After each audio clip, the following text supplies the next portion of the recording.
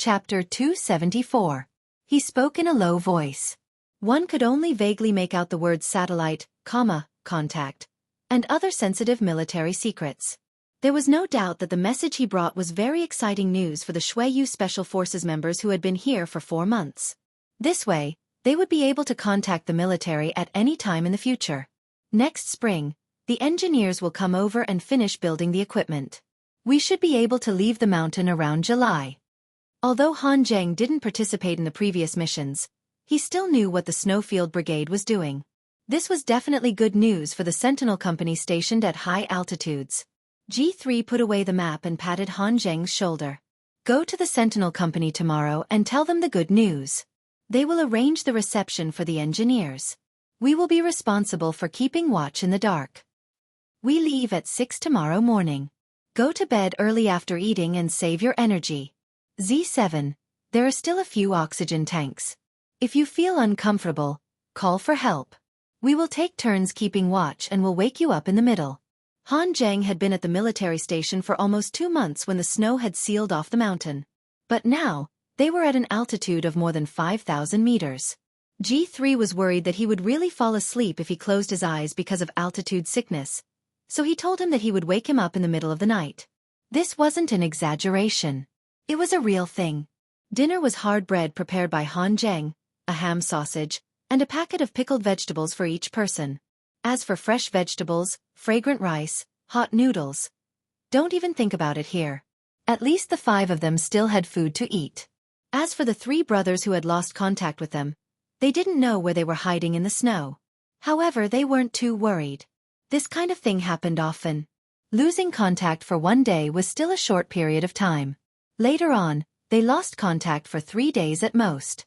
It was under such difficult conditions that, in the spring of the next year, a confidential report from the Snowy Highlands, translated by Han Zheng alone, was sent back to the military headquarters. At the same time, a military layout map was also sent back to the military headquarters. This was the information that the 8 members of the Snowfield Brigade had exchanged for with their lives. They walked in the snowy mountains, accompanied by snow leopards. There wasn't even a small path. They climbed the steep mountains and the bottomless cliffs. They relied on their hands and legs to complete the mission given to them. By the time the news came back, spring was approaching in the north, and the cherry blossoms in the south had already withered. The days passed very quickly. It seemed that he still hadn't woken up from his spring sleepiness. He didn't know when the chirping of cicadas had started. After the general examination, Yi Qian did not stay at home like the other students to wait for the notice to arrive. Instead, he immediately returned to the village after the examination and joined the army for training the next day. Principal Chen and Uncle Zhen didn't ask about Yi Qian's results, nor did they ask her if she did well in the exams. When she said that she would go to the army immediately, the 2 elders took her to the army without hesitation. Results and scores had never been the focus of his attention. 1.5 years into the 4-year plan, and Yi Qian's training was getting more and more arduous. Yi Qian was standing alone under the scorching sun with camouflaged branches and leaves covering his head. He had a Barrett M82A1 anti-material sniper rifle propped up. He had already been training for a full 6 hours. Long-range sniping missions often required the sniper to run long distances without eating, drinking, or sleeping. Good hearing and vision were the basics, and at the same time, they also needed to have extremely high endurance. Chapter 275. For example, she wouldn't feel thirsty because of the sun, wouldn't move because of frequent urination, and wouldn't expose herself because of insects. Fragrance came from the bitter cold. Theory learning, shooting training, skill training, and stealth training were carried out at the same time. Yi Qian had already completed shooting at stationary targets in different positions within different shooting ranges. Now, she was entering the dynamic shooting training. The so-called dynamic shooting training was the most difficult training. It required her to shoot at targets that appeared and disappeared at a certain distance within a set period of time. The passing standard was a distance of 400 meters, and the required time was 4 seconds.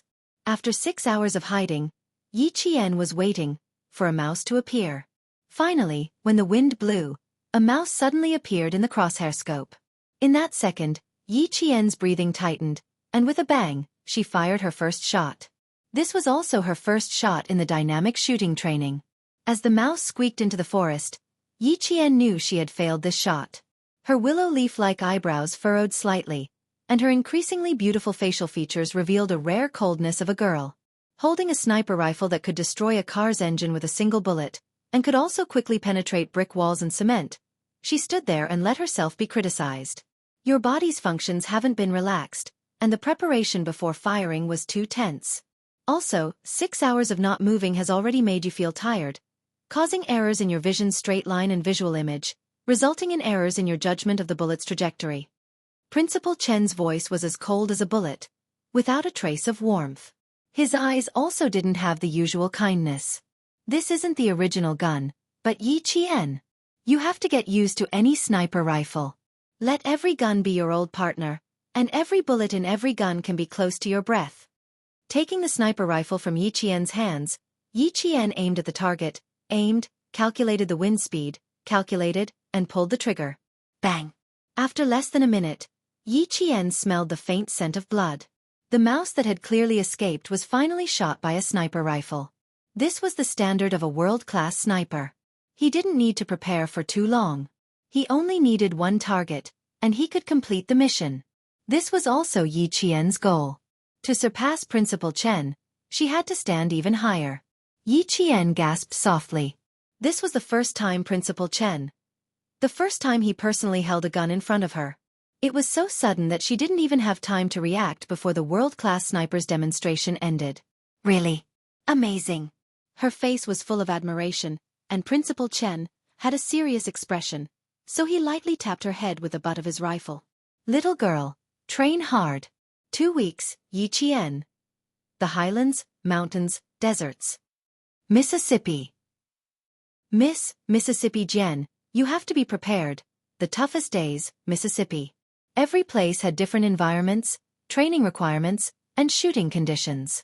The external environment's temperature, altitude, wind speed, atmospheric visibility, lighting conditions, and other natural conditions would all affect the shooter's aim and the trajectory of the bullet. Principal Chen wanted Yi Qian to be able to hit the target no matter what the environment was.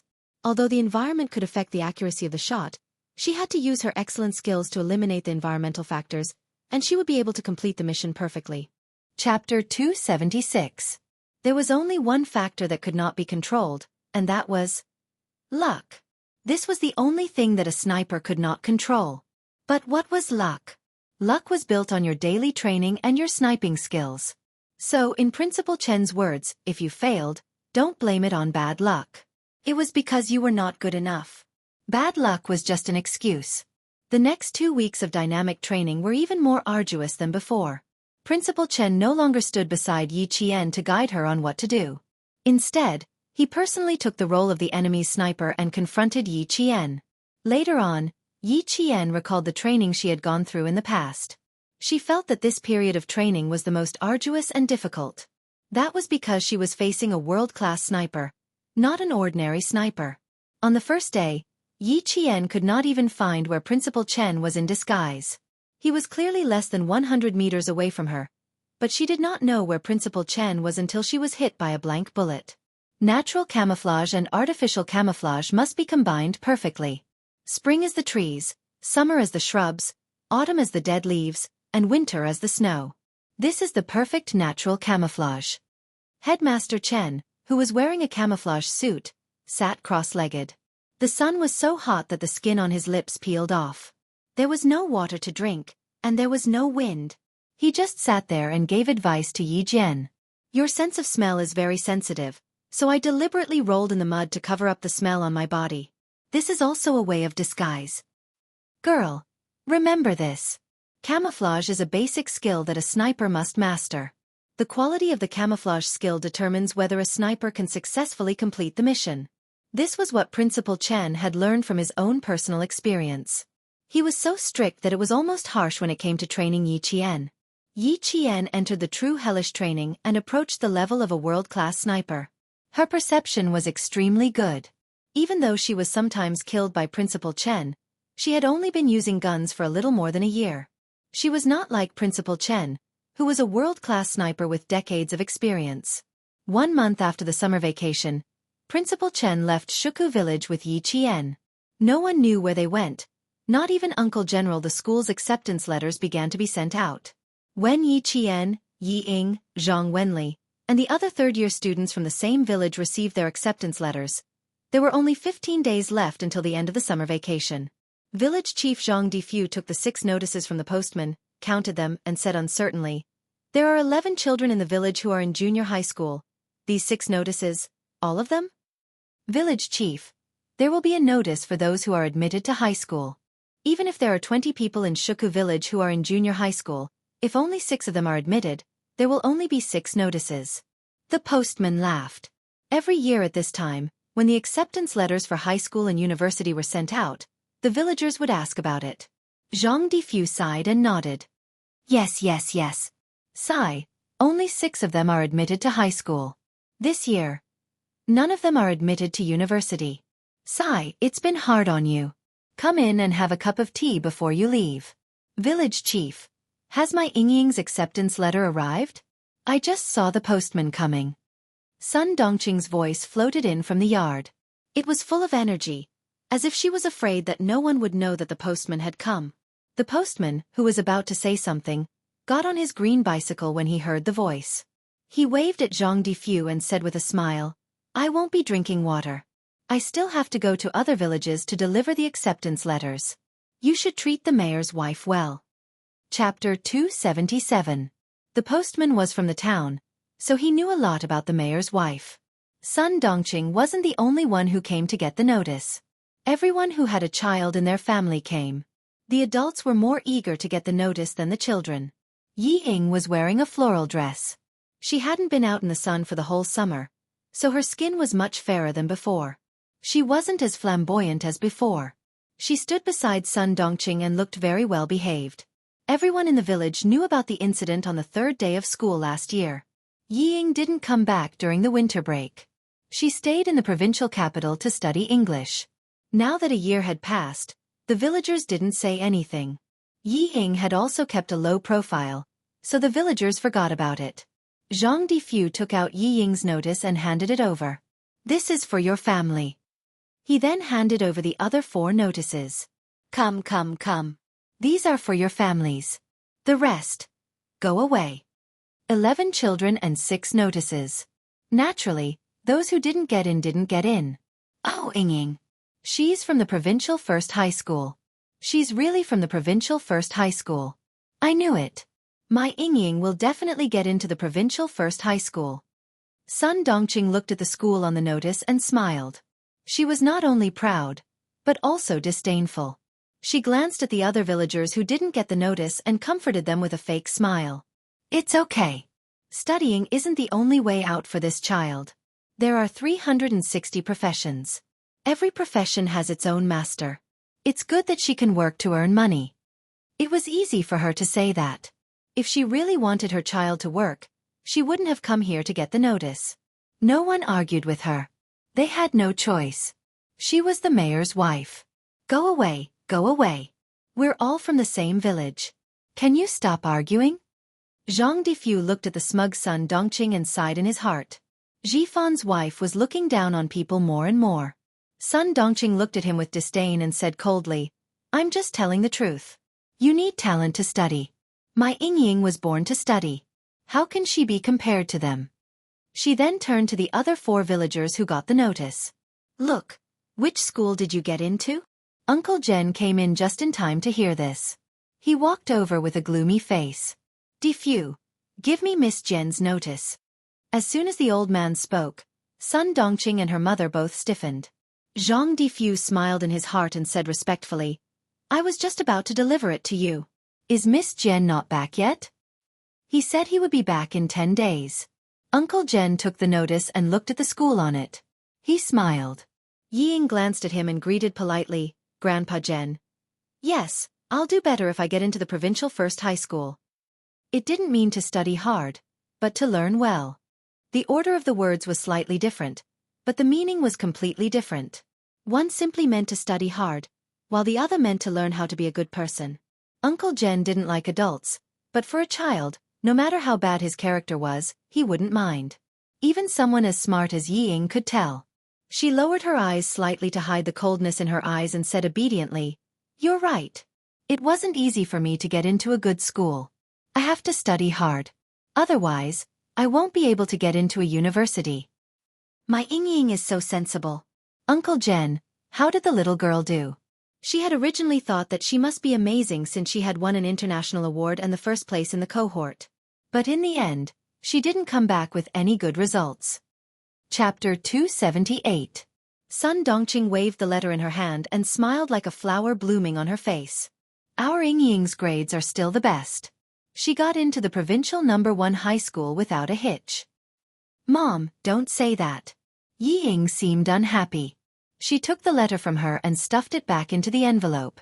She said to Uncle Jen, Grandpa Jen, my mom's words are unpleasant. Actually, she's quite concerned about whether my sister got into a school or not. Uncle Jen glanced at Ying, who thought she was smart but didn't have any sense of responsibility. He said calmly, It's not bad. #1 high school in the city. It's as expected. #1 middle school isn't bad either. Although it's not as good as the provincial #1 high school, with my sister's intelligence, it's the same no matter where she goes. Ying knew that she was relieved. She really didn't want to be in the same school as Yi Qian. There was no other reason. Yi Qian knew too much about her. If he told others in high school, she would have to live like she did in high school. She would have to live a repressed life. Hearing this, Sun Dongqing held back her pride and pretended to be concerned. She sighed and said, as long as she gets in, #1 middle school will be #1 middle school. She'll just suffer a little when she gets into university. This is great. I can finally answer to my sister. It wasn't strange that Sun Dongqing could shamelessly take credit for herself. Another boy from the village got into the same school as Yi Qian. When he heard that Yi Qian was in the same school as him, he was very happy. He said, That's great. We'll have a companion when we come back to the village in the future. We won't be afraid when we come back together. Of course. My poor Ying. She has to stay in school for 3 years in high school.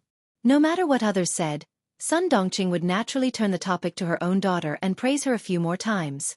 A figure stood at the entrance of the courtyard and listened quietly for a while. When he saw that the people in the courtyard were about to leave, he lowered his head and looked at the high school study materials in his hands.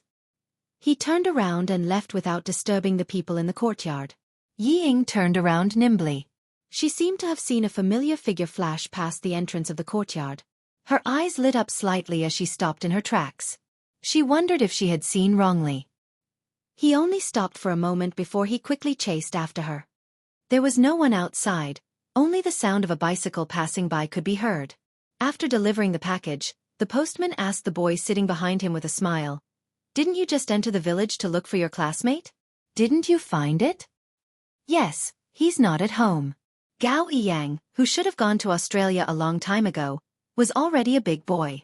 Although his expression was cold, he still looked very educated.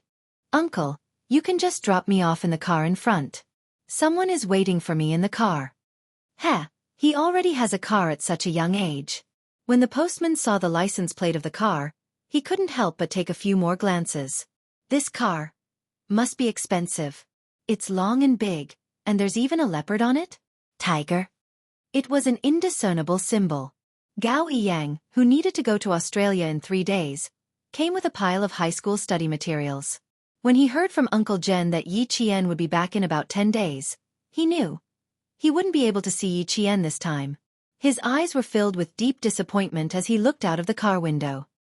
His indifferent expression made the driver not dare to ask more questions. Gao Yiyang, who left with regrets, boarded the plane to the capital. Perhaps he would settle down in Australia, or perhaps he would return to China after he finished his studies. But he knew in his heart that he would never see that girl again. She was so determined that she would give up the chance of survival to others in the face of danger. She would be like a cinnabar mole, forever fresh in his heart. Chapter 279. When Yi Qian received the notice, it was the day before Gao Yiyang left for Australia. To him, she was the cinnabar mole in his heart, but to Yi Qian, they were just classmates, not even friends. Yi Ying was the only one in the village who knew that Gao Yiyang had visited. She even called him the day before he left. Yi Ying wanted to salvage her image, but Gao Yiyang still treated her coldly. At this time, Ying realized that not everyone could forgive her mistakes. Even Gao Yang, who used to like her a lot, would not let himself get to know her again just because she lowered herself and took the initiative to contact him. After hanging up the phone, Ying threw all the clothes in her wardrobe onto the floor and the bed as if she had gone crazy. She no longer screamed or roared like before. Instead, she vented her anger in silence. Yi Qian! Yi Qian! Every time she threw a piece of clothing, she hated Yi Qian. It was as if she treated the clothes as Yi Qian for her to vent her anger on. Every time she went crazy, she seemed to become gentler. In addition, Yi Zhifan did not hesitate to spend a lot of money to send her to the province to participate in all kinds of training. This made her temperament even more refined. Yi Ying, who was about to become a high school freshman, became slender and elegant. She gave off a refreshing feeling like a lotus flower. She constantly pretended to be a noble person in the south, while Yi Qian underwent dangerous and arduous training in the north. Yi Qian never knew that a person's potential was so limitless. He also did not know that after this summer vacation, her willpower had been tempered to be as strong as steel. From the south to the north, crossing more than half of the motherland, Yi Jian came to this plateau where there were herds of wild horses. Less than 10 days after coming here, Yi Jian felt so tired that she felt like she had shed a layer of skin. She was tired both physically and mentally. After climbing into the herdsman's carriage, Yi Qian collapsed on the thick grass. He was so tired that he could not even lift a finger. Principal Chen chatted happily with the herdsman. He spoke Tibetan very fluently, as if he had returned to his hometown. The moment he entered the Tibetan area, he was completely different from before. It was as if he was a native Tibetan. Yi Qian did not understand this language, which sounded like a paradise to him. He only knew that he wanted to rest, but his cerebral cortex was exceptionally excited.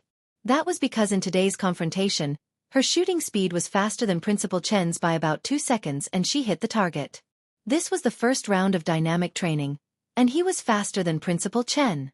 No matter how tired he was still excited.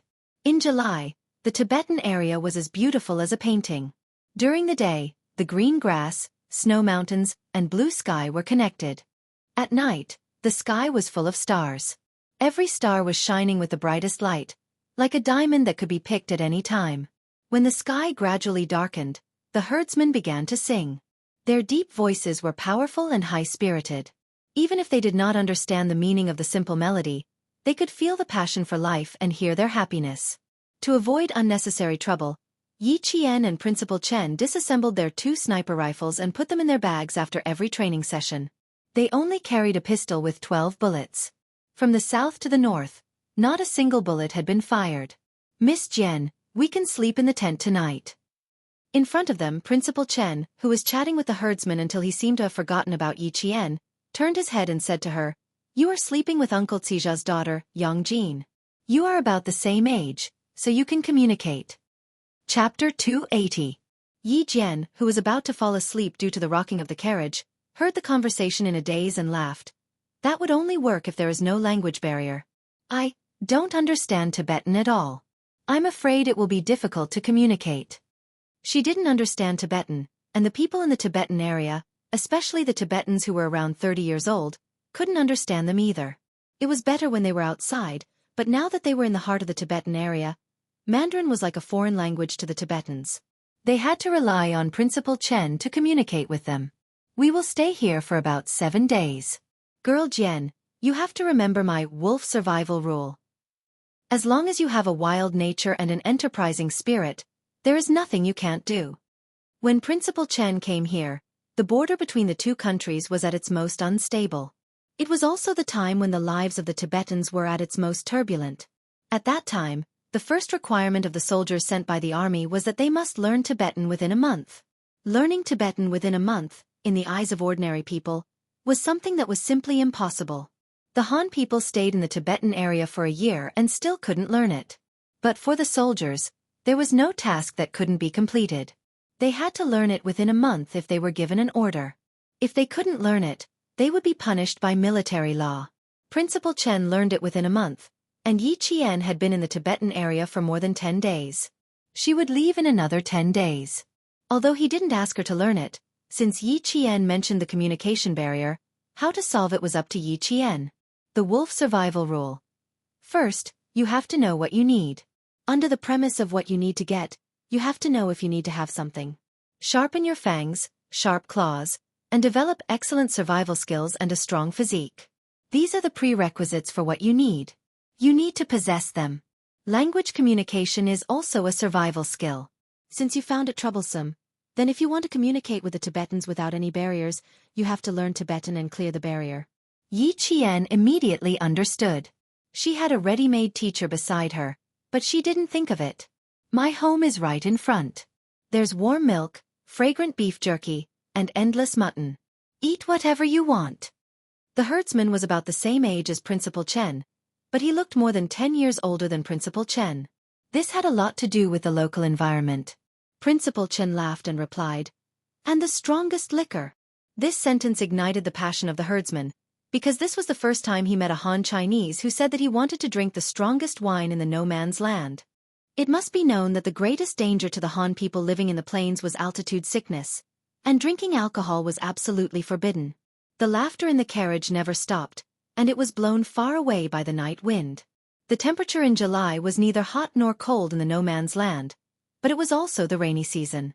There would be occasional showers during the day and at night as well. The rain came at the drop of a hat. 1 second, it was a starry sky, and the next, it was a torrential downpour. The Tibetans were already used to it, but Yi Qian was still not used to it even after so many days.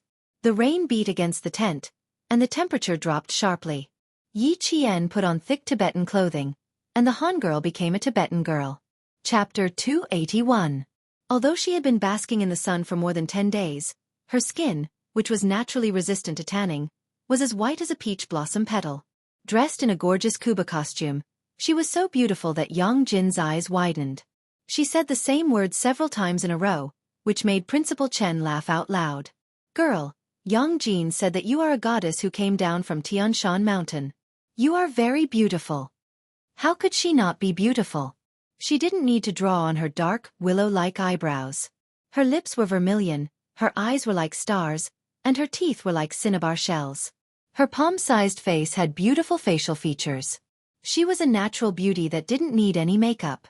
However, when she smiled, she was as gorgeous as a peony blossoming. She was beautiful without being seductive. In the Kuba costume, Yi Qian was indeed much more beautiful than usual. What made people unable to take their eyes off her was her temperament.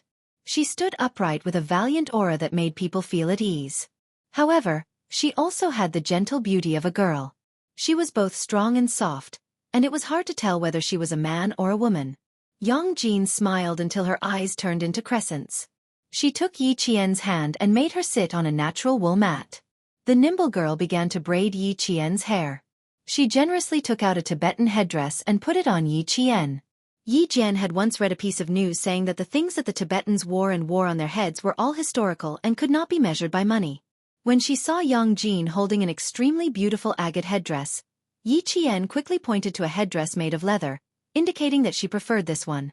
Yang Jin pursed her lips and smiled. She replaced the agate headdress with leather. On the other side, Principal Chen, who was drinking Highland barley wine, saw this and secretly gave Yi Qian a thumbs up. She was quite knowledgeable. She knew that it was an expensive headdress and only chose a leather headdress. After the rain, the entire night sky became clearer after being washed by the water. The stars appeared again, allowing the few people who were taking shelter from the rain to walk out from under the rocks. They wiped away the rainwater that splashed on their faces, looked up at the starry sky, and started walking again. "Looks like it's going to be difficult to find them tonight," Xia Jinyuan said coldly. Under the night sky. His posture was like a sword that had been unsheathed, bringing with it a sense of dominance. Z7, check the coordinates. Han Zheng, codenamed Z7, took out a military compass. After looking at it, he calculated his position and quickly found their exact location on the military map. He spread the map on his big map, turned on the headlight on his helmet, and said in a low voice, "The east side is the river, we can't go that way, it's a dead end. The south side is our military depot, we can't go there either, there's only this way, north. There's a small village of nomads. If I were this group of people, I would choose to go to the village at night. There are still 20 kilometers to go. The journey will take about 3 to 4 hours. These guys had good stamina, so they would arrive in about 3 hours. No man's land. This was the only place to stay.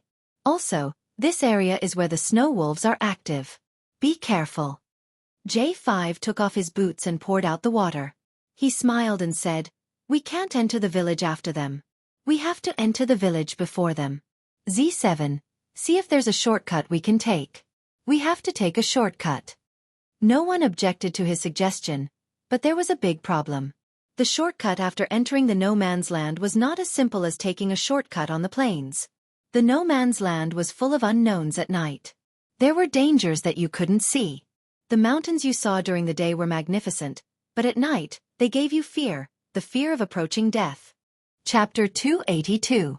If they took a shortcut, they might get lost, or they might walk into a dangerous area with falling rocks.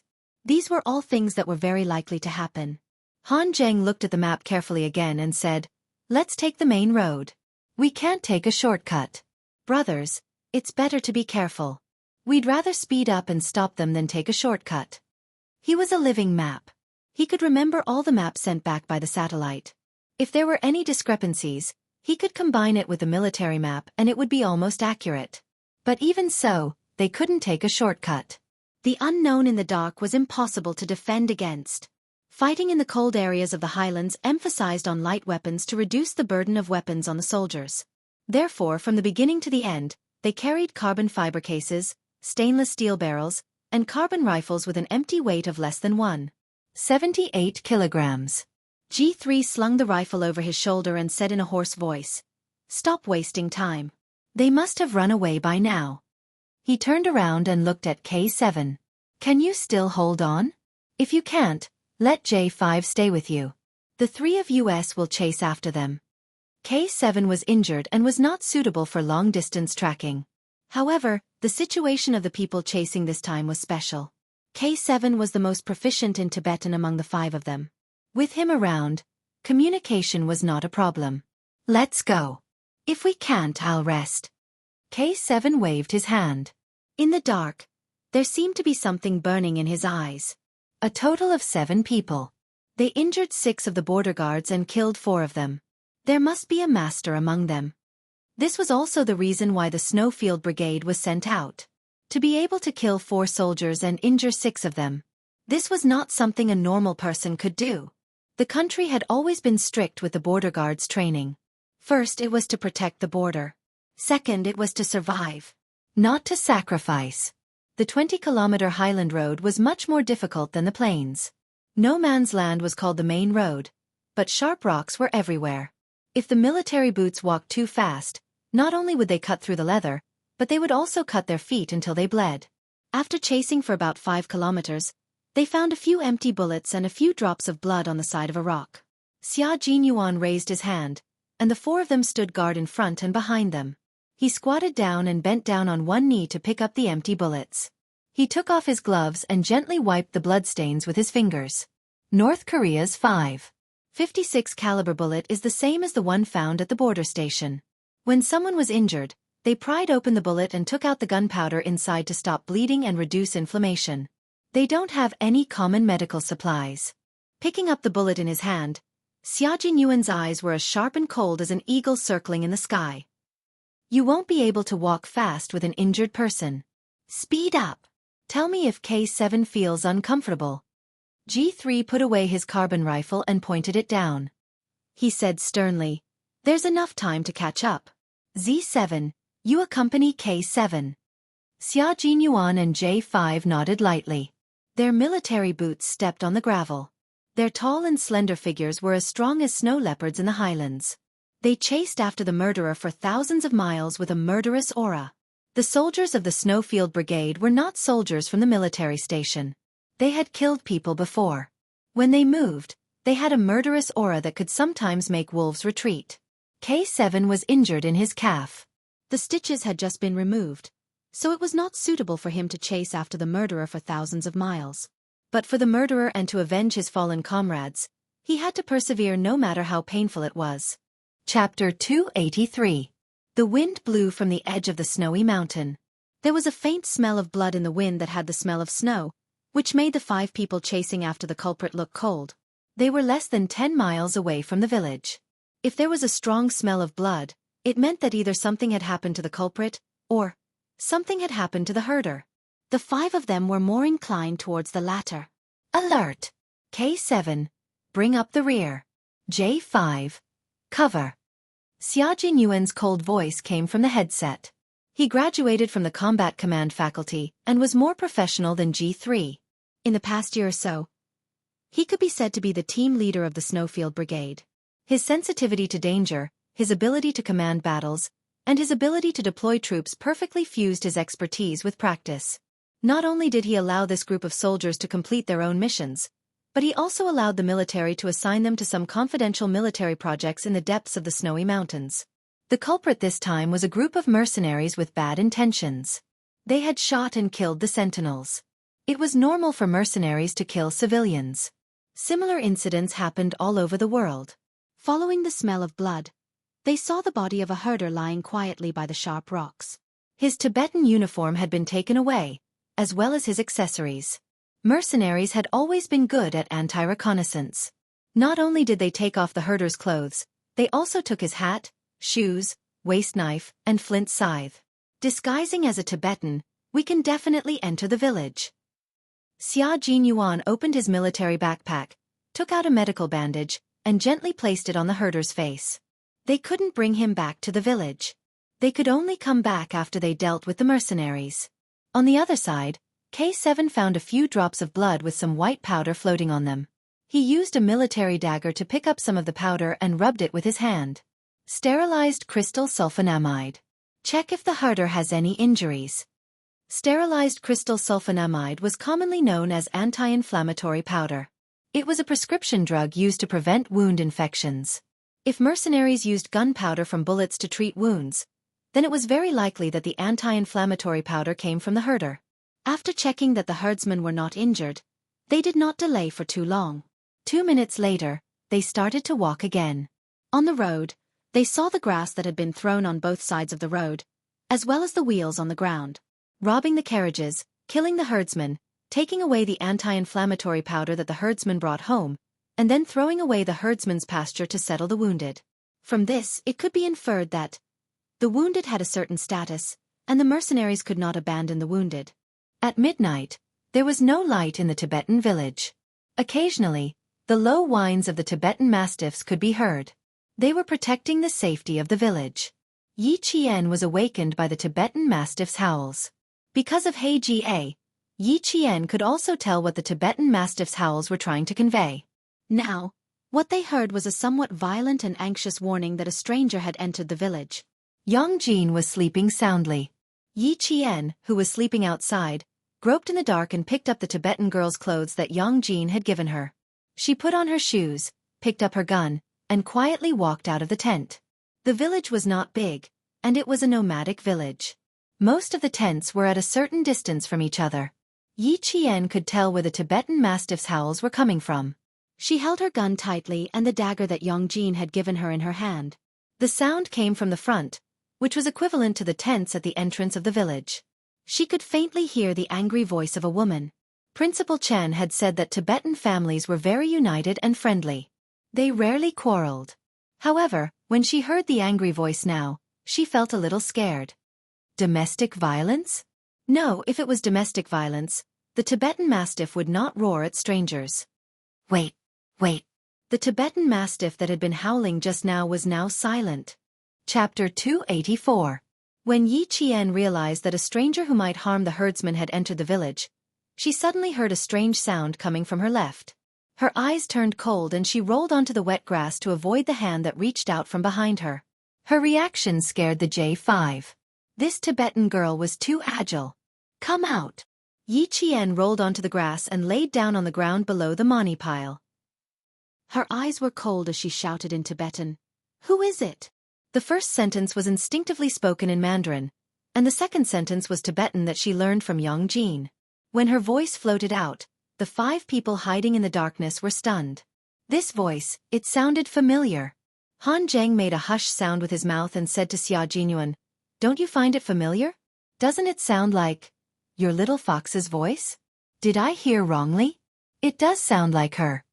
After a year, her voice was clearer and more imposing, but he wasn't sure. Wasn't Yi Qian in Fujian town? How could she have come here?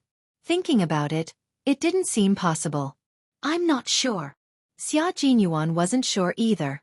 He gestured to the 5 people and they immediately surrounded the money pile.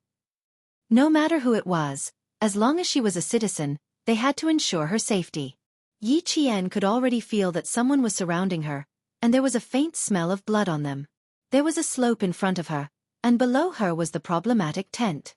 There were people surrounding her on both sides, so she could only walk on top of the money pile. But when she thought of the religious culture of the Tibetan area, Yi Qian gritted her teeth and decided to rush down the problematic tent. If the 5 members of the Snowfield Brigade Special Forces let a 15-year-old girl like Yi Qian escape, the 5 of them would doubt if they were qualified to be Special Forces soldiers. Xia Jinyuan was the first to make a move. When he saw a slender figure appear, he immediately used his own body to pounce on Yi Qian and grabbed one of Yi Qian's ankles with both hands. With a forceful trip, Yi Qian, who had rushed out, also fell to the ground. He didn't fall straight down. Instead, he bent his arms and fell on the wet grass in an extremely professional posture. Yi Qian grabbed his right foot. As he fell, his left foot kicked down. After failing to kick off, he placed both hands on the ground and rotated his body in a scissor kick style, facing the starry sky in an attempt to counterattack. However, Yi Qian was also shocked by the other party's reaction. She moved quickly, but the other party was even faster. Before she could stand up, her ankle was grabbed again. From crawling to protecting the fall, to kicking, and then to using the scissor kick to turn over, the series of movements were not only smooth, but the professional fierceness revealed made the 5 people tremble in fear. Where did this Tibetan girl learn? Xia Jinyuan's shoulder was kicked by Yi Qian. She used a lot of force, and his entire shoulder was in so much pain that his muscles twitched. When Z7 and J5 saw this, they quickly joined the battle and attacked together. They held down Yi Qian's left and right shoulders. Q King, suppress this little snow wolf. Damn, Tibetan girls are indeed hotter than us Han girls. This smell, it's strong. It's hot enough. K7, who was in charge of security, quickly said in Tibetan, Bo Ma, we're not bad people. We're soldiers from the military station. More than a year had passed.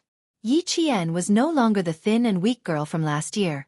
After 2 summers and 1 winter break, under Principal Chen's hellish training, her physical strength and combat skills had improved by leaps and bounds. Even if her shoulders were held down by 2 people, as long as her legs could move, she could still struggle. Chapter 285. When she realized that it was Han Zheng's voice, she froze for a second. It was at this moment that Xia Jinyuan, who was holding on to her ankle, had a chance to retaliate. He muttered, "Excuse me," before he pressed himself against Yi Qian's body and covered her mouth with his hand. Yi Qian was speechless. You guys have to let her say something. In the eyes of the 5 members of the Snowfield Brigade, they had finally subdued this Tibetan girl who was as fierce as a wild beast. After being pressed down and covered, Yi Qian saw 2 black figures wearing combat helmets appear in front of him. They were dressed in familiar clothes and had a familiar aura. And the person on top of him was a familiar person. With his mouth covered, Yi Qian could only mutter, which meant, Xia Jinyuan, let go of me. When Yi Qian realized who was on top of him, Xia Jinyuan naturally realized as well. At this moment, Xia Jinyuan wanted to let go, but he couldn't bear to do so. She was so close. Her faint fragrance was like a flower petal gently brushing past the tip of his nose, tugging at his heartstrings and touching his nerves. At this moment, he only wanted to hold on tightly to her fragrance. How could he bear to let go so quickly? Furthermore, this was the 2nd time he was pressing the little fox under his body. As for the feeling, he had to admit that this little fellow had developed quite well after not seeing her for a year. Especially the little ball on her chest.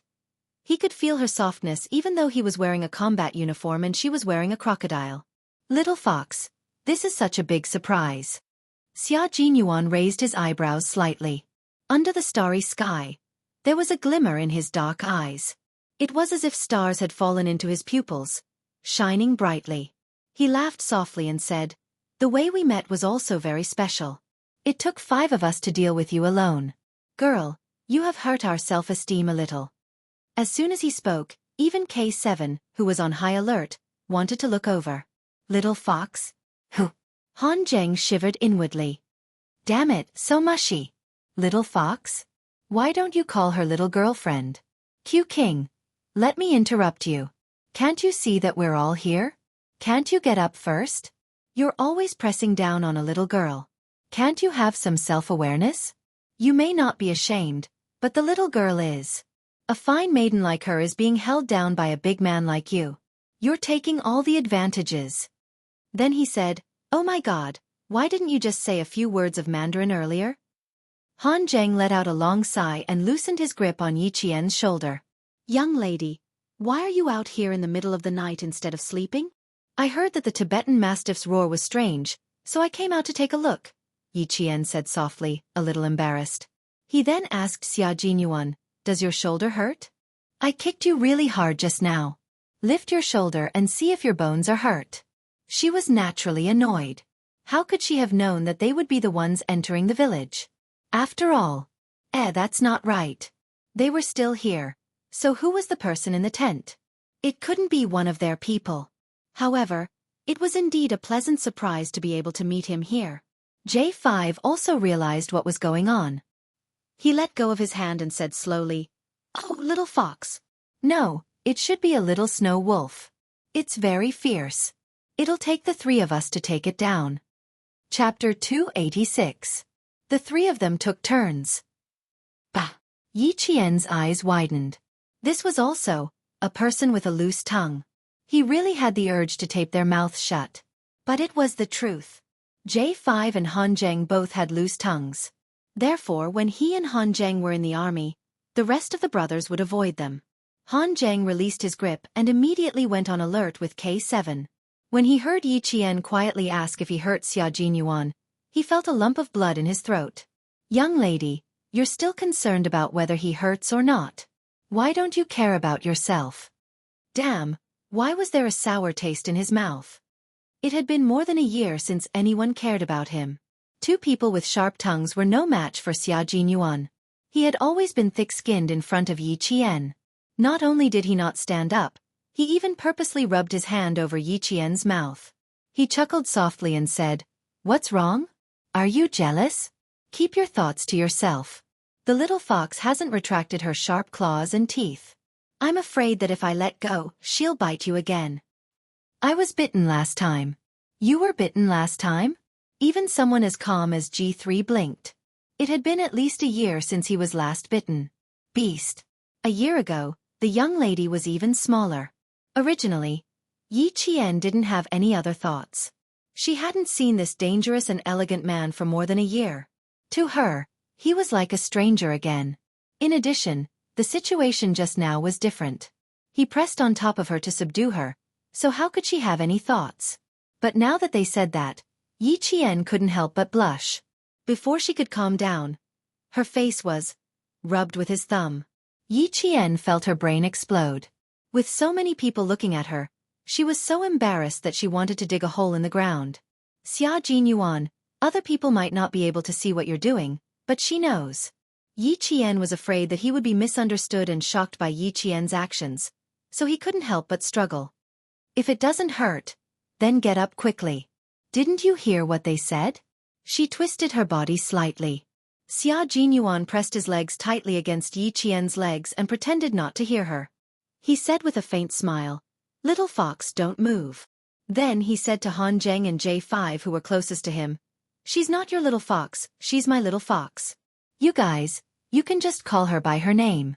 Be polite, don't call her as if you're all very familiar with her. The only person she knows is me. Do you understand? Yi Qian felt his face heat up even more. He glared at her and gritted his teeth. Get up quickly. You're so heavy. What was his little fox? When did she become a fox? Hurry up, they're all watching. If he didn't get up now, the little fox would be angry. How sad. He had missed her for more than a year. The surprise of seeing her so unexpectedly made him feel as if flowers had bloomed in spring. Words could not express his feelings at this moment. Unfortunately, it was obvious that his little fox didn't think about him at all. Major Xia, who was thinking about her, used his extremely slow body movements to express how reluctant he was to get up. Even K7, who had a cold personality, was looking at them with interest. TSK, TSK, TSK. When Xia Jinyuan acted like a rascal, he really had the urge to kick him. Chapter 287. But it didn't work. His title as the all-round soldier king wasn't just for show. He was flirting with the girl, but his gaze was like a radar, not missing a single corner. As expected, only an all-round soldier king would be able to handle such a difficult task while talking about love and being on guard at the same time. G3 glanced at him and began to ponder. Bachelors like them. Was it because they weren't shameless enough and weren't bad enough that girls didn't look for them? Should he change his tough guy style and become a rascal one day when he was on vacation? But Q King's shameless way of chasing girls was something he couldn't learn even if he wanted to. Moreover, he definitely couldn't find his little fox-like girl. So, there was no need to think about it. It was hopeless. Yi Qian wasn't as thick-skinned as Xia Jinyuan. She blushed from the intense gazes that swept her back and forth. Her fist landed on his shoulder. Xia Jinyuan, if you don't get up quickly, I'm going to get angry. Gently and quietly. Her breath was like orchids spilling on the tip of his nose. It was faintly discernible and extremely seductive. Yes, get up, get up. Of course I have to get up. Aren't I standing up now? Sigh, I actually saw you from so far away. I was too happy and lost my composure. He said jokingly, his hawk-like eyes staring at the moving tent in front of him. He never relaxed. He slowly got up, making Yi Qian have the urge to kick him again. But he asked softly and calmly, "Why did you sneak into the village? This is a no-man's land filled with herdsmen.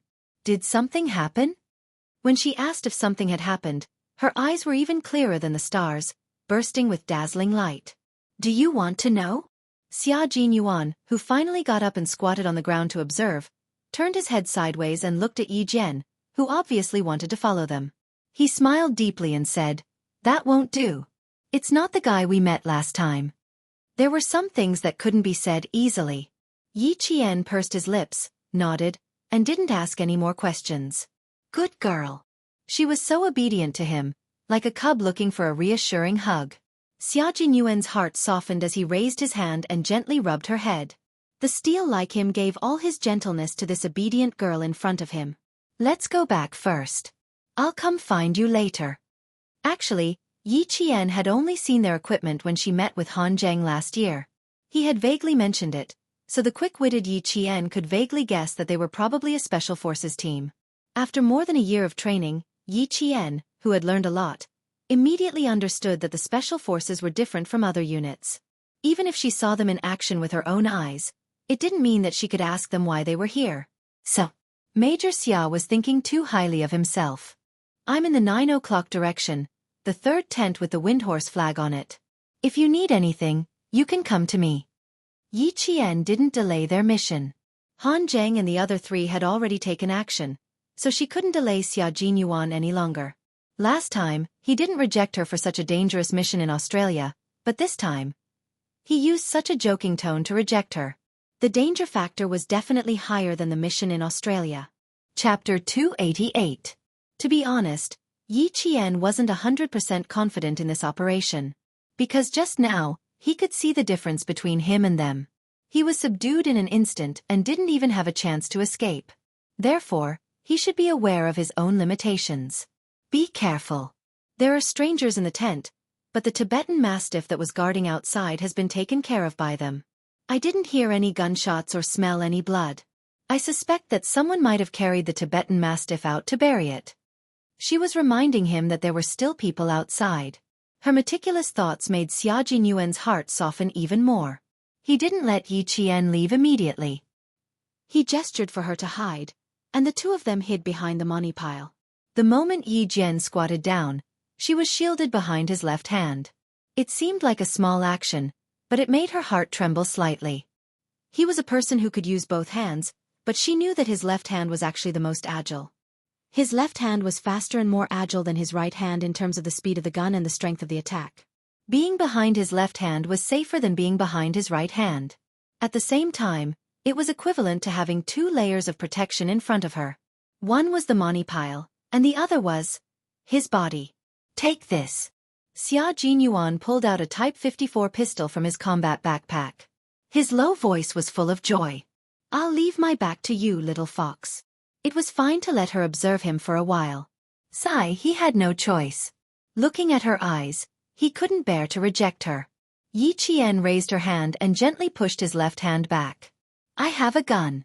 Principal Chen prepared a Type 54 pistol for me before we set off.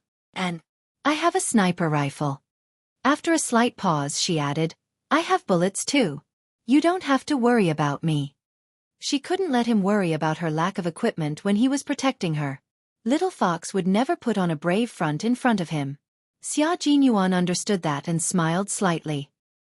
He whispered to G3 and K7 who were near the tent, "There are about 2 people burying the mastiffs outside. How's the situation on your side?" "Q King, the situation isn't good. There are 4 hostages." G3's cold voice came through the earpiece.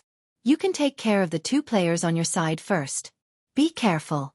Yi Qian waited for him to end the call, then leaned closer to him and said softly, "I can go back and look for Principal Chen first and find out how many Tibetans there are and how many tents there are. Why don't you wait here for me to go back and ask?" It was a good thing that they could learn more about the village as soon as possible. With Xia Jinyuan's slight nod, Yi Zhen's crouching figure really looked like a snow wolf walking in a snowy mountain. She disappeared into the darkness vigorously.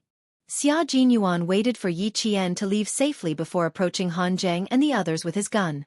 "Yi Qian will cooperate with us to figure out how many people we have and how many tents we have. Now, let's change the plan slightly." They needed a more detailed annihilation plan. At the same time, they also needed to ensure the safety of all the herdsmen. They still have a lot of bullets. If they are alerted and fight with us, the consequences will be unimaginable. Xia Jinyuan was gentle in front of Yi Qian, but in front of the enemy, he was bloodthirsty and cold. With a serious gaze, he said in a low voice, "Let's find out the situation in the tents first. Make sure 1 person enters the tents to protect the hostages." Chapter 289. It's impossible for the 5 of us to do it. The only people who can go in are Yi Qian and Uncle Chen. G3 looked up and was about to express his opinion when J5 held his arm and shook his head gently, indicating for him to continue listening to Q King and Xia Jinyuan's arrangements. In terms of battle command, Q King indeed had a talent that left them in the dust. While Xia Jinyuan was perfecting the annihilation plan, in the tent, Yi Qian stopped Principal Chen from lighting the oil lamp and said softly, "I saw Major Xia and the others. There are 5 of them. I'm afraid something happened in the village. Even the Tibetan mastiff in the outermost tent is silent. Uncle Chen, there are strangers in the village, and Major Xia and the others are chasing after the culprit. Now, they need to know how many herdsmen there are in the village and how many tents there are. I'm afraid we'll have to ask Uncle Jia to help us. Also, they need to ensure the safety of the herdsmen. Do you think we should inform the herdsmen so they can be mentally prepared?" Just as Xia Jinyuan thought, Yi Qian's meticulous thinking made their plan even more perfect and thorough. Yi Qian was doing his best to help them. Even though they didn't know who they were dealing with, judging from their expressions, the people they were after must be very difficult to deal with. It was even possible that the other party had guns. If they didn't have guns, they wouldn't have to be so careful and cautious. Principal Chen had carried out missions in the Tibetan area before, so he immediately understood that the people who entered the village were definitely not easy to deal with. He said solemnly, "It's not a good thing to meet Captain Xia here. The people who came are also not easy to deal with. Lass, pack up our equipment." The bag that contained the sniper rifle had always been placed together with Yi Qian's luggage bag. After taking the bag out, Yi Qian, who had been trained by Uncle Zhen to be familiar with any part of a gun, quickly assembled the sniper rifle without even needing to light a lamp. The gun, the case, the barrel, the handle, and the stock were all in her hands. In less than a minute, she had assembled a sniper rifle. Finally, she installed the night vision scope, and it was a sniper rifle that could be used to snipe at night. After finalizing the plan with his comrades, Xia Jinyuan quickly found the second tent at 9 o'clock. He gave a signal from outside, and Principal Chen lifted the curtain and walked out. "The girl is loading guns inside. How serious is the situation? Also, I found out from our conversation that the wife of the leader of the outermost tent is injured, so it's difficult for her to move around." Master Mu was injured? No wonder there was anti-inflammatory powder at the scene. Xia Jinyuan's eyes moved slightly, and he said in a low voice, "There are a total of 7 people, and they are all carrying light weapons. There are 3 XM M4A1 carbine rifles, 4 M10 Ingram submachine guns, and 1 IMI Barak pistol. Each of them is carrying about 1. Their firepower is level 2. Xia Jinyuan didn't hide this from Principal Chen. If he needed Yi Qian's help, he had to tell him the situation inside. "Uncle Chen, I want to know how many herdsmen and tents there are here." After hearing Principal Chen's answer, Xia Jinyuan looked at his comrades who were hiding nearby with a serious expression. "There are a total of 14 tents, 72 herdsmen, 23 children, and 19 elderly. It's unrealistic to move them all together, and it will alert the mercenaries." "Mercenaries?" Principal Chen's eyes darkened. He knew that this was not an ordinary problem. Chapter 290. Facing a mercenary with level 2 firepower, the risk factor is relatively high. Moreover, there are about 5 of them in the tent and 2 outside. If we don't act in time, once the mercenaries notice us, they will definitely fight with us. Then, the safety of the 79 Tibetans in the village will be threatened, and they may even die. What's your plan? If there's anything you need help with, just let me know. I'm quite familiar with this no man's land. I've been here for more than 6 years. Principal Chen's words made Xia Jinyuan respect him.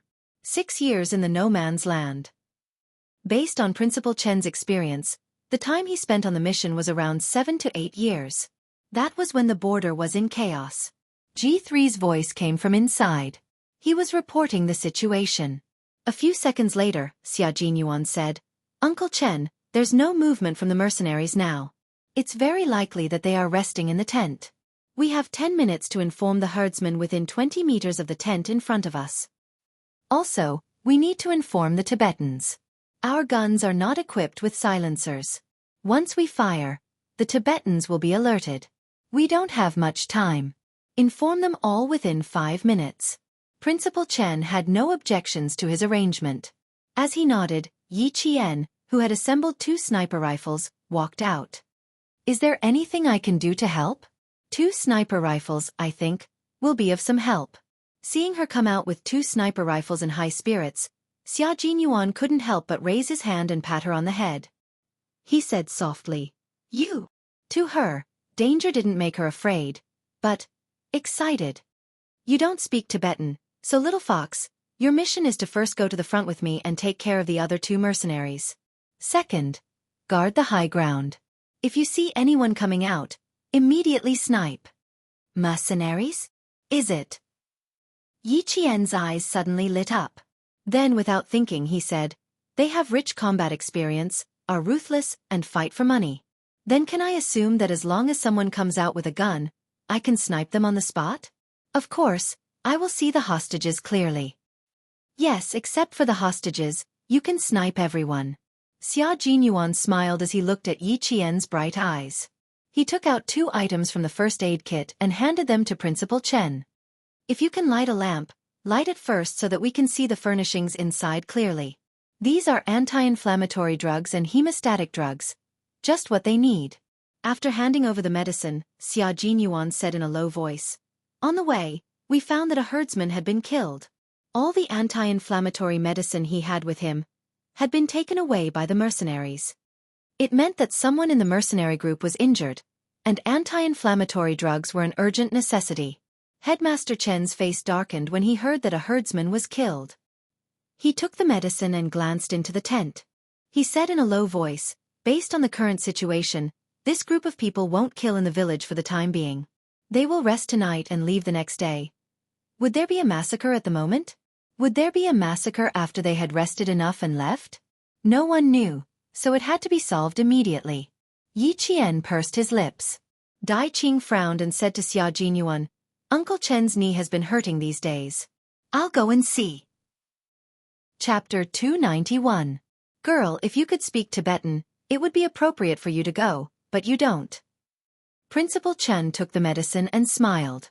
"I've been out of the army for so many years. I don't have the spirit of a young soldier like you.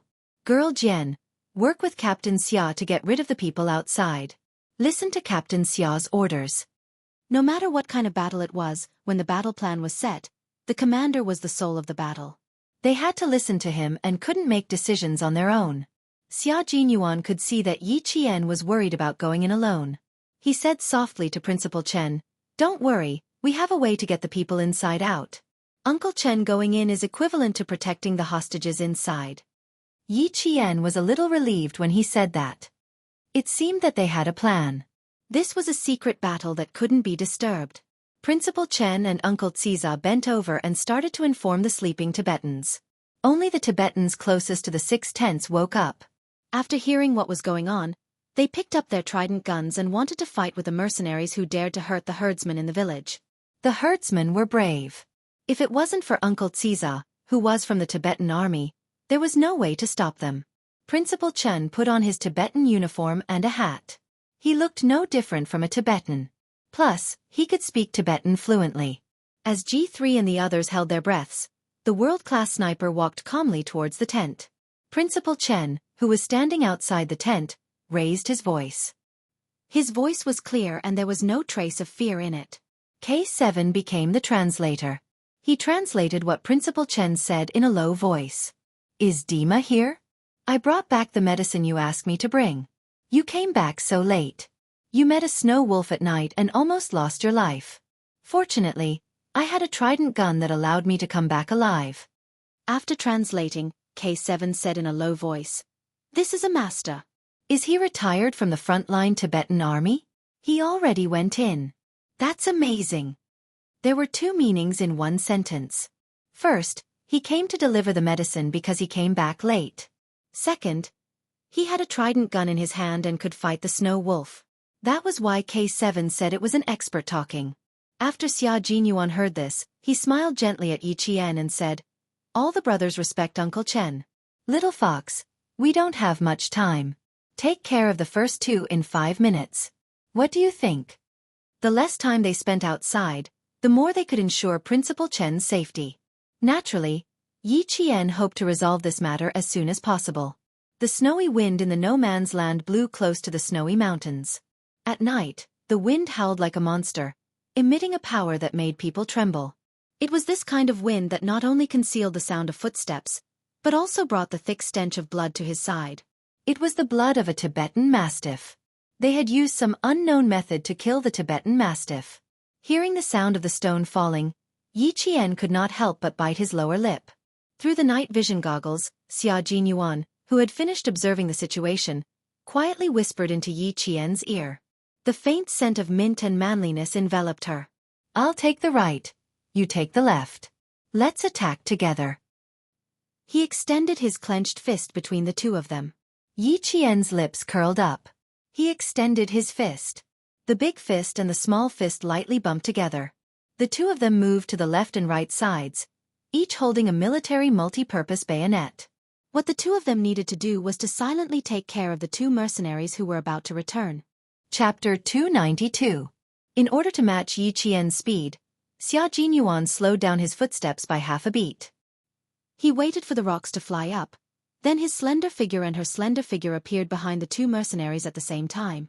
Yi Qian's eyes were filled with ruthlessness. For Xia Jinyuan and the others to chase after the culprits, they must be unforgivable, not to mention that they had killed a herdsman. The wind was howling, as if it was adding momentum to the upcoming life and death battle. Every fight was a matter of life and death. No matter the situation, staying calm was the key to a battle of life and death. In close combat, not only did the opponent not have a chance to shoot, but they also did not have a chance to shoot. Therefore, it was important to stay calm and not panic. "Soldier! Damn it!" One of the mercenaries cursed in an unknown language and threw a fist at Yi Qian. Soon, he realized that the person who dared to fight with him was actually a girl, and he burst into laughter. The biggest taboo on the battlefield was to underestimate the enemy. Facing Yi Qian, he had underestimated him from the beginning. For Yi Qian, this was a good thing. And her performance was also showing weakness. Yi Qian had memorized how to use his advantage on the battlefield from the beginning of training. He did not dare to forget. There was indeed a great disparity in strength, but it was not that Yi Qian was weaker than the other party. From the beginning of the fight, he could tell that the other party's training was not professional. Moreover, leaving the tent and risking being discovered to abandon the Tibetan Mastiff showed that their status was average. In the mercenary army, there was a certain disparity in status. The dagger in his hand swept across with a gust of wind, and he could feel the sharp blade cutting through his skin. The battle of life and death was just that cruel. It was either you die, or I die. Xia Jinyuan was fast and fierce. After a few sweeps, the dagger in his hand had pierced deeply into the other party's thigh. Before he could pull it out, the other party roared in pain and elbowed him hard in the head. This was a professionally trained mercenary. He surrounded Xia Jinyuan from both sides. Through the night vision goggles, he deliberately chose Xia Jinyuan and left the weaker one to Yi Jian. Xia Jinyuan was hit hard in the head. He felt a buzzing sound in his head. Relying on his instinct, he swung his fist and punched the man in the nose. When a person's nose was hit, not only would they subconsciously close their eyes, their brain would also go blank for a few seconds due to the pain. In those few seconds, Xia Jinyuan, as a soldier who had undergone rigorous training, performed bravely and fearlessly. Even though his brain had suffered a heavy blow, he was still able to accurately grasp the dagger in his opponent's thigh. He pulled it out, and warm blood spurted out, staining his combat gloves. The mercenary screamed. He raised his uninjured right foot and kicked Xia Jinyuan in the chest again. Unfortunately, his injured left leg slowed him down and he could not fight back. Xia Jinyuan, who did not retreat, directly used his right arm to block the other party's kick. He needed to finish off this trapped mercenary on the spot. Xia Jinyuan's entire right arm was in so much pain that his face tensed up. In the next second, he leaped up and stabbed the bloody dagger into the other party's neck again. Under the combat gloves, the muscles and bones on the back of his hand were exposed. He was exerting force, forcefully twisting the dagger that was stuck in the other party's neck. This was a fatal blow, one that left the other party with no chance of survival. Chapter 293. There was only coldness on Qin Ya's elegant face. She pulled out the military dagger that had crushed the opponent's throat. The blood was like a flower blooming in the snow and wind. In the darkness, the blood became one with the night sky and fell to the ground. The blood splattered on his face, and when it was blown by the wind, it condensed into blood frost on his face. Xia Jinyuan, who had just killed a mercenary, didn't have time to wipe off the blood frost on his face. He turned around and walked towards Yi Qian. However, he heard Yi Qian shout, "Go and support Uncle Chen, quick!" With her own strength, Yi Jian knew that she could get rid of this mercenary who was not very strong. At the same time, she also saw how dangerous the fight between Xia Jinyuan and the dead mercenary was. She was very worried that the mercenaries left in the tent were all strong and powerful. Uncle Chen's shoulder and knee were suffering from rheumatism. How could he be a match for them? "Go! Don't make me worry." Yi Jian's clear voice was like a cold sword in autumn water, breaking through the wind and reaching his ears with a cold ruthlessness. Her dark eyes were filled with frost. Even her gaze was like Xia Jinyuan's, fierce and ruthless. Her eyes were filled with determination. In the face of life and death, in the face of a race against the Grim Reaper, her performance was the performance of an outstanding soldier. She would never back down. "Little fox, remember, you are a soldier. You must know your mission and responsibility. You are not allowed to panic under any circumstances. Do you know what a soldier is? A soldier is the country's last line of defense, and also the line of defense that walks at the forefront." He didn't come over, but his voice traveled over. His low voice was filled with biting cold, and every word traveled into Yi Qian's ears. After he finished speaking, he turned around and left without hesitation. Because Xia Jinyuan knew that his little fox was like a wolf cub that had left the pack and was using its own strength to hunt. She was using her strength to prove that there was nothing wrong with her. His words were just to tell her that even if she killed him personally, it was because he was a soldier, a line of defense for the motherland. There was no need for her to have any psychological barriers. To this day, Xia Jinyuan still remembered that more than a year ago in Australia, when she saw Yi Qian's hesitant expression when he killed someone for the first time, he had solemnly and sternly told her that it was an honor for a soldier to fight for the country, even if their hands were stained with blood. It was Yi Qian's first time fighting without anyone by his side. Even if something happened, there would be no one to support Yi Qian. It was also something he had to go through. As soon as Xia Jinyuan left, Yi Qian calmed down and began to attack fiercely. Fighting for the country, even if their hands were stained with blood, they would still feel glorious. He put away the military dagger in his hand and gently swiped his wrist. The end of the silver wire that had been hidden all this time fell into his hand. This was the beginning of Yi Qian's counterattack. He was using his own abilities to deal with a mercenary. The moment the silver wire in his hand wrapped around the mercenary's neck, Yi Qian stepped on a 20-centimeter rock and leaped into the air.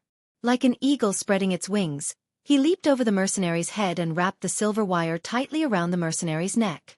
With one end wrapped around his arm, no matter how hard the mercenary struggled, he pulled out the military dagger and stabbed forward. Amidst the roars, Yi Qian heard gunshots coming from the front. The battle had begun. Yi Jian forcefully pushed the dagger into the mercenary's body. As the mercenary roared even louder and struggled even harder, Yi Jian's entire body was instantly flung out and she fell onto the sharp stone beach. The silver wire wrapped around her arm showed no signs of loosening. She didn't immediately get up. Instead, she planted her feet on the rocks and pulled out her pistol. Along with the gunshots coming from the front, Yi Qian fired the first of his 12 bullets. Chapter 294. Bang! After the gunshot, the silver wire wrapped around her arm suddenly lost its strength. Her blood seemed to have drifted into the snow and wind, turning into bloody snow beads that fell on her face. All of this happened as the mercenary from an unknown country fell to the ground with a thud. Yi Qian ended this one-man fight. The metallic smell of blood was stronger than before. Yi Qian gently closed her eyes and took a deep breath. After resting, she felt a burning pain on her back. She had been thrown to the ground just now and her back had rubbed against the sharp rocks. She was afraid that her flesh had been injured. She took a deep breath and exhaled a long breath, as if she was exhaling all the blood that had floated into her chest. It's nothing. This is the path you chose, and it's also the path you must go through. She murmured softly and adjusted her panting breathing. When she retracted the silver wire and wrapped it around her wrist, her beautiful face was as calm as before. The path you must go through, you are good, they are evil. As Xia Jinyuan said, soldiers were the last line of defense of the motherland. Fighting for the country and the people was righteous and good. In front, the gunshots were particularly fierce. Yi Qian rushed to the front of Uncle Zija's tent. The sound of the bullets seemed to have brushed past her scalp. She rushed to the tent entrance and shouted, "Yang Jin!" After hearing the answer from inside, she entered the tent. Yang Jin recognized the voice of the Han Chinese girl who came to stay in her house. She walked out from the dark and said quickly, "It's very dangerous outside. Where are you going?"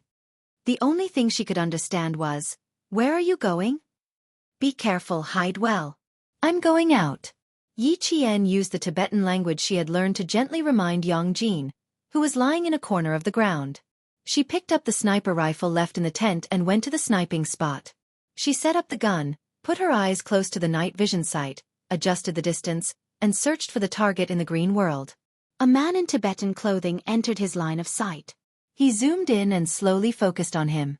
As the other party retreated, he could see that the man in Tibetan clothing would cover his waist with his hands from time to time. Xia Jinyuan had said that a high-ranking member of the mercenary group was injured. At this time, she found that this Tibetan not only did not hide in the tent, but had been looking for a hiding place outside. His whereabouts were already very suspicious. However, he couldn't just assume that there was something wrong with the other party based on his own guesses. He didn't immediately take action and turn off the red laser. He just kept aiming at the other party. Perhaps it was because the herdsmen were all brave. No matter how loud the gunshots were outside, no one ran out in a panic. In this area, they believed in the uniformed soldiers. In the eyes of the herdsmen, the soldiers guarding the border were their guardians. Every year, they would offer countless hada as a sign of their passion and respect. It was this kind of trust that made them choose to stay in the tent and wait for the gunshots outside to pass. What did the soldiers fight for? Naturally, it was for their country and the people they protected. Every bullet that was fired was a sign of their fearlessness. They were fighting bravely without fear of death. Yi Qian hadn't put on his military uniform yet, but he had already placed himself above the soldiers. He believed that he was a soldier from the bottom of his heart. When he saw Han Zheng holding a gun and chasing in the direction where the man in Tibetan clothing was hiding, he didn't hesitate to pull the trigger of his sniper rifle. The laser flashed, and the bullet was fired. Chapter 295. In 0.3 seconds, The brain of the target, who was still hiding, was pierced by the sharp bullet. After a few centimeters, the bullet burst out of the brain and pierced through the tent with the remaining force, landing somewhere unknown. The target was lying on the side. In order to hit the target with one shot, Yi Qian chose the most brutal way of sniping. The sound of the gunshot made Han Zheng stop in his tracks. He seemed to have thought of something. He glanced at the high ground and made an okay gesture. He then pointed to the front and signaled Yi Qian to snipe the second target. The sound of the sniper bullet didn't sound too out of place in the gunfight. Han Zheng informed all his comrades of Yi Qian's position through his earpiece. Successfully sniped the first target. There's still one more person, little fish. Lure him outside. Yi Qian is at the high ground. He can take care of little fish in minutes. The death of the leader of the mercenaries was a good thing for the comrades of the Snowfield Brigade. Xia Jinyuan adjusted his earpiece and said, "What are Yi Qian's coordinates?" Z7, report. After Han Zheng reported Yi Qian's coordinates and direction, Yi Qian saw Han Zheng make another gesture through the night vision scope. "There's a target at 10 o'clock. Requesting sniping." She immediately aimed her sniper rifle at the 10 o'clock direction and aimed. Soon, she saw a black shadow moving slowly among a pile of rocks. The corner of Yi Jian's mouth curled up slightly. The crosshair of the scope firmly locked onto the target and moved along with the target's movements. The 7.62 mm bullet flew out of the fireproof cap and flew straight at a distance of about 300 meters. Her sniper rifle had a range of 800 meters. With the wind speed at a distance of 300 meters in Yi Qian's calculations, the sharp bullet pierced through the air and hit the target in the back. The target was hit within 300 meters. The shooting stopped and the butter lamps in the tent lit up one by one. It was very calm. It was as if the herders had just woken up. There were no panic screams or cries of fear. They were the descendants of heroes, so they were very calm in the gunfight. When Yi Qian came down with his sniper rifle, he saw a black shadow standing quietly on the rocky beach. Behind him was a majestic snowy mountain. He was like a snowy mountain. He stood there quietly with a majestic aura. He made people feel at ease. He made people feel that he could protect the peace of the area. Xia Jinyuan now, he was even more charming than he was a year ago.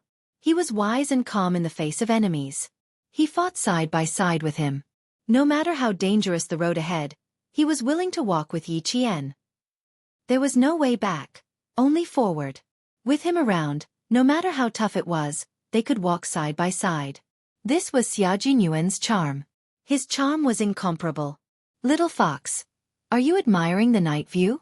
Or are you waiting for me to walk over?"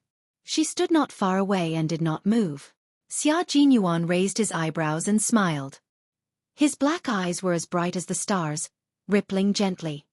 "I think you're waiting for me to walk over and give me a warm hug." He could quickly walk out of the smoke and fire of war and be himself again.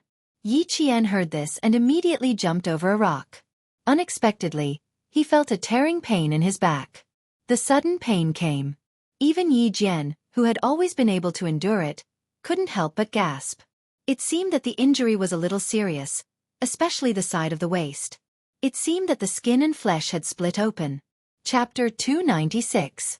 The sound of pain was particularly clear in the quiet night. Xia Jinyuan, who had been smiling, immediately put away his smile and walked over. "Sit down. Where are you hurt?" He put his arm around her shoulders and turned on the headlights on his helmet. In the light, they could see Yi Qian's beautiful face and his elegant, handsome face. Yi Qian didn't even have a chance to refuse before he helped her sit on the rock. It was late at night. The rock was really cold. In August, the temperature in the no man's land would drop to a few degrees below zero. Otherwise, there wouldn't be such a phenomenon where blood spurted out and fell to the ground. Soon, Xia Jinyuan also realized that it wasn't appropriate to sit on the cold rock in the cold wind to check where she was hurt. He smiled and said, "Sorry, I'm used to being rough in the military camp. I'm a little, not very good at taking care of girls. Please forgive me." This was definitely the truth. As Han Zheng said, Xia Jinyuan was born into an aristocratic family. He was humorous and witty, but he had always been conservative when it came to relationships. At 21 years old, he really wasn't good at taking care of girls. Yi Qian wouldn't let him take care of her. As soon as his hand left her, she immediately stood up and said, "It's not a big problem. Maybe it's just a scratch. Aren't you going to clean it up? They're all busy downstairs. You haven't gone back yet. How can I be at ease?" Her refusal made Xia Jinyuan's lips curve slightly. "Come, make a choice. Do you want to carry her? Or carry her on your back? Pick one of the two. There's no third option." Yi Qian. Why does he like to act shamelessly in front of me? She tightened her grip on the sniper rifle and looked away with a faint smile. "No, I can walk on my own." What a headache. She wasn't really a 15-year-old girl. How could she deal with Xia Jinyuan? She couldn't do anything about it. She couldn't be as cold as she was with Yi Jifan's family, and she couldn't be too enthusiastic either. She wanted to maintain a gentlemanly friendship, but he liked to cross the line. No matter how smart Yi Qian was, she had no idea how to deal with relationships between men and women. When faced with Major Xia, who was acting shamelessly and teasing her from time to time, she couldn't do anything about it. "That won't do. Just now, every step you took was so painful that you gasped. We're still a few hundred meters away from the village. Won't you feel pain every step you take?" He smiled at the little girl who kept trying to find ways to reject him. Even though his deep gaze was deep and gentle, it was just the right amount of a man. "Calm." Yi Jian looked up and stared at him. The major, who had just finished a battle, had not taken off his helmet. The light shone on him, revealing his elegance, just like that of a noble young master. His silhouette was perfect, and his eyes were clear. There was a warmth deep in his eyes that could drown people. This Xia Jinyuan vividly expressed the delicate feelings and tenderness of a soldier. Her eyelids drooped slightly, and she smiled helplessly. "Captain Xia, I did choose the third option. But I don't have a third option." Xia Jinyuan maintained the smile she was most familiar with. It was elegant, noble, and especially dangerous. Just when Yi Qian thought he would continue to insist that there were only two options, the man who had always been unpredictable said slowly, "However, I've always respected girls." "Okay, tell me what your third option is." "Oh, I know even without you saying it. You can walk on your own, right?" Chapter 297. Yi Jian, who felt that she couldn't keep up with his pace, pursed her lips, took a step forward, and said to him, "Indeed, I can walk on my own. As for the road that I can walk on my own, I hope that I can walk it step by step. As long as I can walk on my own, I will persist no matter how difficult it is." Her injury was indeed serious. Just a small step was enough to cause her back muscles to spasm in pain. This time, she was on guard and did not show it. Instead, she took one step after another and brushed past him, once again widening the distance between the two of them. The smell of blood on her body completely exposed Yi Qian's injury. Xia Jinyuan's smile slowly disappeared and his eyes darkened. He turned around and looked at the stubborn figure that brushed past him. He sighed softly. "It's so hard to walk on your own. Silly fox, why don't you think of relying on others? If you continue to walk like this, you will be the only one suffering." Xia Jinyuan chased after her with a slight pain in his heart. She had her third choice. Then, he would give her a fourth choice. Since she had chosen to walk on her own, he would walk with her. Judging from the way she walked, her back was injured. He could not hug or carry her, so he could only help her carry the gun. After catching up, Xia Jinyuan melted all his helplessness into a smile. "Come, give me the gun. We can walk slowly." Not only did he leave her with some dignity, but he also showed his respect for her. Yi Qian did not refuse again. If he did, he would seem pretentious. He handed the gun over and smiled. Helping each other on the battlefield is also a form of friendship. "Thank you. For now, I don't think we are comrades." Xia Jinyuan took the heavy sniper rifle and raised his eyebrows slightly. He jokingly said, "The army would not dare to recruit an underage soldier like you." Yi Qian glanced at him. "Didn't you say we were comrades? Why did you change your mind so quickly? It seems like you don't understand what a comradeship is. Just now, I said that I would give you two choices.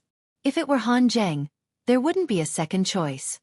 When it came to education and brainwashing, Xia Jinyuan had always been good at both. As such, he began to explain to Yi Qian what comradeship was. You were injured, so it was necessary for me to help you. This is also a reflection of the camaraderie between comrades. In the end, you rejected me without a second word. Little fox, you're the one who rejected my comradeship first. He had to let her know that trusting him and giving him her hand was not a difficult thing to do. If she was too tired, she could rely on him for a while. If Yi Qian was really a 15 or 16-year-old girl, she would definitely be fooled by his serious tone. Fortunately, she wasn't. Therefore he maintained his composure and answered, Captain Xia, I haven't seen you for more than a year, and your ability to fool people has improved a lot. What is comradeship? Other than helping each other, there is also encouragement. I encourage my comrades to face difficulties and overcome them. Just like what I did just now, you wouldn't have given Han Zheng a second choice because you knew he would persevere. That's why this little girl said I was a fox. She saw things clearly at such a young age. She even knew what comradeship was. She must have done some research. Chapter 298. But you're a special exception, so I can't treat everyone equally. Xia Jinyuan laughed heartily. His handsome eyes were as bright as the moon in the sky. If he continued, it would be a complete rejection. He had to stop talking about this topic. After thinking about it, he naturally changed the topic. When you really wear the military uniform one day, I will definitely treat everyone equally. Yi Qian also secretly breathed a sigh of relief in her heart. She was really afraid that he would say something else that would make her want to run away. One was an astonishingly talented hunter. The other was a cunning and intelligent fox. This was destined to be an evenly matched contest.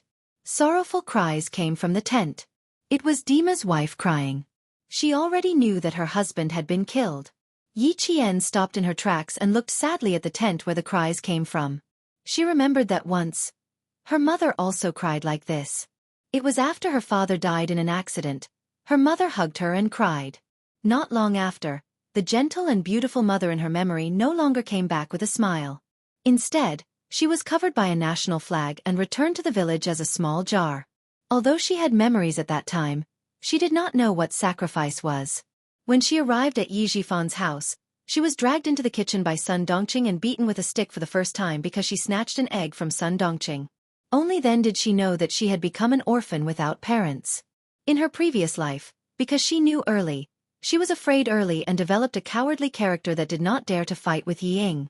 Don't underestimate the Tibetans. They are a brave people. Even if Dima is not around, his wife will still take care of this family. Her sadness made Xia Jinyuan raise his hand and gently rub her hair. Everything will be fine. There is no hurdle in this world that cannot be overcome. You were able to grit your teeth and walk away from Yi Jifan's family to live a wonderful life. Dima's wife is a mother and will also be strong for her child. Yi Qian nodded gently and did not say anything. She silently returned to Uncle Xija's tent. Xia Jinyuan was afraid that little fox was so sad because she thought about her past. He had sent her to the tent and was about to leave to deal with the follow-up matters in the team. However, he changed his mind at the last minute and chose to stay with her. As she turned around, she did not see Xia Jinyuan's downcast eyes. He sighed and felt sorry for her because of her sadness. He glanced at the swaying shadows in front of him and the nomads standing outside the tent. Xia Jinyuan pressed down on his headset and said to the team members who were cleaning up, Yi Qian is injured, so I'll accompany her for a while. After cleaning up, accompany the herdsman to the rocky beach and bring the unfortunate Dima back to the village. If there's anything we can help with, we'll do our best to help the Dimas. G3 and the others were cleaning up the corpses of the 7 mercenaries. From the investigation to the registration, they had to be very careful. Hearing this, they said in a low voice, We'll take care of the rest. Take good care of Yi Qian. After all, it was rare to meet a girl who could stand shoulder to shoulder with the male soldiers. Moreover, she was still a student. Yi Qian walked into the tent. The adults were not there. Only Yang Jin was sitting alone in front of the butter lamp. There was an unsheathed waist knife on the table and a 3-pronged gun next to it. Seeing Yi Qian come in, Yang Jin immediately got up to greet him and asked, Are you okay? I was very worried about you. Soon, she saw the strange man who came in after him and stopped in her tracks. Chapter 299. Yi Qian walked up to her and hugged her gently. Since they couldn't communicate in Tibetan, they could only express their feelings through body language. Yang Jin, who had gone to primary school, didn't know how to speak Mandarin. She hugged Yi Qian gently and looked at him curiously. She only looked away when he smiled at her. Her back is injured. You need to be gentler. Xia Jinyuan, who was standing behind them, smiled and communicated with Yang Jin in Tibetan. Next, I need to treat her wound. What Yi Jian could understand was that he was saying, "Thank you, sorry for bothering you." When she was about to ask Yang Jin to help her again, the enthusiastic Tibetan girl said a string of sutras and left the tent with her sutras like a butterfly fluttering in the grassland in June. Once Yang Jin left, Yi Qian frowned slightly. My back is injured. Captain Xia, it's not appropriate for you to stay. She was really vigilant, as if she was afraid of what he would do. Why are you afraid of an injured little fox?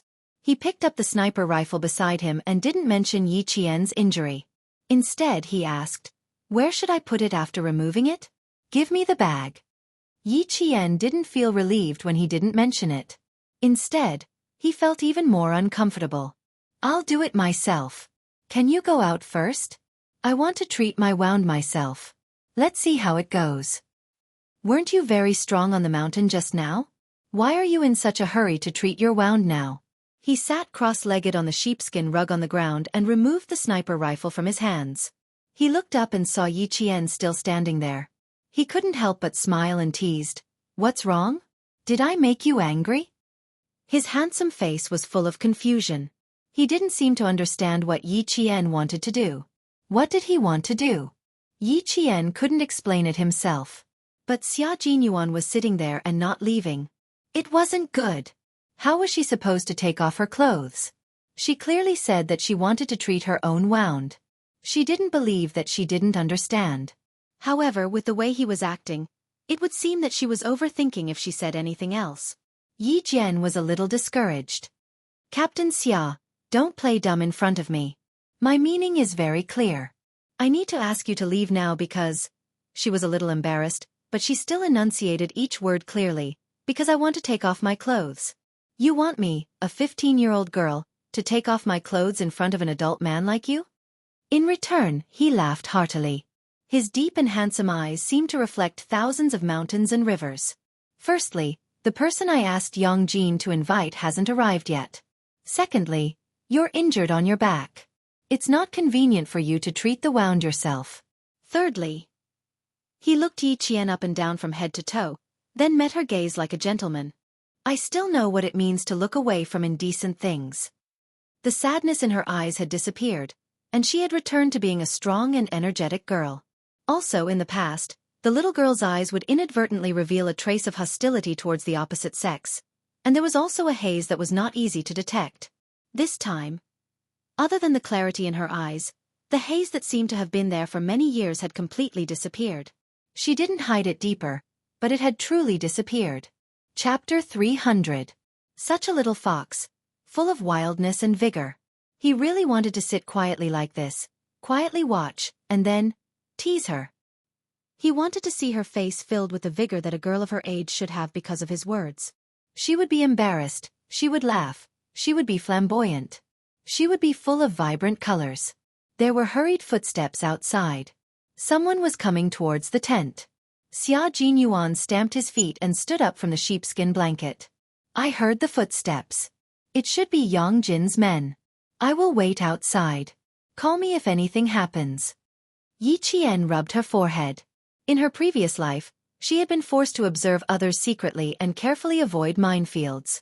But Xia Jinyuan, she had never seen through him. Xia Jinyuan walked out and saw Principal Chen walking towards him hurriedly. When he saw him, he immediately asked, Is Miss Jen injured? Where is the injury? Is it serious? He asked a series of questions. It was obvious how worried he was. The injury is on her back. She told me that she fell on her back when she was fighting. I'm afraid it's serious. As for where it is, I don't know. She's like a porcupine. She's afraid that I'll stay. Xia Jinyuan said helplessly, I'll have to trouble this Tibetan girl to invite a herdsman's wife who knows a little. She won't refuse. When Headmaster Chen heard this, he stopped in his tracks. He gave some instructions to Yang Jin, who had already called people over, and then stayed outside the tent. He shook his head and laughed. This girl is really vigilant. When she goes to the front lines in the future, she won't differentiate between men and women. But it's good that she has some awareness. The herdsman's wife's scream came from inside the tent. Xia Jinyuan, who was about to say something, was so shocked that he lifted the curtain and rushed in. At a glance, he saw a bloody wound on the side of his waist that was facing away from him. That injury made his pupils constrict. He walked to Yi Jian, who was lying on the bed because of his intrusion. He pressed one hand on her smooth shoulder and said in a low voice, "Don't move." Then, he immediately informed his team members, "Bring the first aid kit, including hemostasis, anti-inflammatory drugs, and normal saline over here. Hurry." "Is it serious?" "Right away." J5 was the first to respond. He took out his first aid kit and G3's first aid kit. "I'm coming." K7 also took out his first aid kit. Han Zheng said, "You're injured too. Save some. If it's not enough, I'll ask you for more." J5 position. "All right, I'll be right there." Han Zheng's crisp voice came through the earpiece.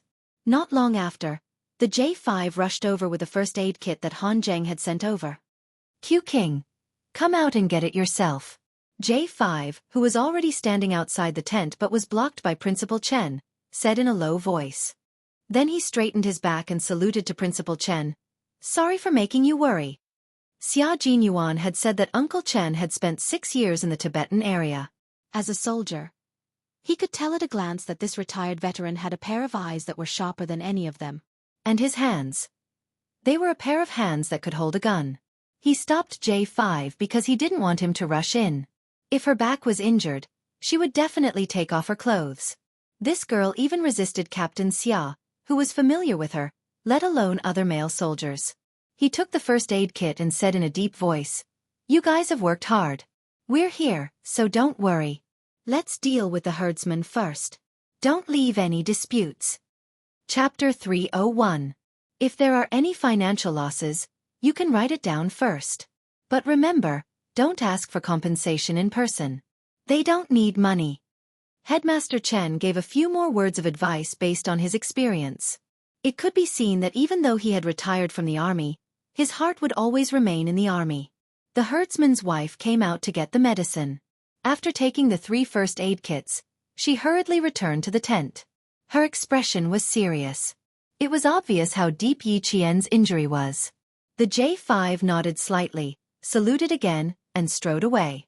In the tent, Yi Qian was lying on the bed. His back was illuminated by the butter lamp. His uninjured skin was fair and delicate. The curve of his back was slender and beautiful. It rose and fell like a mountain range.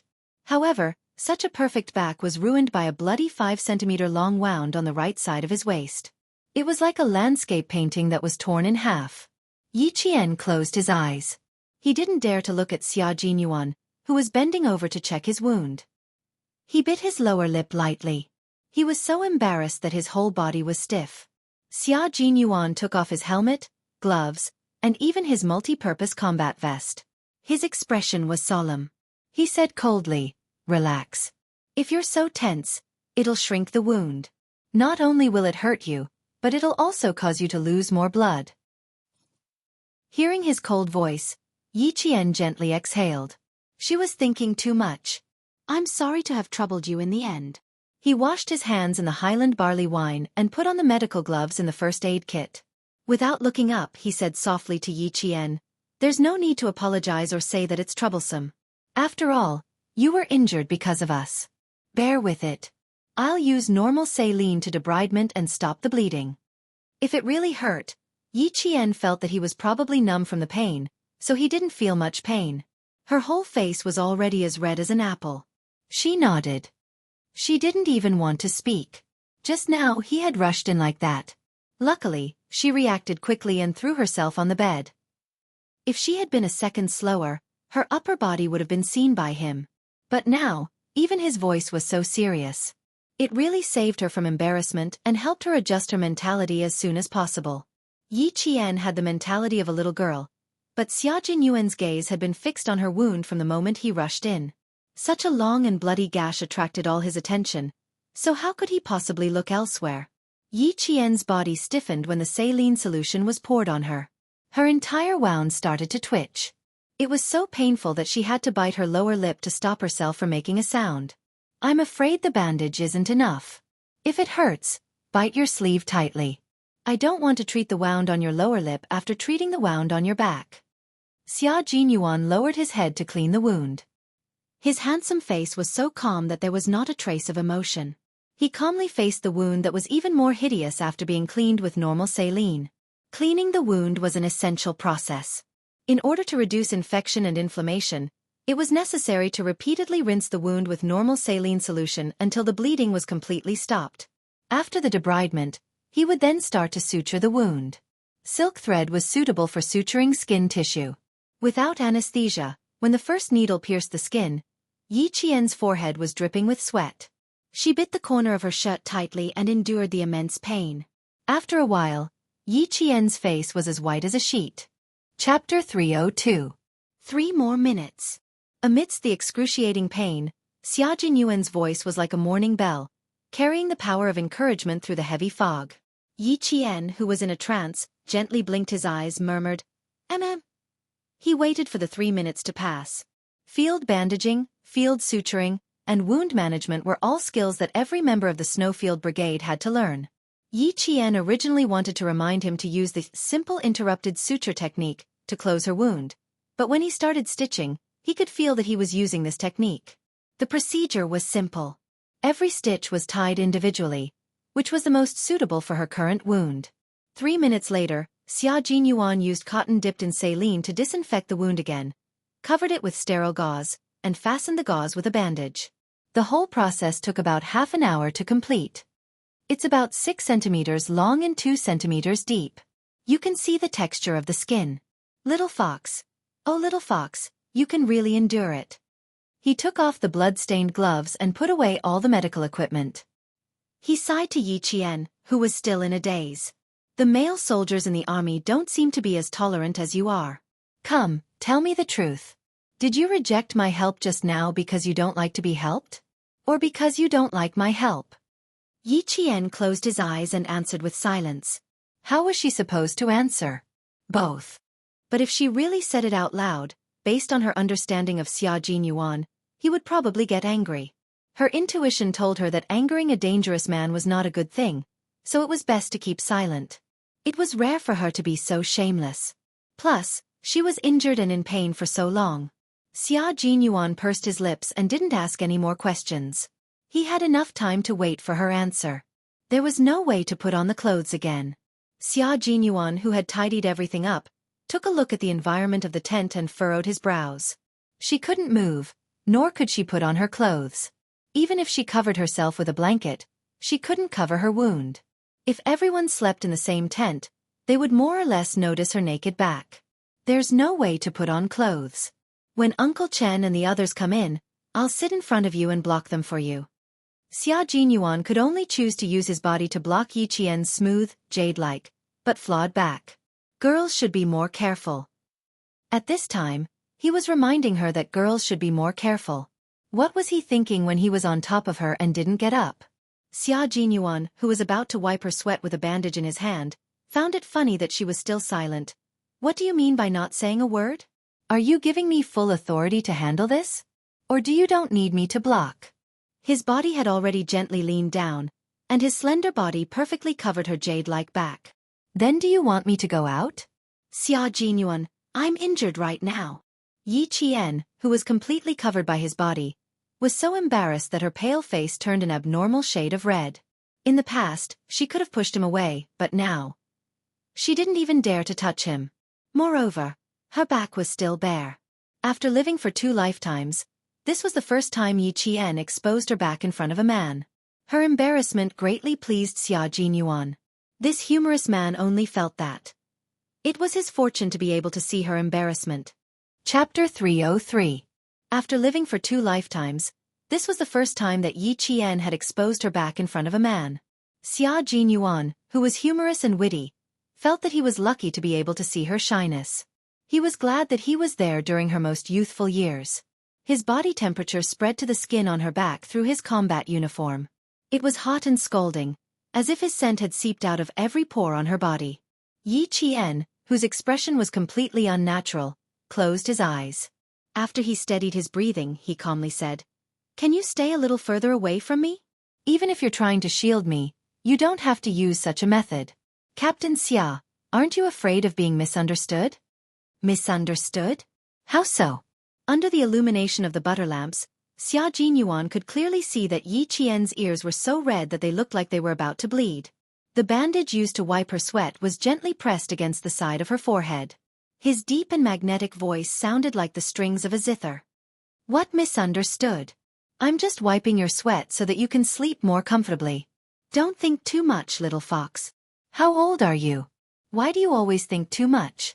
Don't think too much, mature too early, and grow old too early." It took a lot of effort to make her remember him from time to time. Eating away at her shyness every day would probably make her unable to be shy in front of other men in the future. She would be able to maintain her cold and arrogant composure. Major Xia had indeed put in a lot of effort to make sure that Yi Qian would think of him when she was alone. For the time being, he couldn't say that he loved her. Love was equal, it was waiting for him, and it was loyalty. He couldn't afford to ask her to wait for him. He just needed her to remember that if she really wanted to find a boyfriend, the first person she would think of was Xia Jinyuan. Yi Qian knew that he was teasing her again. She decided not to say anything and let him wipe her sweat.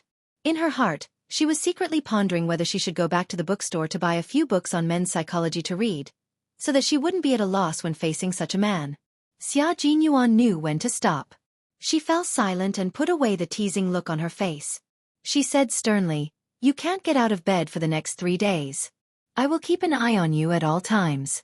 If you need anything, you can call me any time within 24 hours, including going to the toilet. Gao Yuan is injured. This is the most dangerous thing. I need to protect your safety at all times. After 24 hours, you can ask Yang Jin to help you. After 72 hours you can slowly move around by yourself. 7 days later, I'll send a car to pick you up and leave the no man's land." 3 days later, he would rush back to the army to report on the completion of his mission. He would stay for 1 day in between, and on the 7th day, he would drive back just in time to pick her up and leave. After he finished speaking and wiped off his sweat, he stood up and allowed Yi Qian to take in a long breath of air that was free of his scent. If she could, she really wanted to run out and get some fresh air. "I asked Uncle Chen to come over.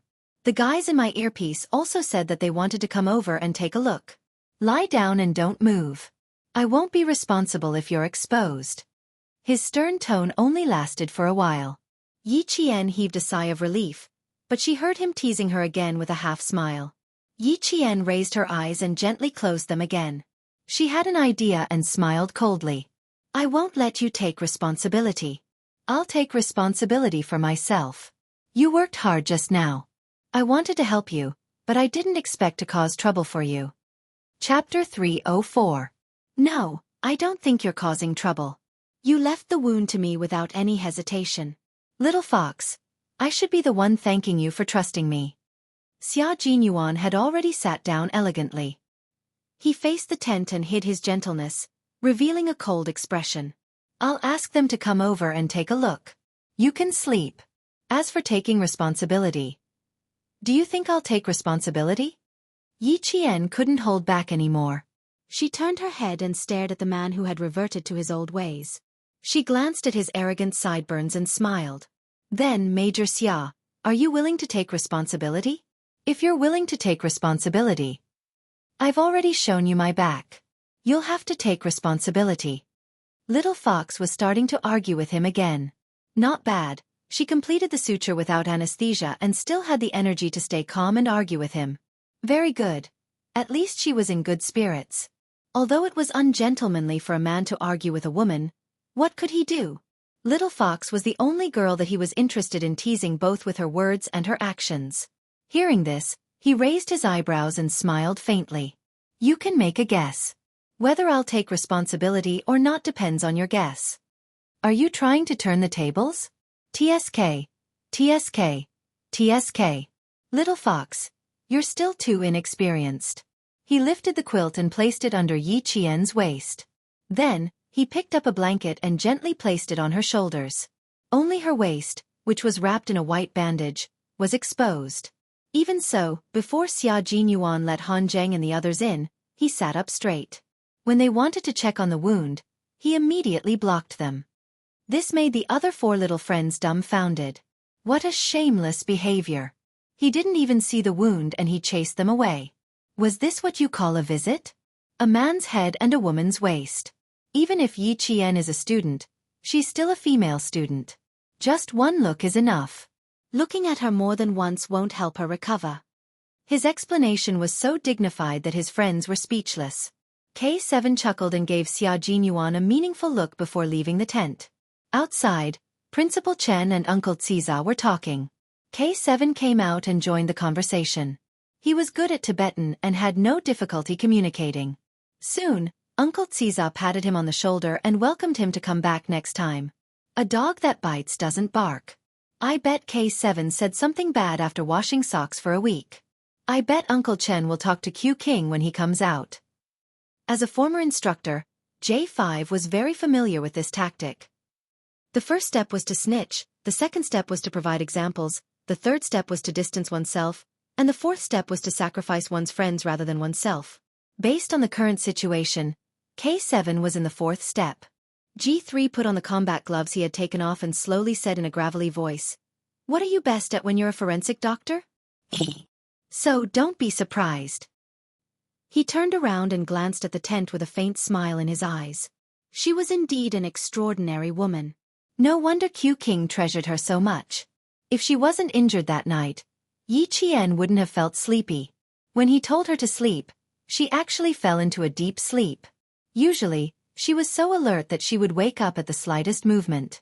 Now, she was so asleep that she didn't even know when Han Zheng and the others came and left. Chapter 305. Yang Jin blew out the oil lamps one by one, plunging the entire tent into darkness. She slept on the new blanket, not daring to sleep with the injured Yi Qian. Outside the tent, Xia Jinyuan said with a cold expression, "Uncle Chen, Yi Qian's injury is not suitable for him to move.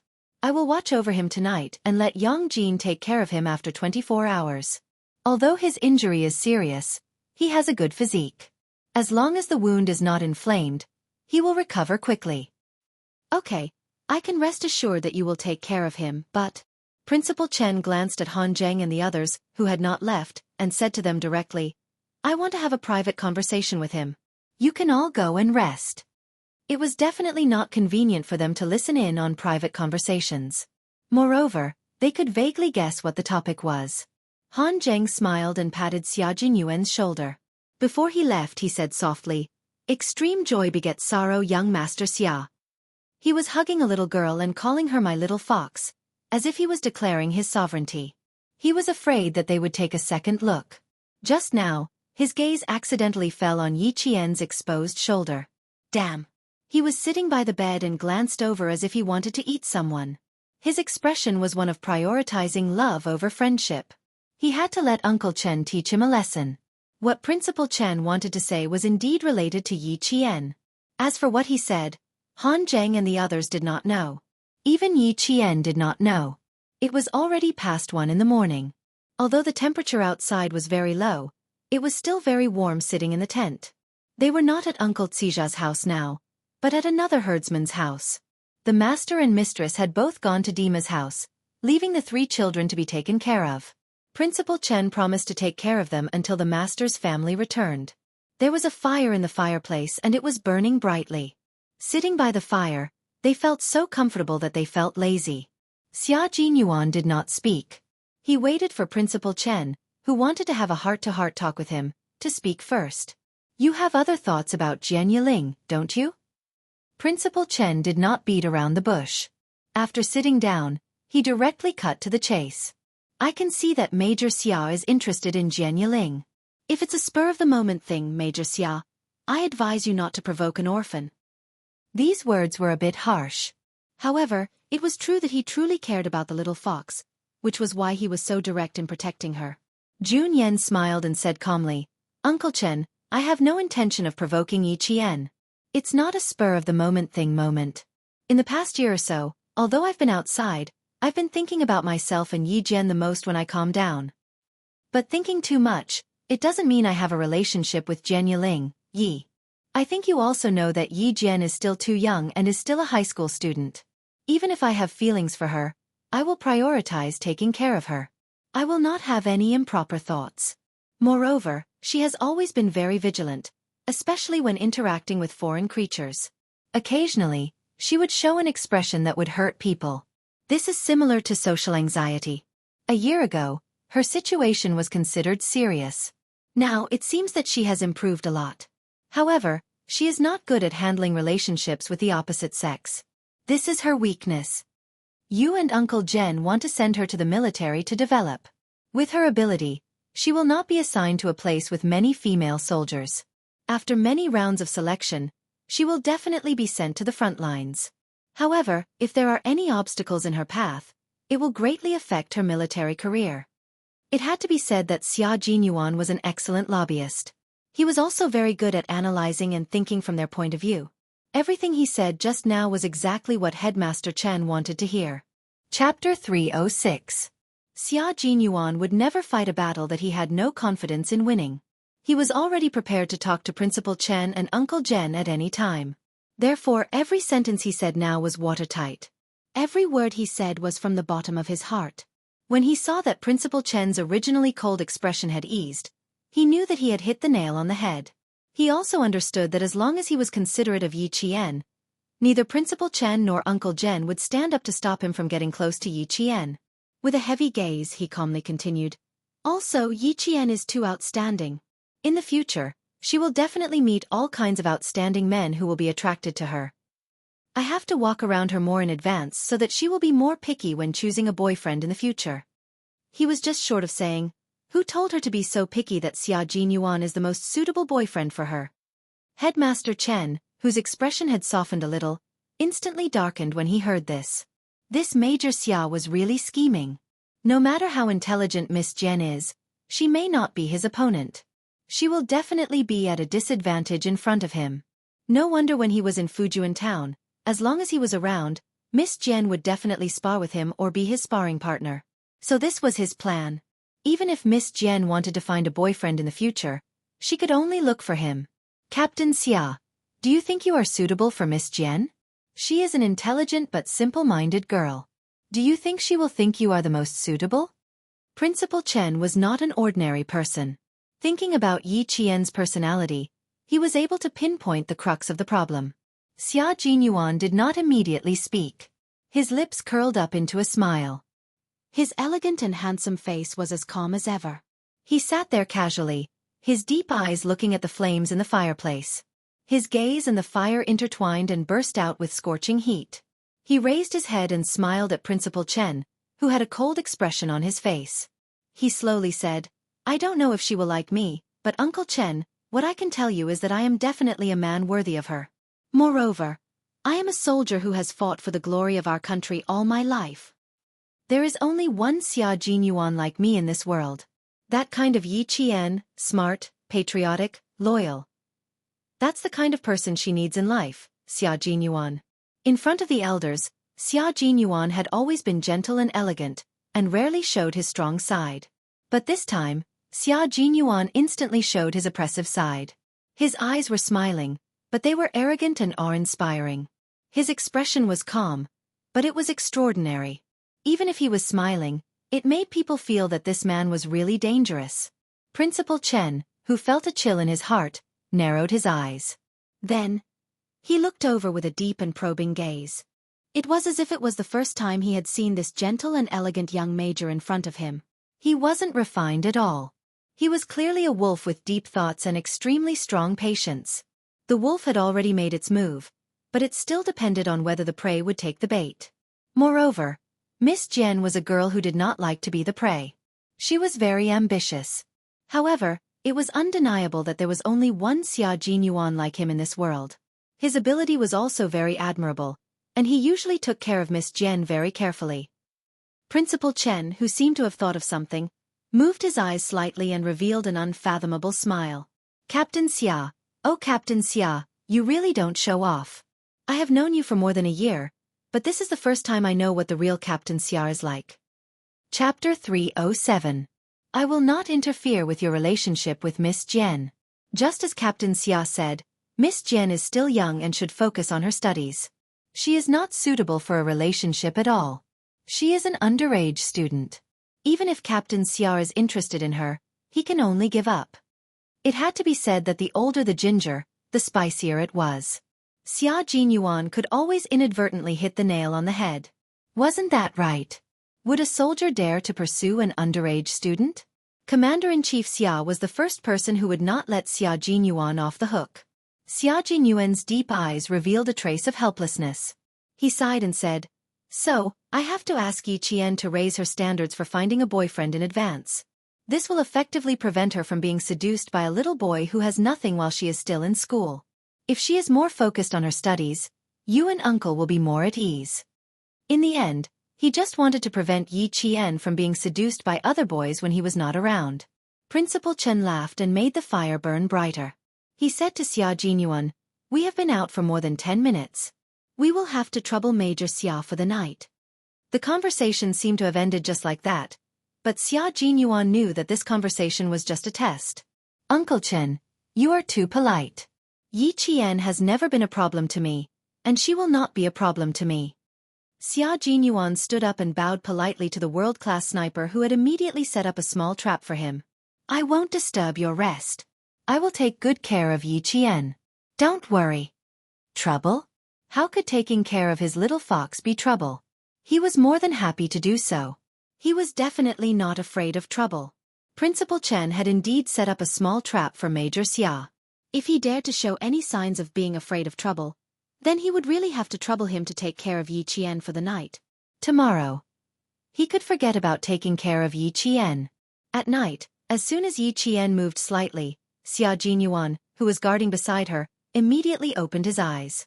He patted her shoulder gently and used his gentleness to drive away Yi Qian's struggles in her dream. This was the second time she had killed someone. Yi Qian's dream was still a sea of blood.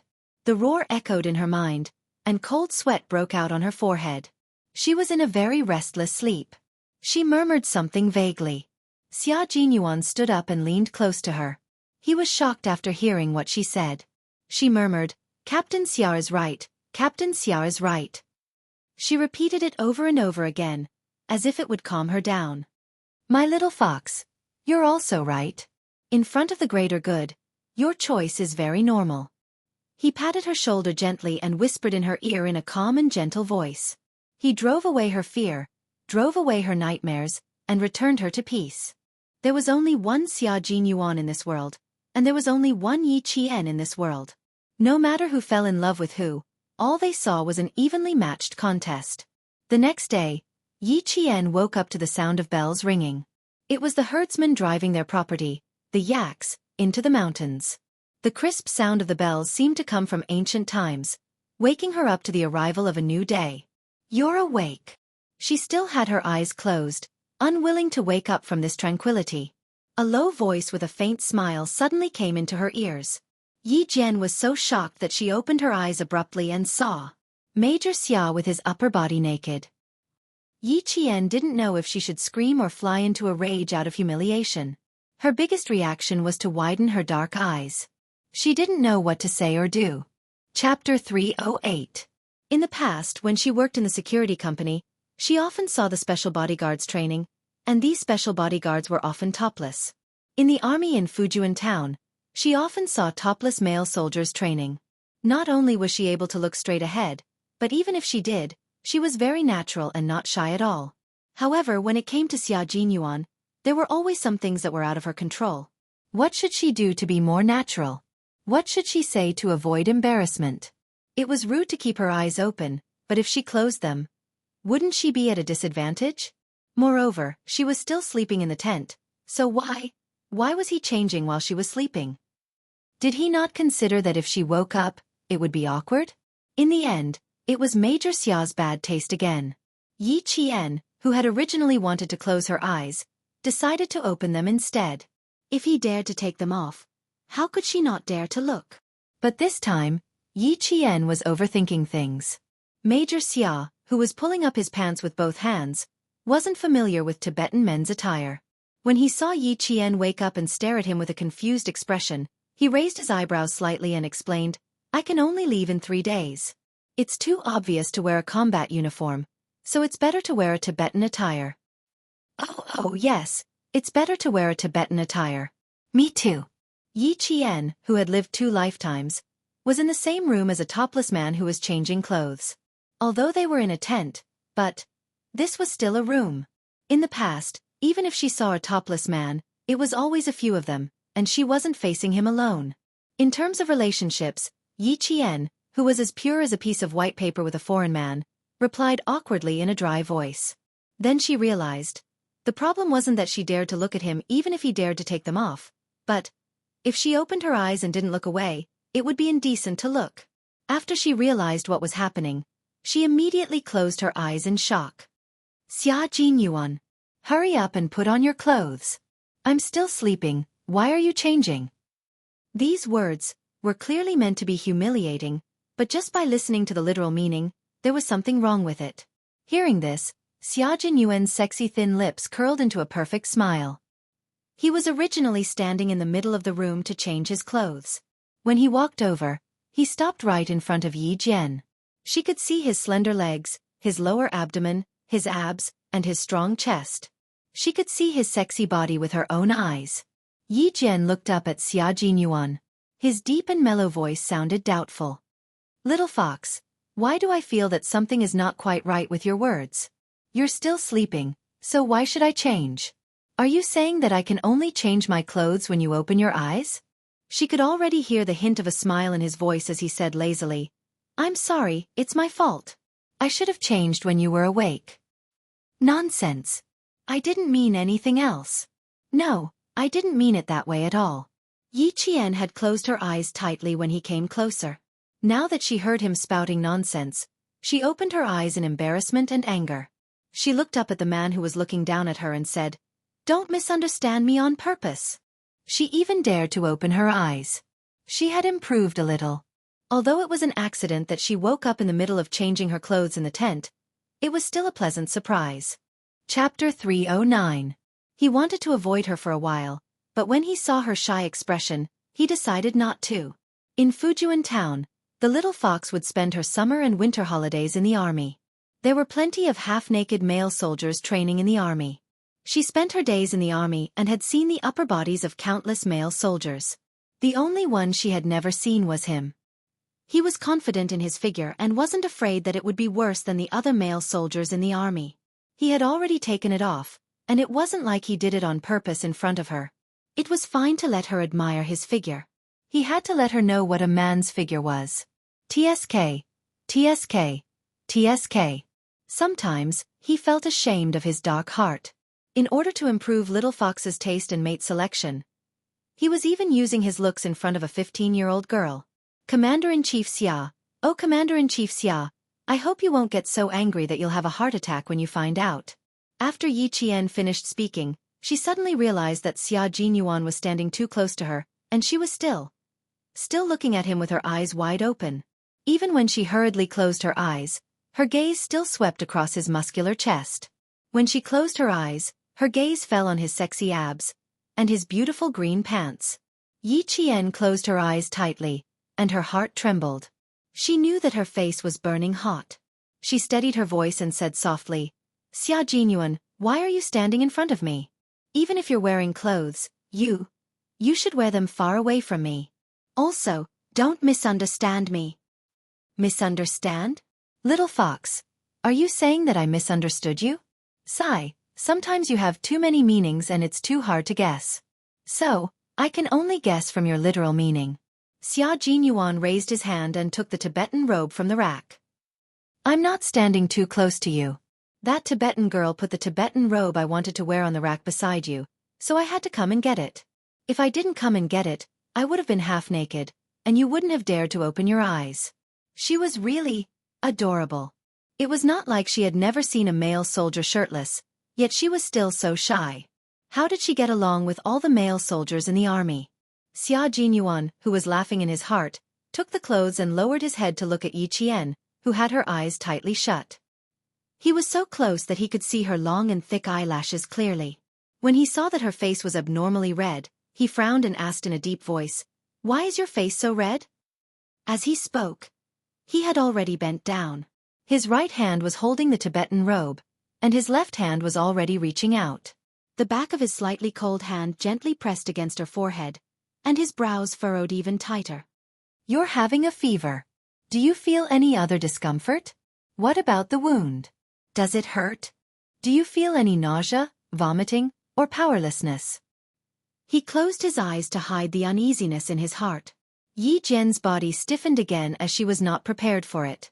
The hidden awkwardness and shyness instantly gushed out from her heart like spring water. At this moment, not only was her face burning hot, even her body was burning up. She subconsciously raised her hand, wanting to push his hand away from her face. Before she could raise her hand, he placed the Tibetan robe in his right hand to the side and quickly pressed down on her wrist. "Don't move. I just stitched up the wound. Do you want it to split open again?" His voice was cold and deep. At this moment, half of his body was above Yi Qian's head. He had taken a shower with cold snow water before coming back to change his clothes. At this moment, not only did he have the refreshing scent of mint, but he also had the coldness of snow. Chapter 3:10. Wisps of it drifted to Yi Qian's nose and melted into her chest. Yi Qian realized that she couldn't breathe normally. Her hands were held down, and all she could breathe was his scent. Even her shoulders could feel his body temperature. She tried her best to calm herself down and said slowly, "I won't move. Please move away from me. Also, although the sun is out, the temperature is still very low. Major Xia, I suggest you put on your clothes to prevent catching a cold. You know that it's dangerous to catch a cold on a plateau in no man's land." As he spoke, Yi Qian felt herself gradually calming down. Soon, the temperature on her face dropped. "I'm fine. I don't have a fever. I'm just not used to you being so close to me.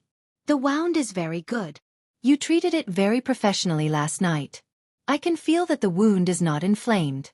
There's no nausea, vomiting, or weakness. It's because you're too close to me." She explained it clearly. Only by explaining it clearly could she gradually calm down. When Xia Jinyuan felt the back of his hand on her face gradually cooling down, he looked at her again. Her eyes were closed, and the corners of her lips curved slightly. He naturally retracted his hand. For a man who always knew when to stop, he wouldn't anger his little fox so easily. Looking at her beautiful face, which was like a blooming hibiscus, he smiled casually and said, "I was too worried. I took a shower by the river just now. It wasn't convenient to change outside, so I had to go back to the tent. I wanted to quickly change while you were asleep, but who knew?" Before he could finish speaking, Yi Qian, who still hadn't opened her eyes, hurriedly interrupted, "I know. Captain Xia is a gentleman. He definitely didn't do it on purpose. He definitely didn't do it on purpose." Xia Jinyuan's character was absolutely guaranteed. It was just that.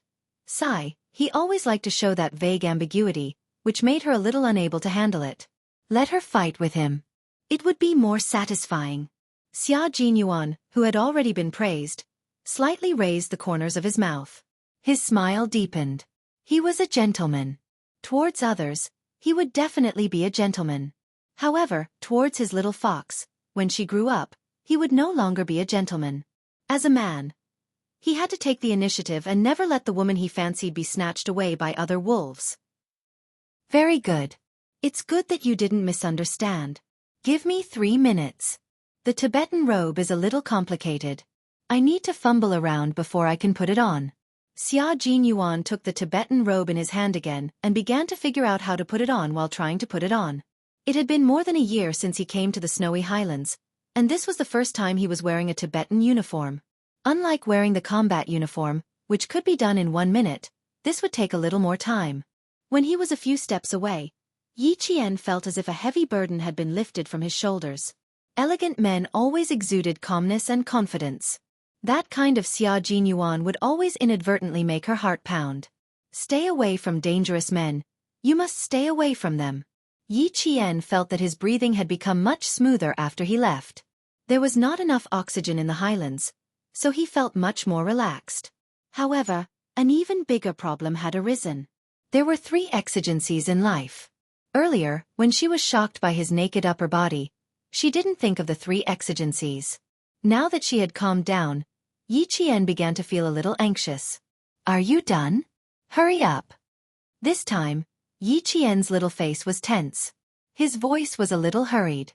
3 minutes have almost passed. Are you done yet? She was very anxious. She was in a hurry to release her bladder. Chapter 3:11.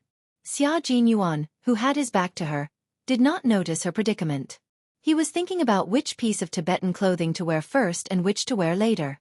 The Tibetan girl was holding the lei rue that Tibetans usually wore, which was also commonly known as labor clothes. Little fox, I'm stumped by the clothes of my fellow Tibetans. I'm wearing a white shirt, but the left lapel is big and the right lapel is small. Come, help me see if this is how I should wear it. Xia Jinyuan turned around and tugged at the white shirt. I can't imagine how much time my fellow Tibetans spend on clothes every day. You have to give me some pointers. Otherwise, I can't guarantee how long I'll have to wear this in the tent. Just now, he and the others had taken a snow bath by the river. Now, he was changing his clothes alone in the tent and hadn't gone out yet. He didn't know what those guys were thinking under Han Zheng's intentional influence. When Yi Qian heard this, she had no choice but to open her eyes. When the scenery in front of her came into view, Yi Qian's heart skipped a beat. Even though she had already calmed down, her eyes still swayed. Xia Jinyuan, who was wearing a white silk brocade shirt that reached his waist, was several times sexier than before. The wide lapel of his shirt was open, revealing the beautiful texture of his chest. The white shirt was translucent, and it vaguely outlined the outline of his strong and narrow waist. When he breathed, his chest rose and fell slightly, along with his sexy abs. One was moving and one was still. One was still and the other was moving. Yi Qian felt that the frequency of her breathing was rising and falling along with his abs. Put on the chuba, which is this cotton and woolen robe with wide sleeves. Put it on. Yi Qian gently raised her finger and pointed. Her smooth and slender arm, which was as smooth as jade, glistened under the sunlight that penetrated the tent, as if it was covered in a layer of lustrous pearls. Xia Jinyuan's gaze gently slid over her bare arm. He thought to himself, it was indeed a good choice to cover her up last night. He had too much foresight. The little girl's skin, under the high-altitude ultraviolet rays, it was as tender as a peeled egg. It was so tender that it was truly beautiful. Retracting his gaze, he began to put it on under her guidance. Then, tie that rainbow-colored ribbon around your waist. Yes, that's it. Chuba. Xia Jinyuan picked up a red, green, cyan, and purple long belt made of different colors and said with a smile, "This is beautiful. I used to think that I could bring one of these back after I went down the mountain." Art piece, hurry up. Yi Qian wasn't in the mood to chat with him, so he urged, tie the chupa around your waist, and tie the sleeves behind your waist. The drooping part of the long skirt is at your knees. Inside the tent, Yi Qian was instructing Xia Jinyuan on how to put on the Tibetan uniform. From the inside to the outside, he taught him which one to put on first, and which one to put on later. Outside, Han Zheng and the others, who had already put on their clothes, gritted their teeth and rubbed their fists as they waited for Q King, who didn't even know how to put on clothes, to come out. I don't believe that he doesn't even know how to put on clothes. J5 said with a smile, but no matter how one looked at it, his smile looked sinister. The four of us are already dressed, but he alone still needs a student to teach him. Isn't it embarrassing? The four of them had come to bid farewell to Xia Jinyuan. The matters in the village had already been settled. The herdsman who had been killed had been brought to a forbidden area that only Tibetans could enter for a sky burial. They would immediately set off for the military station and report all the information they had. Chapter 3:12. This time, they discovered that the mercenaries weren't just mercenaries. The person who was killed by Yi Qian's sniper attack was an active duty soldier from another country. If they hadn't found the identification badge in the soles of his shoes during the body search, they wouldn't have known that the person who was killed was an active duty soldier. This was something that needed to be investigated. An active duty soldier from another country had appeared in China with a group of mercenaries and killed one of our soldiers. What did this country want to do and what did they want? They needed to investigate further in secret. The Snowfield Brigade didn't need to worry about how to investigate and how the military would deal with it after the investigation. Early in the morning, They showered together and went back to the tent to change. The four of them had finished packing, but the Soldier King was still putting on his clothes. What was he trying to do by dressing so slowly? The sound of teeth grinding outside was like that of wolves grinding their fangs, occasionally accompanied by the sound of hua hua. Xia Jinyuan, who had finally put on his Tibetan clothes, didn't wait for Yi Qian to admire him and said in a low voice, "I'll go out for a while. The others are outside." Yi Qian couldn't wait for him to go out quickly. When he heard this, he immediately urged him, "Go, go, they must have something to tell you." At this moment, Yi Qian didn't even think about what kind of psychological experience the Snowfield Brigade soldiers outside went through when she taught Xia Jinyuan how to put on his Tibetan clothes. After Xia Jinyuan went out, Yi Qian, whose bladder was about to reach its limit, gently turned his body so that his injured waist was facing up. Then, he supported himself with one hand on the bed and slowly got up. After supporting himself, he slowly placed one foot on the ground and stood up very slowly. The whole process seemed to be in slow motion until he stood up completely. After sleeping on his stomach for the entire night, Yi Qian stood up and let out a long, comfortable sigh. She didn't dare to delay at all, because she was now the one who was topless. It didn't matter if a man was half-naked, but a girl was definitely not. In particular, Yi Qian had already developed. Although she was still young, her curves were already exquisite. The two balls were white and tender, just like a pair of cute little bunnies. Even though there was a bandage around their waists, they were still so slender that they could barely be held. Unable to put on any clothes, Yi Qian took out a large ethnic shawl from his bag that he had bought from an old man in the Tibetan area. It covered him from his shoulders to his hips. Once his upper body was fully covered, he slowly squeezed his feet into his shoes and moved out in small steps. As soon as she walked out of the tent, she saw 4 soldiers standing in a row about 30 meters away. They were dressed in combat uniforms and deep combat boots. Both their aura and height were the same. When Yi Jian looked over, the first person she saw was Xia Jinyuan, who was wearing a gorgeous Tibetan uniform. He looked handsome and masculine in his masculine appearance. Even without his military uniform, he was still the center of attention. "I will return to the army in 3 days. The 4 of you should be careful on your way back. Uncle Chen has borrowed some yaks from the herders. After you get out of this no man's land, release the yaks on the grassland. Someone will bring them back to the village." In front of his comrades, Xia Jinyuan had a cold expression on his face. After he finished giving instructions, he saw Han Zheng pouting at him and laughing. "Your little fox came out to take a look at us. Where is she going?" "TSK, TSK, TSK. She was indeed a little fox. She even managed to tame Xia Jinyuan, the wolf. However, she was indeed a little girl who was worth waiting for. In her simple world, she could clearly distinguish between good and evil." Chapter 313. While Han Zheng reminded Xia Jinyuan, he also reminded the rest of his comrades. They all looked towards the tent. They saw a slender figure wearing a skirt and a shawl moving forward with small steps. Although it was slow, she didn't stop at a single step and kept walking forward. Just like this young lady, she didn't admit defeat and didn't give up easily. No matter how difficult it was, as long as she could persevere, she would definitely persevere. "Q King, you have good taste." J5 retracted his gaze and gave him a thumbs up. "This young lady is very outstanding. It's just that she's still a little young. If you really want to do something, you'll have to wait." He used to be an instructor. Even though he was now a frontline special forces soldier, he still couldn't change some habits, such as constantly reminding his comrades to remember military rules and military discipline. The young lady was indeed admirable. When facing the enemy, she was really an outstanding soldier. She could fight side by side with them and they could trust her with their backs. Therefore, it was completely understandable that Q King and young Master Xia wanted to make her his. After being reminded by his comrade, Xia Jinyuan turned around and looked behind him. He saw that the person who covered himself up was moving slowly step by step towards the shadowy direction. Over there was... Xia Jinyuan's pursed lips curved slightly. Over there was the direction where the Tibetans went to relieve themselves.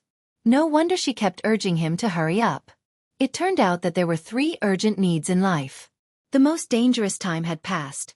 Now that she could move step by herself, it was obvious that her wound had recovered well. Walking slowly was actually more beneficial for the recovery of her wound. The man who was still cold just now instantly smiled and said to the four of them, "I'm fine here. I'll return to the army on time in 3 days. Q King, can you please give your comrade a little bit of a spring breeze drizzle?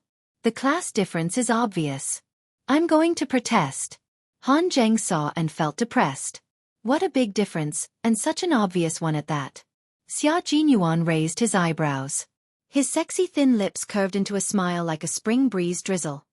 "Why don't I smile like this when the girl you like comes next time?" There was a deep meaning behind it. The four of them were all smart people. They instantly understood what it meant to be an all-round soldier king. Even K7 gave him a thumbs up and said, "Awesome." As expected of the all-round soldier king, this kind of deep battle is indeed deep enough. In the future, whenever we meet a girl that our comrades like, we'll put on a black face the whole time to set off our comrade's spring breeze drizzle. Han Zheng was very smart. He immediately understood what it meant to prepare for a rainy day. He also guessed what Xia Jinyuan meant. Xia Jinyuan's dark eyes had a slight flicker of light. He chuckled, "Brother, there are some meanings that can only be understood but not explained in words. Do you understand?" They were all smart people. As long as they understood it in their hearts, there was no need to say too much. Sometimes, it'll lose the fun if I say it out loud. "Thank you for your advice." J5 bowed and said with a pained expression, "Only now did I fucking understand why I've been single all this time. It wasn't that the hardware wasn't good enough, but that the external environment hadn't been improved. If I had Q King by my side, I'm afraid my wife and children would already be on the bed. Q King, I'll leave my marriage to you in the future. Also, help me ask around and see if Yi Qian has a girl who's the same type as her. I'll book her in advance." Chapter 3:14. G3 kicked him in return. There's a first come, first served rule for everything. You back off. My life's most important event has yet to be resolved. You go away. After coldly scolding J5, he said to Xia Jinyuan in a pleasant manner, "Q King, I'm counting on you too. When my child is born, he will acknowledge you as his godfather. Count me in." It was rare for K7 to join in the fun. His thin but handsome face was absolutely serious. "I also need to resolve my life's most important event." One after another, Xia Jinyuan smiled elegantly. "The revolution has yet to succeed. We still need to work hard. Once I succeed, it'll naturally be easier for us to settle down." The four of them nodded solemnly, indicating that they would support the all-round soldier king in all aspects. At the same time, they also made a long agreement with a wolf that was good at attacking people's hearts. They would fight in all aspects and set up an inescapable net just to lock down one fox. Xia Jinyuan narrowed his eyes slightly. He just didn't know how little fox would react when she found out. However, no matter what kind of reaction she had, he would deal with it accordingly. Waving his hand, Xia Jinyuan bid farewell to his comrades and hurried towards Yi Qian's direction. He didn't rush over rashly as he was afraid of alarming Yi Qian. Instead, he found Yang Jin and asked for her help. Yang Jin was making yogurt. After hearing his request, she tilted her head and looked at the handsome soldier with a high nose bridge and wearing a lotus-embroidered Tibetan uniform embroidered with peace and blessings. She smiled.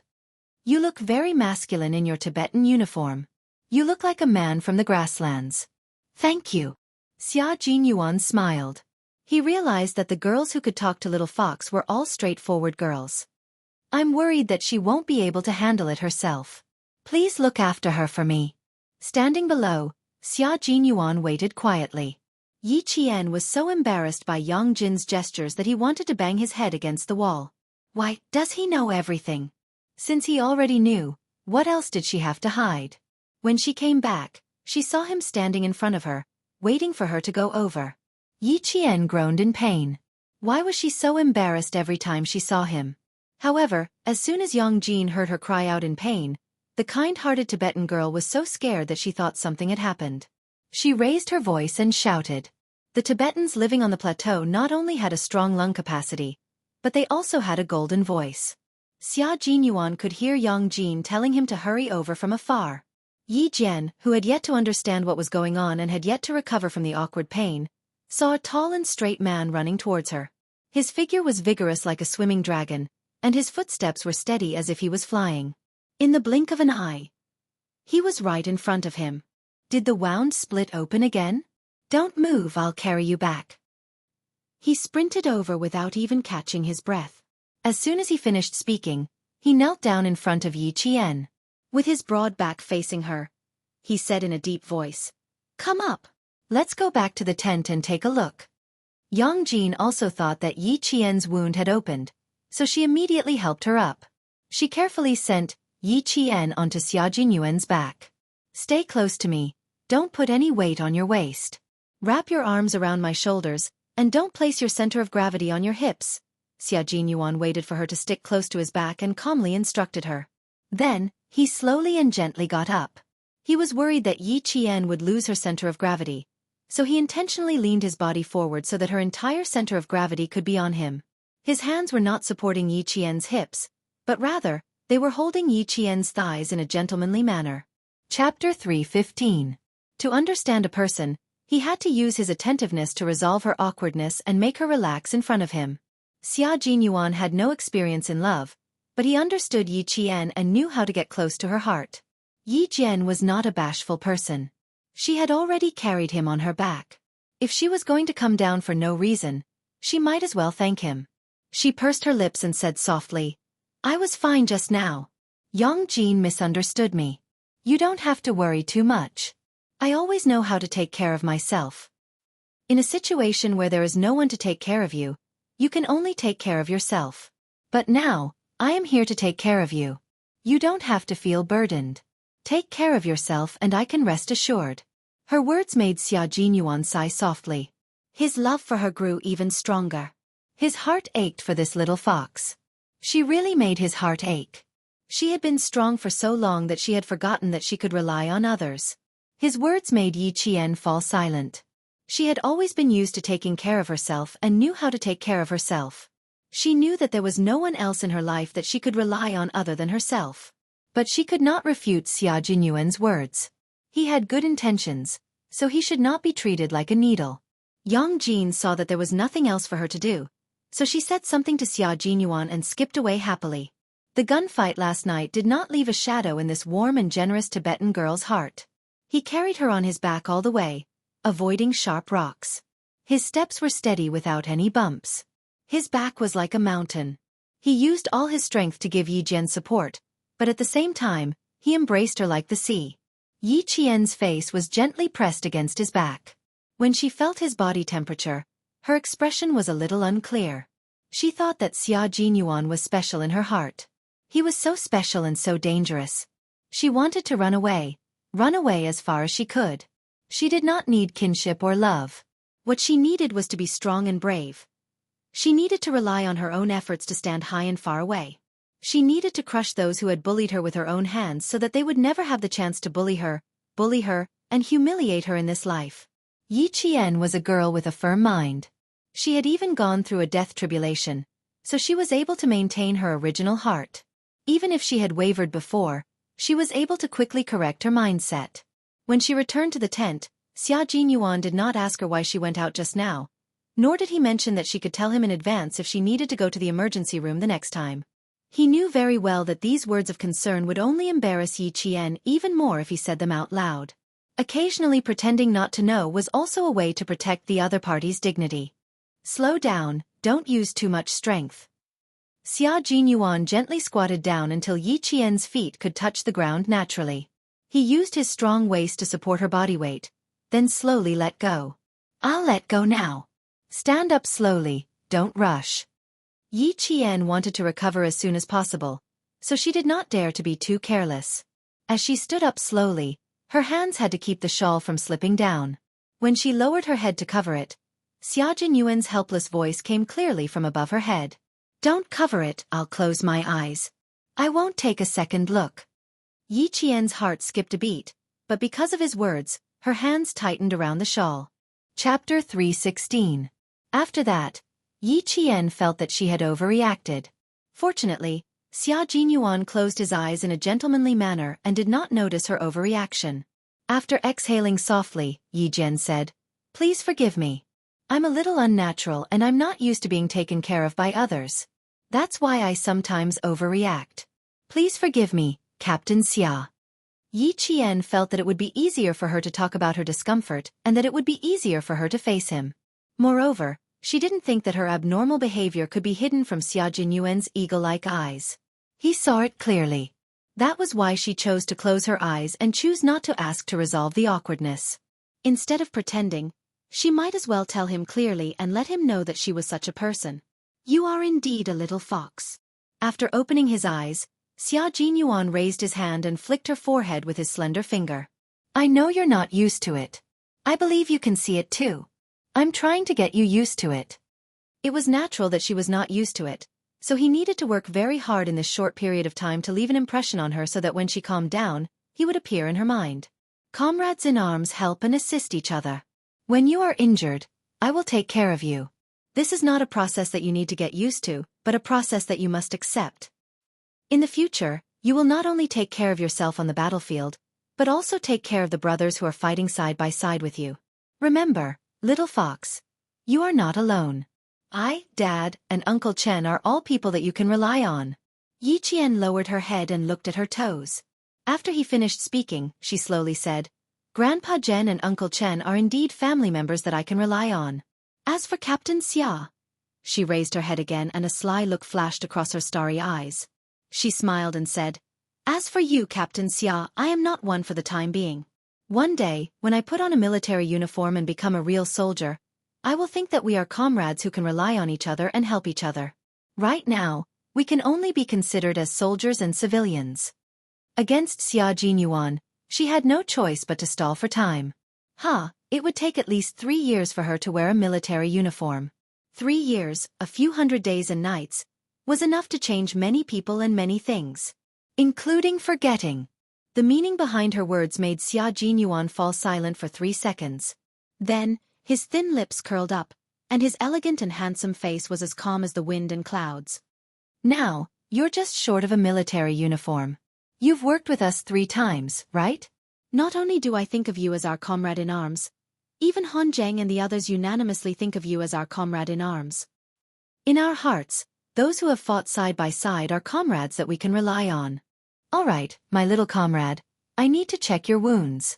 Now, please be obedient and lie down gently. Uncle Chen, oh Uncle Chen, now I understand why you had that mysterious smile on your face before you left last night. The person who stopped him from being with the little fox was not Uncle Chen or Uncle Jen, but the little fox herself. She had always wanted to cut ties with him and even said that they could only be comrades after she put on a military uniform. It would take at least 3 years for her to wear a military uniform. 3 years, a few hundred days and nights. She was thinking that as time passed, their relationship would fade. Chapter 317. Little Fox, oh Fox, you're so smart. I really have to deal with you at any time.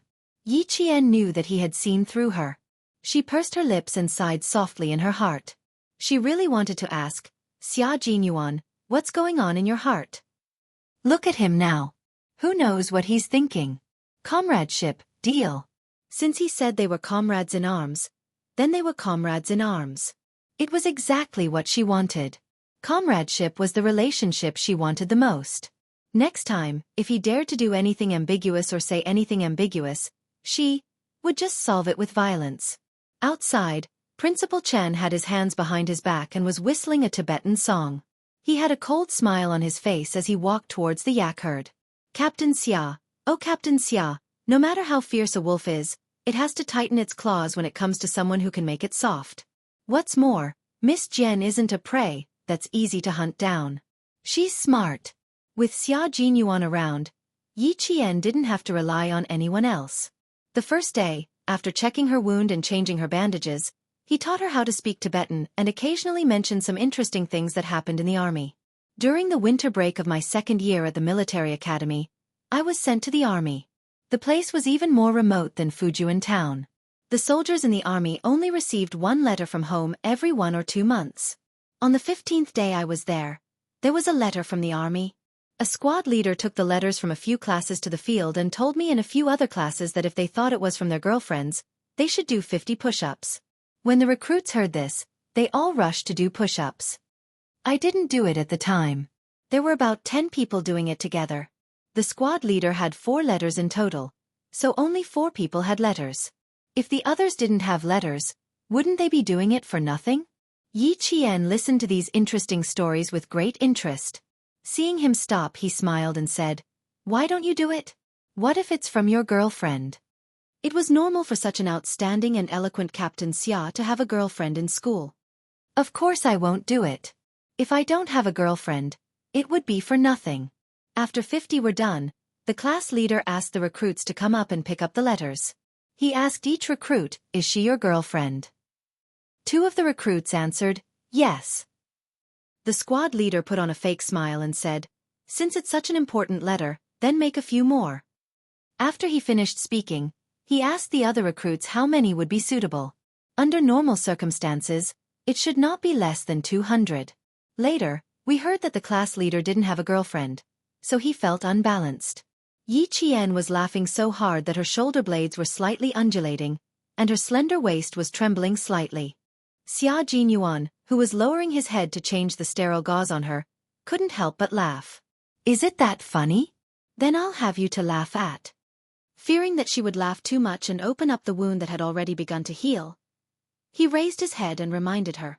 Just as he raised his gaze slightly, his deep black eyes instantly darkened. In front of him, her slightly undulating back glowed like a pearl under the sunlight. Her undulating lines were perfect and graceful. It was a gentle beauty that no words could describe. Her shoulder blades, which looked like they were about to spread out and take flight, gently trembled. He could faintly see the little white bunny in front of her chest as she crawled. It was also gently trembling with her laughter. He inadvertently raised his head and discovered her beauty. Suddenly, it fiercely crashed into his heart. From then on, it left the deepest, most beautiful, and most gentle memory in his heart.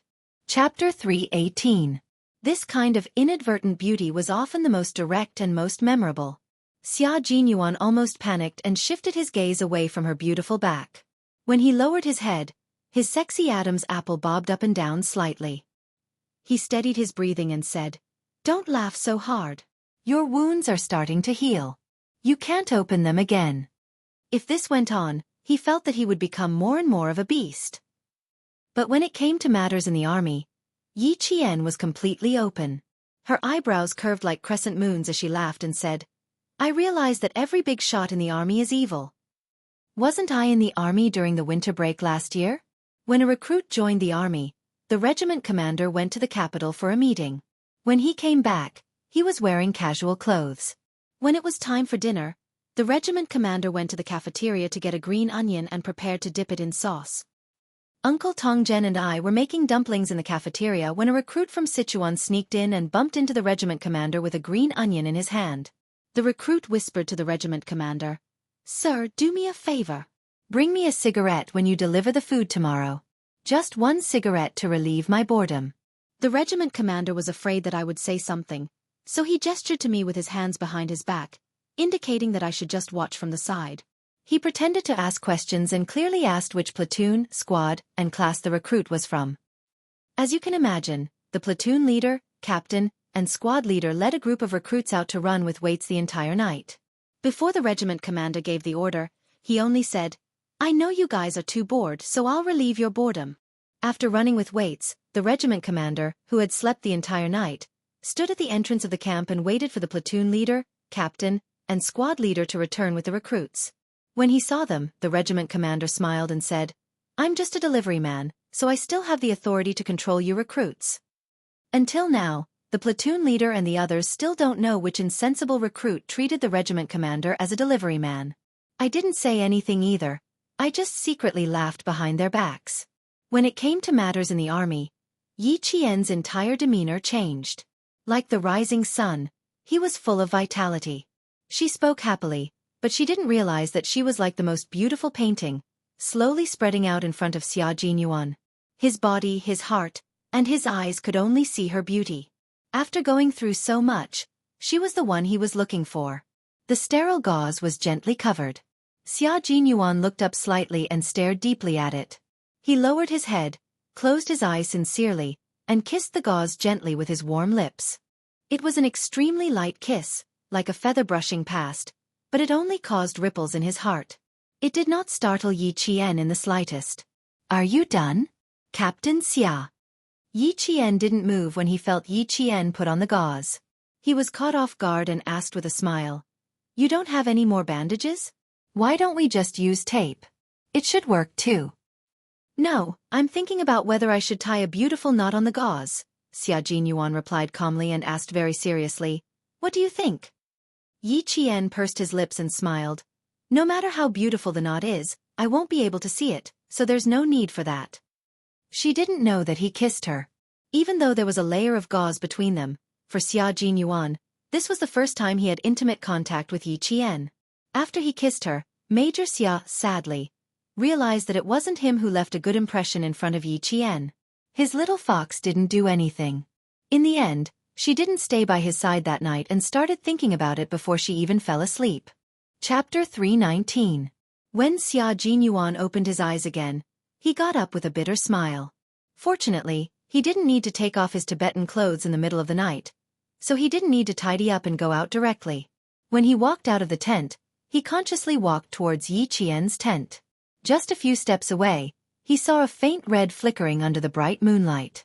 Still not resting? Headmaster Chen had already seen clearly who came out of the tent. He joked, "With Yang Jin guarding tonight, Captain Xia can have a good night's sleep."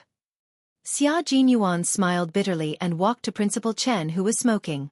He sighed and said, "I finally understand why you smiled that night. You know Yi Qian well. It's not easy to win her heart. Captain Xia, you have to know that the older the wiser. As for me, I'm 2 rounds older than you. The amount of salt I've eaten is no less than the amount of rice you've eaten. She's not an ordinary girl. She's very powerful. Previously, there was a boy named Gao Yang. I could tell that this boy was interested in her. His family background was also very good. However, little Jen didn't have any feelings for him at all. In her eyes, family background isn't an advantage, and it's not worth it for her to waver. Captain Xia, you're on your own now." After that, Principal Chen smiled and patted Xia Jinyuan on the shoulder. He said earnestly, "Uncle Jen and I both hope that little Jen is a responsible and independent girl. If she is really easily won over by you, ha ha ha, then she won't be the little Jen we like." This was the reason why Principal Chen and Uncle Jen didn't stop Xia Jinyuan at all. The truth was that they knew from the beginning that Yi Qian was not easy to win over. Hearing this, Xia Jinyuan raised his eyebrows. After a bitter smile, he revealed a calm and confident expression. "It's good news for me. She doesn't like Gao Yang, and she doesn't like Xia Jinyuan. One is rich, and the other is handsome. Well, the little girl has high standards. It's really something to be happy about." "Ha ha ha, you're right. As Captain Xia said, I really don't have to worry about little Jen falling in love at such a young age." Principal Chen laughed even louder. There was a hint of schadenfreude in his laughter. "Good luck, Major Xia. Falling in love with little Jen? Heh, this was a test of one's patience. If he really persevered, it would be a good thing. Both of them were in the army. At least they could walk side by side and understand each other." Under the starry night sky, Xia Jinyuan smiled calmly and said elegantly, "I never change my mind about the things I've decided on. No one will interfere.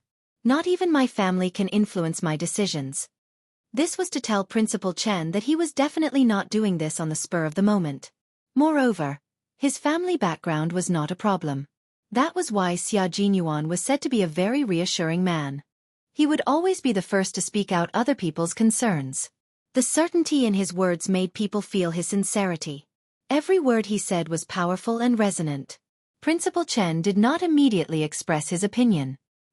He would not be swayed by a few words from a young man. Distance tests a horse's strength, and time reveals a person's heart. A person's heart was the most fickle. It was better to wait and see.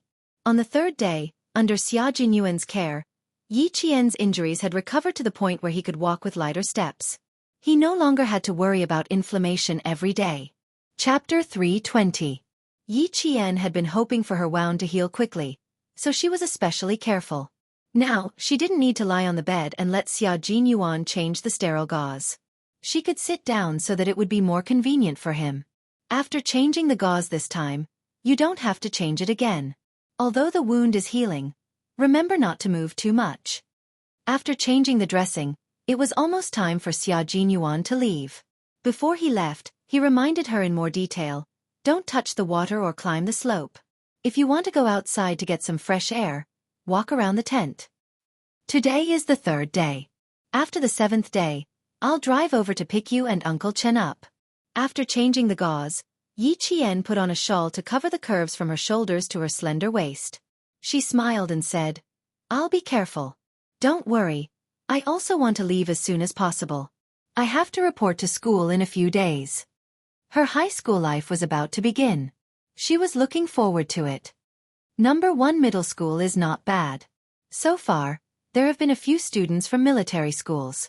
However, there are none from the National University of Science and Technology. If you can get in, you'll be the pride of the school. Xia Jinyuan found out from Principal Chen that she had given up on the provincial number 1 middle school and chose number 1 middle school because it was closer to Fujian town and she could come back any time on Saturday and Sunday. High school is much more important than junior high school. You should take care of your studies while training. Otherwise, if your grades drop after training, it will be as difficult as getting into a military school. This time, there was a 1-month break after leaving the mountain.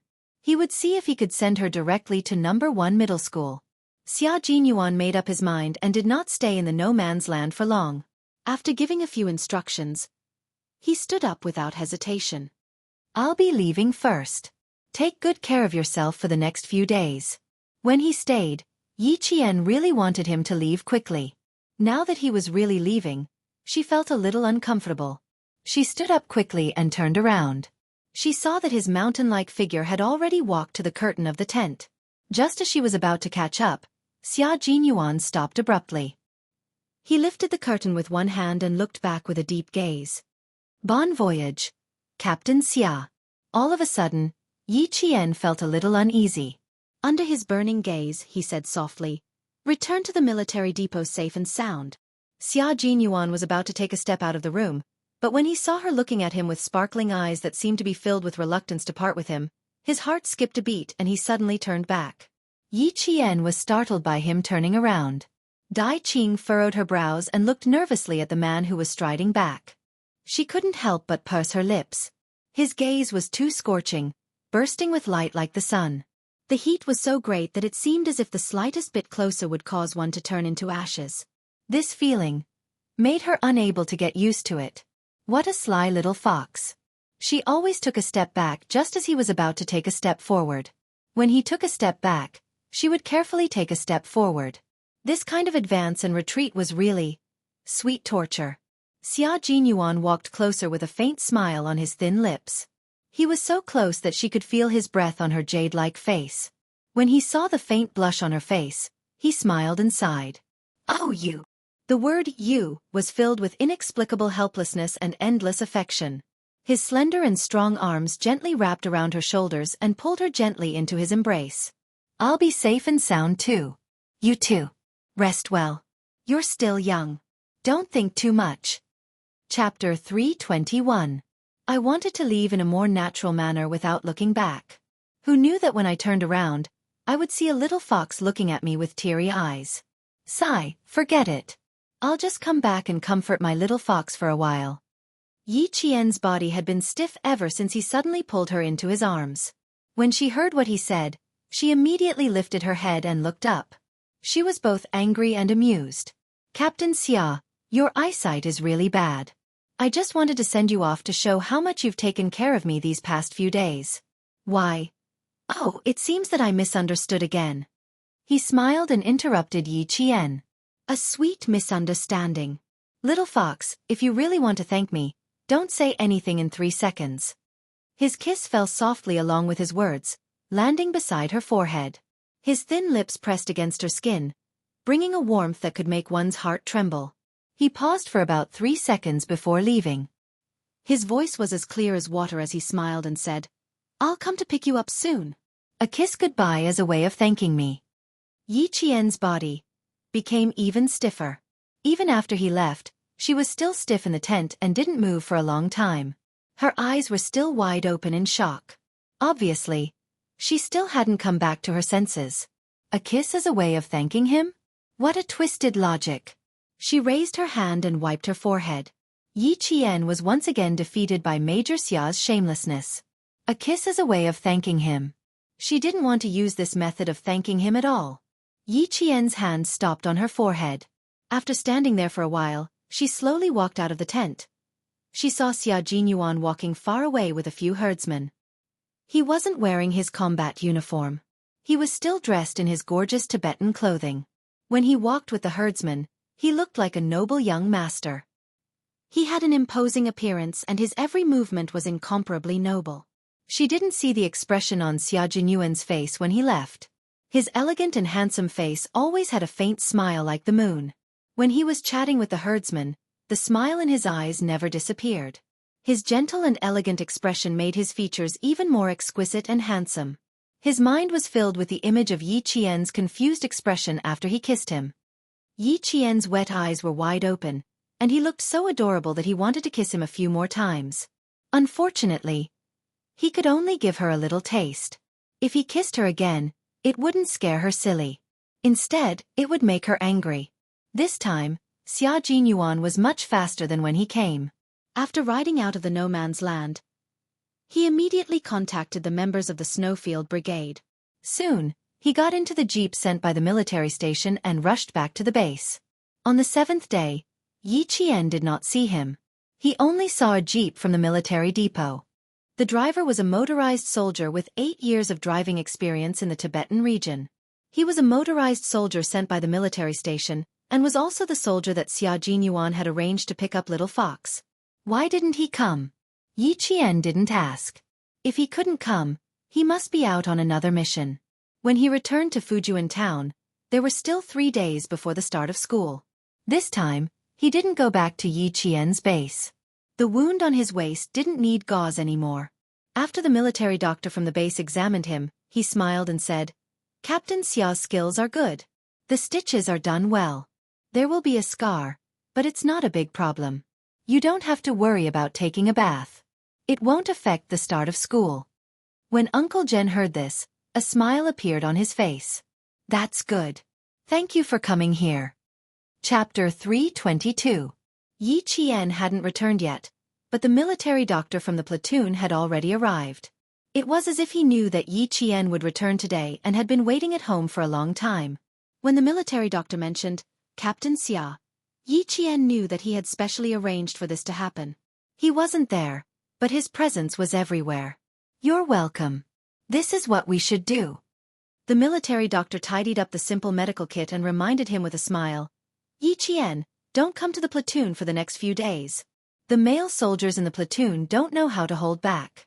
Also, you still have a few days before school starts. Rest well at home." He looked at her and started joking again. "You've been missing for a month. The regiment commander and the political commissar have been nagging about why you haven't come to the platoon. Is it because you guys secretly roasted pheasant last time? They criticized you so harshly that you didn't dare to come over. As for me, even if I stayed in the infirmary, I was still nagged about it. The regiment commander kept nagging about me, and I really didn't dare to go. The first time I was caught secretly roasting pheasant, I was already traumatized." Yi Qian put down his t-shirt and smiled. "I'll return to the platoon after the regiment commander completely forgets about this incident. Thank you for your hard work today." Everyone in the platoon knew who Yi Qian was. A little girl like her was even more hard-working than the male soldiers. Her shooting accuracy was the highest in the platoon, and she dared to compete with the elite soldiers. This little girl was born to be a soldier. Even the soldiers in the kitchen recognized her. Hearing this, the military doctor laughed and said, "I'll definitely pass on your message." "Oh right, I almost forgot about this." As he spoke, he took out an envelope from his medical kit. "This is the pension from the military. You're the orphan of a martyr, so you'll receive a pension every year until you graduate from university. Here's $2,000. It's not a lot, but it's enough for your living expenses." When it came to money, the military doctor spoke quickly, afraid that Yi Qian would refuse. The political commissar said that if you have any objections, you can talk to him personally. Anyway, what he means is that he has fought with all kinds of soldiers for more than 10 years. He doesn't believe that he can't deal with a little girl like you. Yi Qian knew that they were doing this for her own good. She took the envelope and smiled. "Okay, I got it. I won't let the army down. What she needed was not gratitude, but hard work. Only hard work would not disappoint her. We can all see that you are a good kid. Do your best. When the military doctor saw that she accepted it so graciously, he was even happier in his heart. The army had fought for it for her, so naturally, they hoped that she would accept it. If she rejected it, the army would probably not fight for her in the future. The little lass had always been able to differentiate clearly. It was no wonder that the commander thought highly of her. Yi Qian really needed the money. Her high school tuition and miscellaneous fees were waived, and the school gave her 100 renminbi a month for her living expenses. However, she still needed to pay for her study materials, especially since she needed to finish her high school studies within a year and a half. She needed countless materials and test papers. Don't feel burdened. This is the army's affirmation of you and their training for you. After the military doctor left, Uncle Jen looked kindly at Yi Qian, whose eyes were slightly red. Good kid. Don't treat this money as a burden. Treat it as motivation. Work hard and walk steadily step by step. This is what the commander and the political commissar expect of you. Back then, the army gave a pension to Yi Jifan. More than 10 years have passed. No matter how much money there is, Sun Dongqing will calculate it until there's not a cent left. Moreover, she might even say that she's been paying for it. That's why I haven't mentioned it. You don't have to think about it either. Just know what you're doing. Chapter 323. Yi Qian nodded. I'll listen to you. These aren't things I should care about. They're not worth my time. Don't worry. I know what I need. After a slight pause, she smiled. Actually, Sun Dongqing didn't take much of the money. Most of it was given to my aunt's family by my grandpa and grandma. A few years ago, when they came back, I only mentioned the money. My aunt cried, threw a tantrum, and threatened to hang herself. She said that my niece was forcing her to her death. These things. I won't hide it from Grandpa General. I'll remember them. I won't get involved with my dad's relatives. Now that I've moved out, I don't want to have anything to do with them. Uncle Jen remembered what happened a few years ago. Yi Zhixiang, the woman from the Yi family who took away all of his sister-in-law's pension and didn't come back for a few years, sneaked back to the village on New Year's Eve. He didn't know what happened. She beat Yi Qian up and left him outside. If the village chief, Zhang Food, didn't pick up Yi Qian on the way home from drinking, the girl in front of him would have been dead. That year, he was in the army for Chinese New Year. When he came back, it was already the 4th day of Chinese New Year. Yi Zhixiang's family had already left the village. Since then, he didn't go back to the army for Chinese New Year. Don't think about it. Don't think about it. Girl, think about the future. Think about your future. Think about your future. Uncle Jen tapped his opium pipe on the ground. Behind the smoke, his eyes were cloudy. You live your life, and they live theirs. Let's mind our own business. Yi Qian narrowed her eyes. Her hand that was rolling the cigarette for Uncle Jen paused. Her eyes gradually darkened. She looked up and saw Uncle Jen leaning to the side and smoking. It seemed like he didn't want to talk about the Yi family. Yi Qian wanted to ask about Yi Zhixiang's family and her uncle, but she didn't know what to say. Because every time she mentioned the Yi family, Uncle Jen didn't want to talk about it. Forget it. She shouldn't think too much about the Yi family's matters. She wouldn't even ask about tuition fees or living expenses. To Yi Qian, money was not her main concern, but to Sun Dongqing, money was her life. Ever since she found out that Yi Qian had returned to the village, she had been packing her luggage at home, preparing to return to town early the next morning. Ying, quickly call your father and ask him to send a car to pick us up tomorrow. You talk to us every day about being incorruptible, but in the end, you only know how to enjoy yourself. I heard that that wretched girl Yi Qian has returned to the village. I wonder if she came back to ask for tuition fees. She's born to be a debt collector. I won't give her a single cent. During this period of time, Yi Ying was very popular in the village. As the only junior high school student in the village who was admitted into the province's #1 middle school, if it weren't for the fact that her father was the mayor and needed to maintain his integrity, he would have held a banquet. Hearing this, she looked up from her English book and said coldly, "Didn't Dad give the money to Grandpa? Now that Grandpa, Grandma, and Auntie are living in the big city, even if Yi Qian comes to ask for living expenses, Just tell her that Grandpa and Grandma took the money. Wouldn't that be enough? Those two old farts are enjoying themselves outside. When did they ever come back to see you, their granddaughter? If you say that they took the money, the first one to jump at you is your father. You wouldn't understand even if I told you. Ying, remember this. You can mess with anyone, but never make your grandpa and grandma angry. When Sun Dongqing mentioned her parents-in-law, even a shrewish woman like her was a bit scared. Chapter 324. Ying did not have much of an impression of her grandparents. She had only met them a few times. If they had not been brought up today, she would have forgotten that she had them. What can I do to provoke them? I'm enjoying my life with my aunt's family. In their eyes, only my aunt's son is their grandson. What am I? Provoking them? Pfft, I still want to live for a few more years. Ying recalled what had happened a few years ago. She could not help but shudder at the memory. At that time, she used to bully Yi Qian as well. However, compared to her aunt's family, it was nothing. Especially her aunt's husband. He looked like a fiend and kicked Yi Qian away as if he was an enemy. However, no one dared to step forward to stop him. Her grandparents even said, "Jinx, you're a good for nothing. At least you're dead." After shivering, Ying grabbed Sun Dongqing's hand and said in a low voice, "Mom, let's not provoke my aunt's family. If anything happens, let's push Yi Qian out." Do I need you to tell me that? I know what I'm doing. Sun Dongqing looked at her daughter proudly. Daughters were their parents' sweethearts. This saying was not wrong at all. If she really comes over and asks us for her living expenses, I'll just tell her that the money is for your grandparents. If she wants it, she can call them herself. Based on how much your grandparents and your aunt's family hate Yi Qian, they'll come back and beat her to death. When Ying heard this, she frowned in confusion. Hate? Why would my aunt's family hate Yi Qian? I remember when I was in the 5th grade, Yi Qian was almost beaten to death by my aunt's husband. Also, how did my aunt's husband become blind in his right eye? Why have I never heard you mention this to Dad? At this point, a trace of panic flashed across Sun Dongqing's face.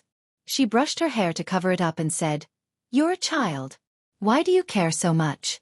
Just remember, don't provoke your aunt's family. Let those two old farts live outside. We'll be happy to have some peace and quiet." Ying, on the other hand, was cautious. It seemed that things were not as simple as they seemed. Her aunt's family didn't come back for years. When she was in the 5th grade, they came back in the middle of the night. After the Lunar New Year's Eve, they left again on the first night of the Lunar New Year. Back then, he was young and didn't think much of it. Now that he thought about it, it was quite abnormal. 2 days before school reopened, Yi Zhifan drove a small sedan back to Shuku. He came back to pick up his daughter, Ying. The next morning, he personally drove his daughter to the provincial high school to study. That night, Yi Zhifan reminded his daughter a lot of things. The gist of it was that she had to keep a low profile when she went to the province. She shouldn't be like the eldest daughter who didn't know how to deal with people. He had inquired about the provincial first high school. The sons and daughters of the provincial leaders were all studying there. He was just a small town mayor. If something happened, don't expect him to step in. Ying wasn't scared, but Sun Dongqing was scared. She stuttered, "Why don't we not let Ying go to the provincial high school? What if they're a bunch of bullies? How can we make decisions for Ying?" At this moment, Sun Dongqing realized that studying in the provincial high school wasn't a good thing. "Mom, don't talk about making decisions for me. I know how to get along with them." Ying pouted unhappily and said to Yi Zhifan, "Dad, tell me everything you know. I know whose son and daughter are." Chapter 325. More than a year had passed. Yi Qian was not the only one who had grown. Ying had grown as well, and she had grown according to Yi Zhifan's arrangements. In comparison, Yi Qian was much calmer. After having dinner with Uncle Jen, they drew many detailed pictures of famous guns from different countries under the light before climbing into bed to sleep. The next morning, Yi Qian arrived at the entrance of the village at 6 o'clock. She waited for the boys from the same village to report to number 1 middle school. She did not ask Uncle Jen to send her off. Instead, she woke up early and waited for them at the entrance of the village before Uncle Jen woke up. There was still half an hour before the appointed time. Yi Qian sat by the road at the entrance of the village. She did not feel bored. She listened to the morning birds and quietly waited for the boys from the same village to arrive. The sound of a car engine came from the village. After a while, Yi Qian saw a black car coming through the mist. Yi Qian did not get up or look at it. She sat there leisurely. In the car, Sun Dongqing sat in the passenger seat and sighed. This car is so nice. When Yingying is on vacation, we'll drive this car to pick her up. It's comfortable and we don't have to squeeze into the train. Jifan, remember this. We'll use this car to pick Yingying up every month. Mom, this is a government car. Do you really think it's our family's car? Yiying sat alone in the back. It was spacious and very comfortable. She put down the car window and the morning breeze blew in with the mist. It was indeed much more comfortable than squeezing into the train. Yi Jifan looked at Yi Ying from the rearview mirror and praised her. Yingying, you've grown up. Remember what Dad said. When you get to number 1 middle school, you need to have your own circle. No matter what other people's identities are, you're all students. This identity is your biggest advantage. You don't have to suck up to them. You have to think of a way to make them want to stay away from you. Remember the names Dad told you last night. They're all bad students. They all got in because of their family's connections. You, on the other hand, are a top student. If you want to get along well with them, you have to start with your studies. Is there a need? Yi Jifan, who was preaching attentively, suddenly slammed on the brakes. Yi Ying, who was listening attentively, was caught off guard. Her whole body slammed into the back of the seat. Sun Dongqing, who was also caught off guard, was also thrown forward by the inertia of the brakes, and then fell back heavily. She was shocked and hurriedly said, "What are you doing? Why did you stop?" As they spoke, they stopped as well. The couple looked at the figure sitting on a rock at the entrance of the village about a meter away from the car. Sun Dongqing had already unbuckled her seatbelt. She pushed open the car door and rushed over aggressively. "Hey, you wretched girl! No wonder he didn't see anyone when he came back. He must have planned to get stuck in a traffic jam early in the morning. Let me tell you, there's no way." When the car stopped abruptly, Yi Qian naturally saw who was driving. When Sun Dongqing rushed over, she also got up from the rock. Yi Qian looked coldly at Sun Dongqing, who had nothing good to say. She lowered her eyebrows slightly and looked down at her. "The road is so wide. Just drive your car. What does it have to do with me if you stop? Auntie Sun, don't ask for trouble in front of me, okay?" At this moment, Sun Dongqing realized that Yi Qian, who had been calling her a wretched girl, had grown a lot taller after not seeing her for a summer break. She was now half a fist taller than her precious daughter. Yi Jifan also got out of the car, followed by Yi Ying, who appeared victorious. Chapter 326. The father and daughter walked over together. Yi Ying was the first to speak with a smile. "So it's sister. Why are you sitting here so early in the morning waiting for us?" "Mom, it's rare to see sister. Just give her something. 2 days ago, a beggar came to our house asking for rice and you gave him 50 cents out of kindness. You can't be too stingy with sister. Just give her 1 yuan. She was treating Yi Qian as a beggar who was easy to get rid of.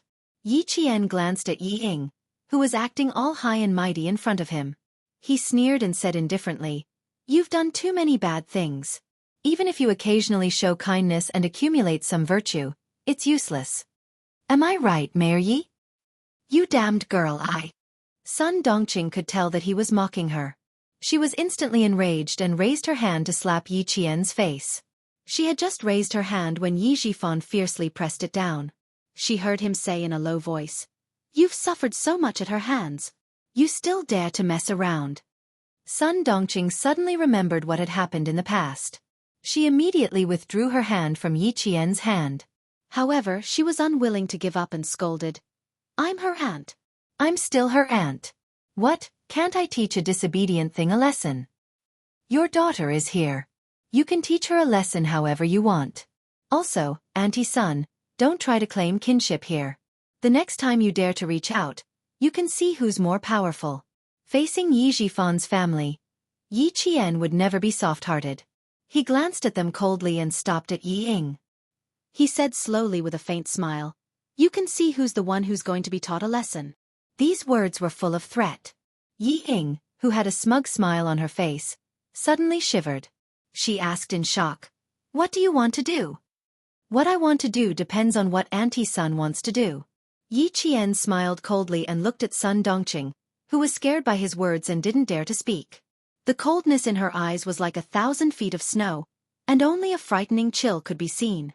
Not to mention Sun Dongqing. Even Yi Jifan couldn't help but shiver. Frowning, Yi Jifan said with a gloomy face, breaking the bones and connecting the tendons. Yi Qian, don't go overboard. Am I going overboard? Mayor Yi, since you've received benefits from me, you'd better behave yourself. The reason why I don't want to settle accounts with you is not because I'm afraid of you, but... Mayor Yi, you're so smart, so you should know what I mean. Her words made Yi Jifan's heart skip a beat. He suddenly remembered that his niece had a monstrous memory. He had originally wanted to suppress her with a few words, but now he gave up. When Yi Ying heard that her parents had been forced into silence by Yi Qian's words, she gritted her teeth and said scornfully, "What are you so proud of? Just you wait, Yi Qian. I will make you inferior to me for the rest of your life. Let's wait and see." Yi Qian raised his eyebrows, and a smile appeared on his face. He had an indescribable wildness. "I'll wait for you for the rest of my life. Yi Ying, I've told you to wait. Just wait for me for the rest of your life. Someone who can't even get into the provincial first high school dares to compete with me. Ha, you overestimate yourself." When Yi Ying heard this, it was as if she had heard the funniest joke in the world. She giggled. "You've been inferior to me since the beginning, and now you want to compete with me? Dream on." Hearing this, Yi Jifan saw Yi Qian's smile gradually deepen, as if there was an indescribable meaning behind it. He didn't stop him, and his eyebrows furrowed slightly. He then heard Yi Qian say calmly, "The school that you treat like a treasure is a school that I can do without. With it, it won't be the icing on the cake. Without it, I will still be me." Chapter 327. Yi Ying, you're still as ridiculous as ever. You've wasted Mayor Ye's painstaking efforts on you. After Yi Qian finished speaking, Yi Jifan finally realized why her smile was so deep. To his daughter, the provincial first high school was a treasure, but to Yi Qian, it was a worthless place. This was the difference, the biggest difference. She could easily get it, but she could also easily give it up. But his daughter, Yi Ying, couldn't, because the provincial first high school was her goal. Yi Ying also reacted. Her delicate face instantly twisted, and she screamed, "Yi Qian, don't even think about surpassing me. Don't even think about it in this lifetime. Hurry up and take her to the car." Yi Jifan clenched his jaw. He looked at Yi Qian's calm expression, then looked at his daughter's hysterical expression. It was clear who was stronger and who was weaker. After Sun Dongqing dragged Yi Ying into the car, the scheming Yi Jifan sneered, "Yi Qian, you're still too inexperienced.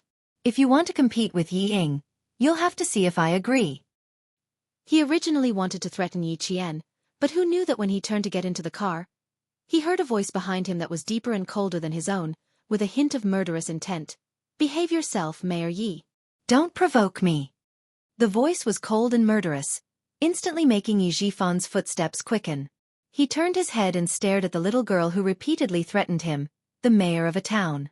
He saw that the smile on her face was still as calm as ever, and her posture was straight. She was clearly still a child, but she had an aura that made him tremble in fear. And her eyes were dark and cold. She wasn't joking. She was seriously warning him not to provoke her.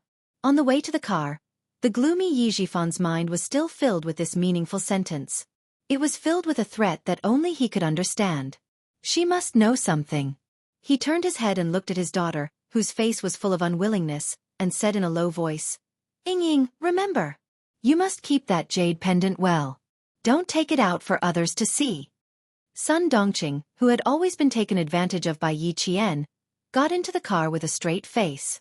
At this moment, she was about to vent her anger on her husband. "You gave me a fake. Mom, can you keep your mouth shut?" Yi Ying, who was being dragged into the car, shouted, "If you didn't get out of the car, I would have been humiliated by Yi Qian, right?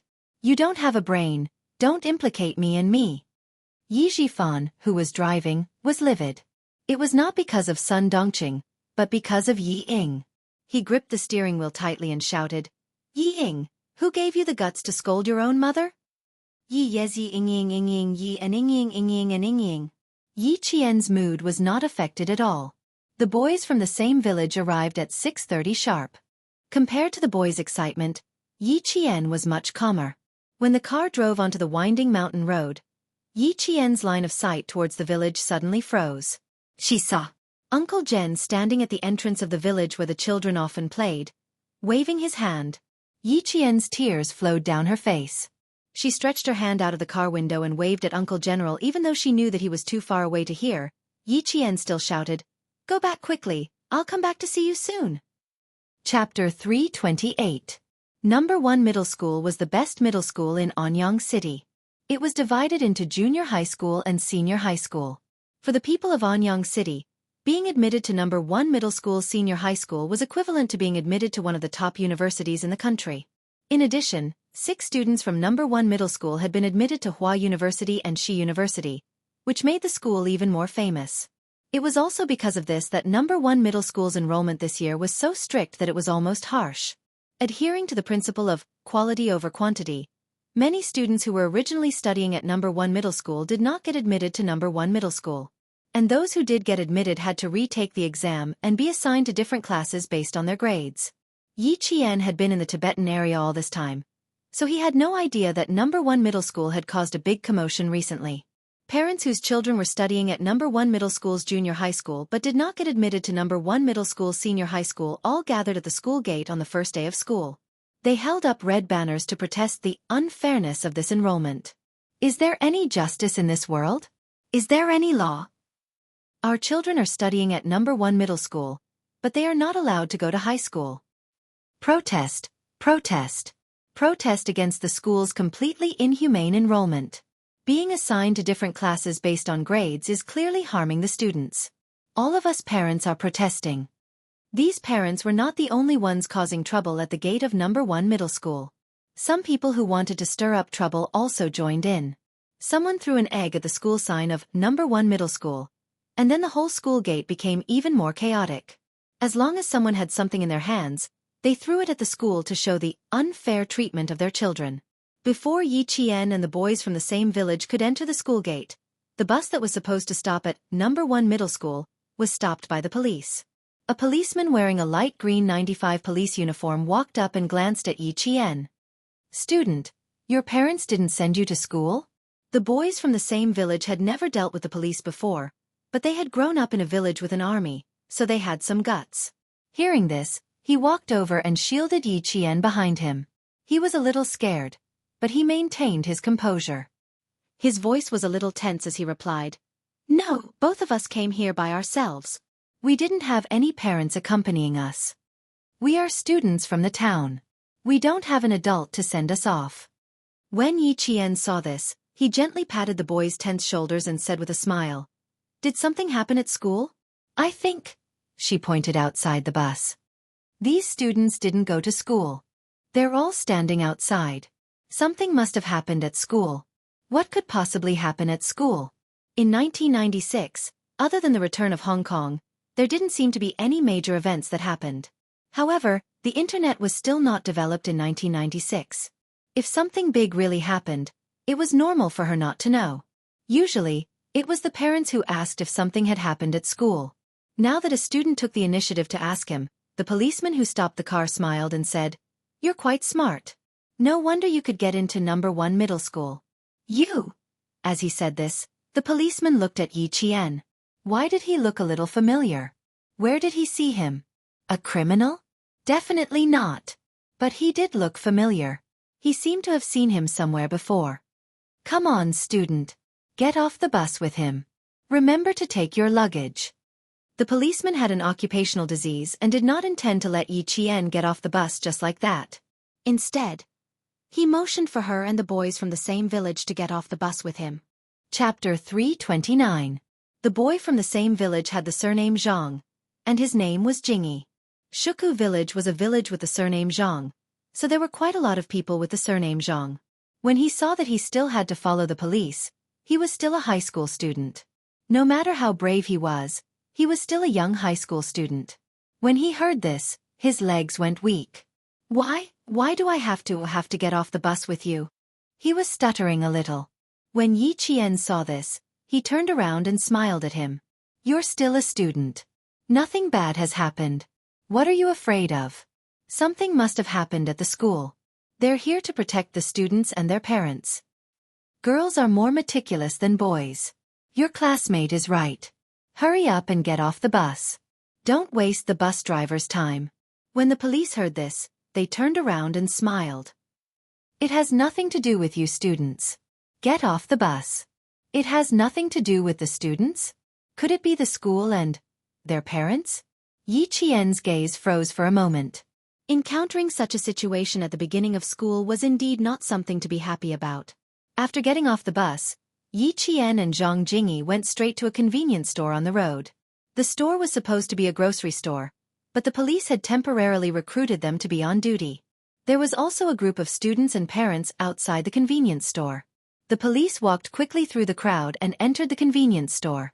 They lowered their heads and said a few words to their colleagues on duty. When they came out again, they waved at Yi Qian, who had not yet entered. Come, come, come. The sun is bright outside. Come here and enjoy the fan. Also, the two of you, pass the admission notice to Teacher Fu. Let him help you with the registration procedures. It turned out that the school could not handle the normal admission procedures. In order not to delay the start of school, the registration could only be done by 2 police officers and a school teacher outside. This was one of the registration points. There were 2 more registration points outside.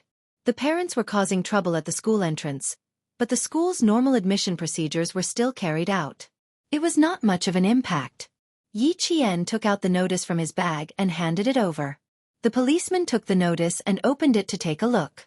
His gaze immediately fell on the name, Yi Qian. He then looked up and passed the notice back to Teacher Fu. You don't have any students with the same name, right? Yi Qian. This girl is here to report. Although they were communicating in a low voice, Yi Qian had undergone hellish training after all. For someone like Yi Qian, who was close to the level of a world-class sniper, even the slightest movement could not escape her eyes and ears. Not to mention, the teacher and the police were talking right under his nose. How could he not hear them clearly? I'm Yi Qian, Teacher Fu. Is there a problem?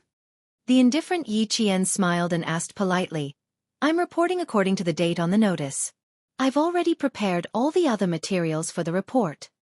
She did not want to ask too much, but she remembered Yi Jifan's harsh words early in the morning. Yi Qian, you're still too inexperienced. If you want to compete with Yi Ying, you'll have to see if I agree or not. These words clearly showed that he did not want her to have an easy time at number 1 middle school.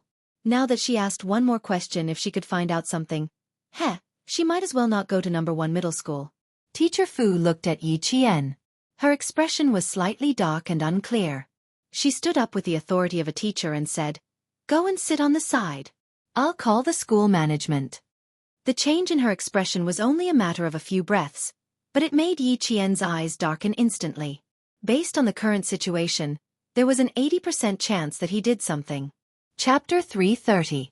Especially when Teacher Fu took away her acceptance letter, Yi Qian instinctively took a few steps forward and blocked Teacher Fu's way with a smile. Teacher, you should pass me the acceptance letter. You can help me with the process after you finish your call. Zhang Jingyi was dumbfounded. Yi Qian had guts. She was really brave. She even dared to block the way of a teacher. Yi Qian, you. He didn't know what to say. He only felt that the atmosphere was a little strange, so he subconsciously called out. Then he went silent. The students and parents outside didn't notice anything strange.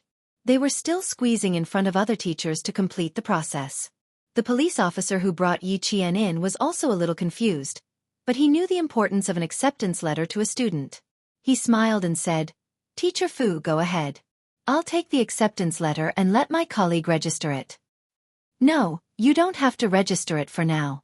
Wait for me to call back. Teacher Fu probably didn't expect a student to dare to block a teacher.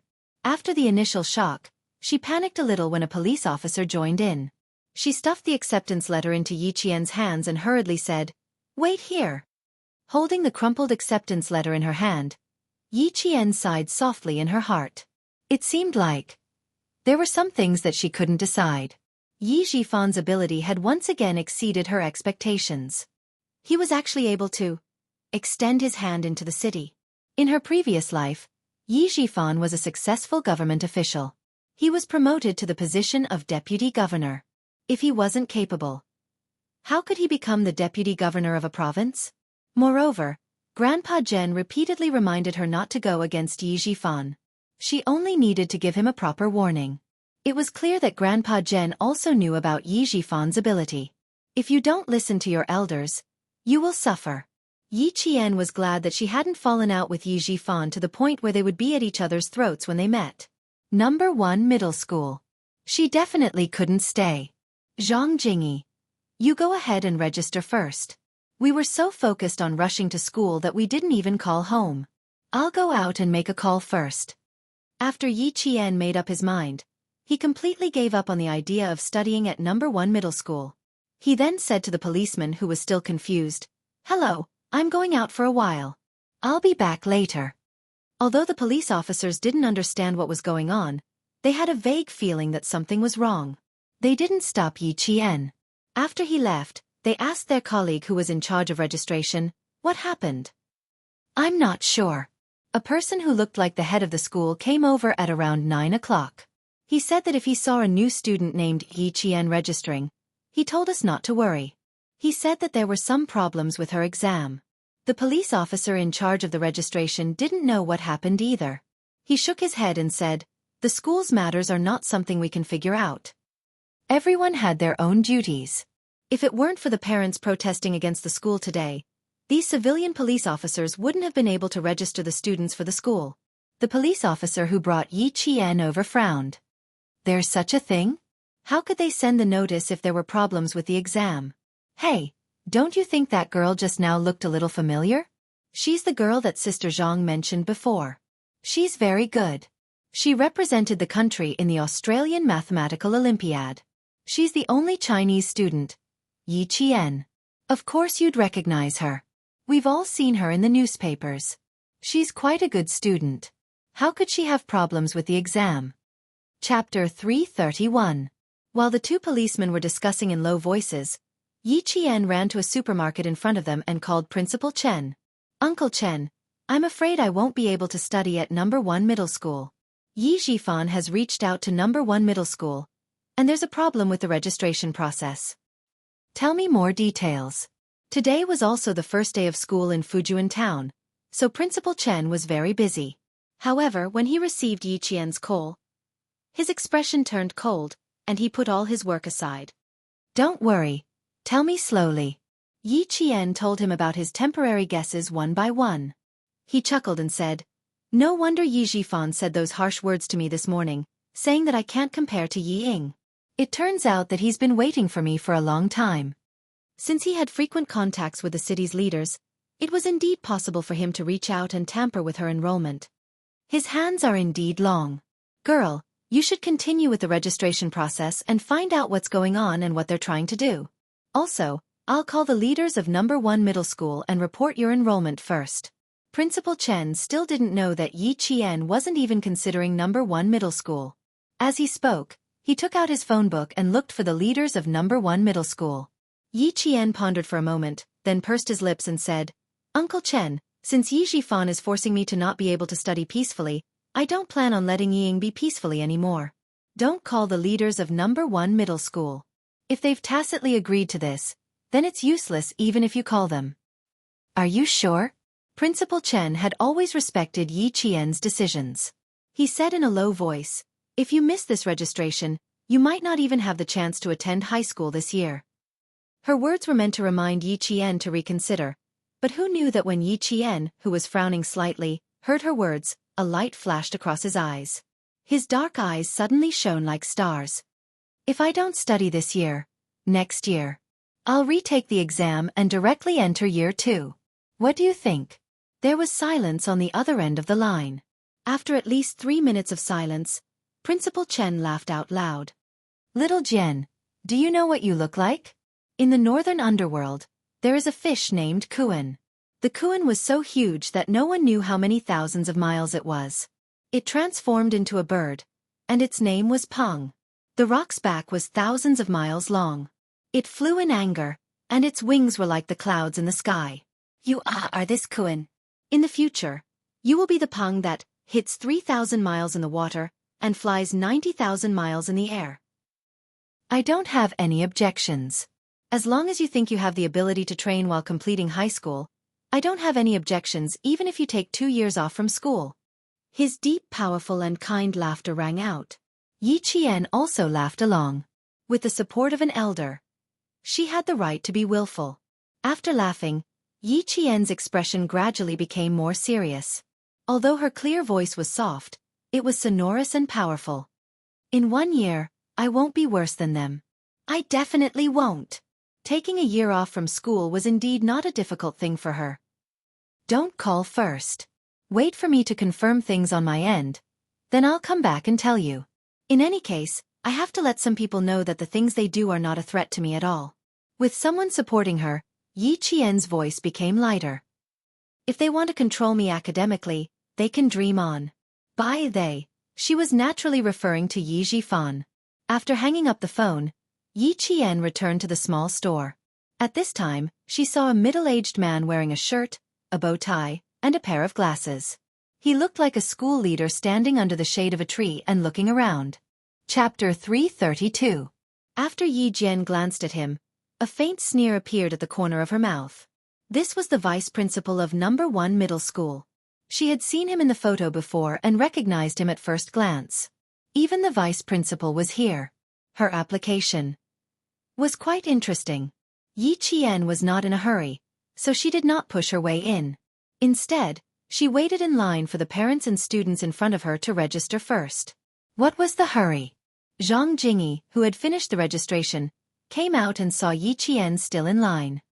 He was sweating profusely as he pulled her out. Yi Qian, why are you still waiting in line? Hurry up and go. I saw the vice principal. He's waiting for you. Then he said enviously, you're still the best. It's good that your grades are good. Even the vice principal is here. Don't be envious. My instincts tell me that my application today is not going to go well. Yi Qian handed her luggage to Zhang Jingyi. Help me look after this. Go rest under the tree. I'll be out soon. It was better not to let him know about her relationship with the school. It was not a good thing anyway. Why should she ruin his impression of the school? Zhang Jingyi thought she was joking. He took her luggage and said, okay, I'll wait for you outside. The application is quick. All you have to do is hand in your acceptance letter, your photo, and fill in the application form. It'll take a few minutes. It might take a few minutes for others, but not for Yi Qian. After she sat down, Teacher Fu immediately stood up and asked the vice principal, who was also sweating profusely, to sit down. She even gestured for Yi Qian to take out her acceptance letter. Take out your acceptance letter. The vice principal will speak to you personally. For the vice principal to speak to you personally, it meant that you should feel honored. In front of the school teachers, Yi Jian had always been a well-behaved student. Hearing this, she took the notice without hesitation and maintained the courtesy of a student to a teacher. She first greeted the teacher and then said, Principal, if you have anything to say, you can tell me directly. I came alone without my parents. It's like this. The vice principal cleared his throat and looked at Yi Qian sternly. After we sent out your acceptance letter, the school received a call reporting that you helped someone cheat in the exam. Student Yi Qian, your actions have already seriously violated the code of conduct that a student should have. Through our investigation, combined with the descriptions of several students who were around your seat at the time, we can completely confirm that you have indeed violated the exam rules. However, due to your excellent grades and the fact that you have won a gold medal in the World Mathematical Olympiad, our school has decided to make an exception and admit you. However, the vice principal's voice was as serious as that of a judge in a courtroom. His one word could decide Yi Qian's life and death. He paused intentionally, but when he saw that the student sitting opposite him had no change in expression and even had a slight smile on his face, the vice principal's intentional pause became somewhat awkward. What were students most afraid of hearing? The number one thing was cheating in exams. That was even more frightening than skipping class. Therefore, when he said this, Yi Qian should have been afraid and should have been quite anxious. After all, this had to do with whether or not he could enter high school. However, Yi Qian did not panic and even smiled. This was not something the vice principal could accept. Chapter 333. What? Do you think I'm joking? The vice principal tapped his clenched fist on the table. His expression was solemn as he rebuked. This is not a joke. If it weren't for your good grades, the school would have taken back this admission letter. And your grades would be nullified. Yi Qian was unmoved, but the parents lining up behind him were shocked. What was going on? Good grades. How could they be nullified? Copied. Discussions broke out as they looked at Yi Qian inquisitively. Some people began to point at him and even stopped the registration process. But this was not the result the vice principal wanted. He didn't want to scare the other students or parents. He wanted to scare Yi Qian. This is not a joke, Yi Qian. We know that your grades are good, but your actions have discounted them. After discussion with the school, we have decided to be lenient with you. Yi Qian raised his eyebrows slightly. She didn't say a word and looked much calmer than the vice principal. At the very least, in the eyes of the police officers who were helping with the registration process, this girl had a faint smile on her face. She was even calmer than a leader. The vice principal felt his back drenched in sweat after hearing her raise her eyebrows. He wanted to drink some water to moisten his throat, but his hands grabbed empty air. This was not his office. Naturally, there was no cup of water on his desk.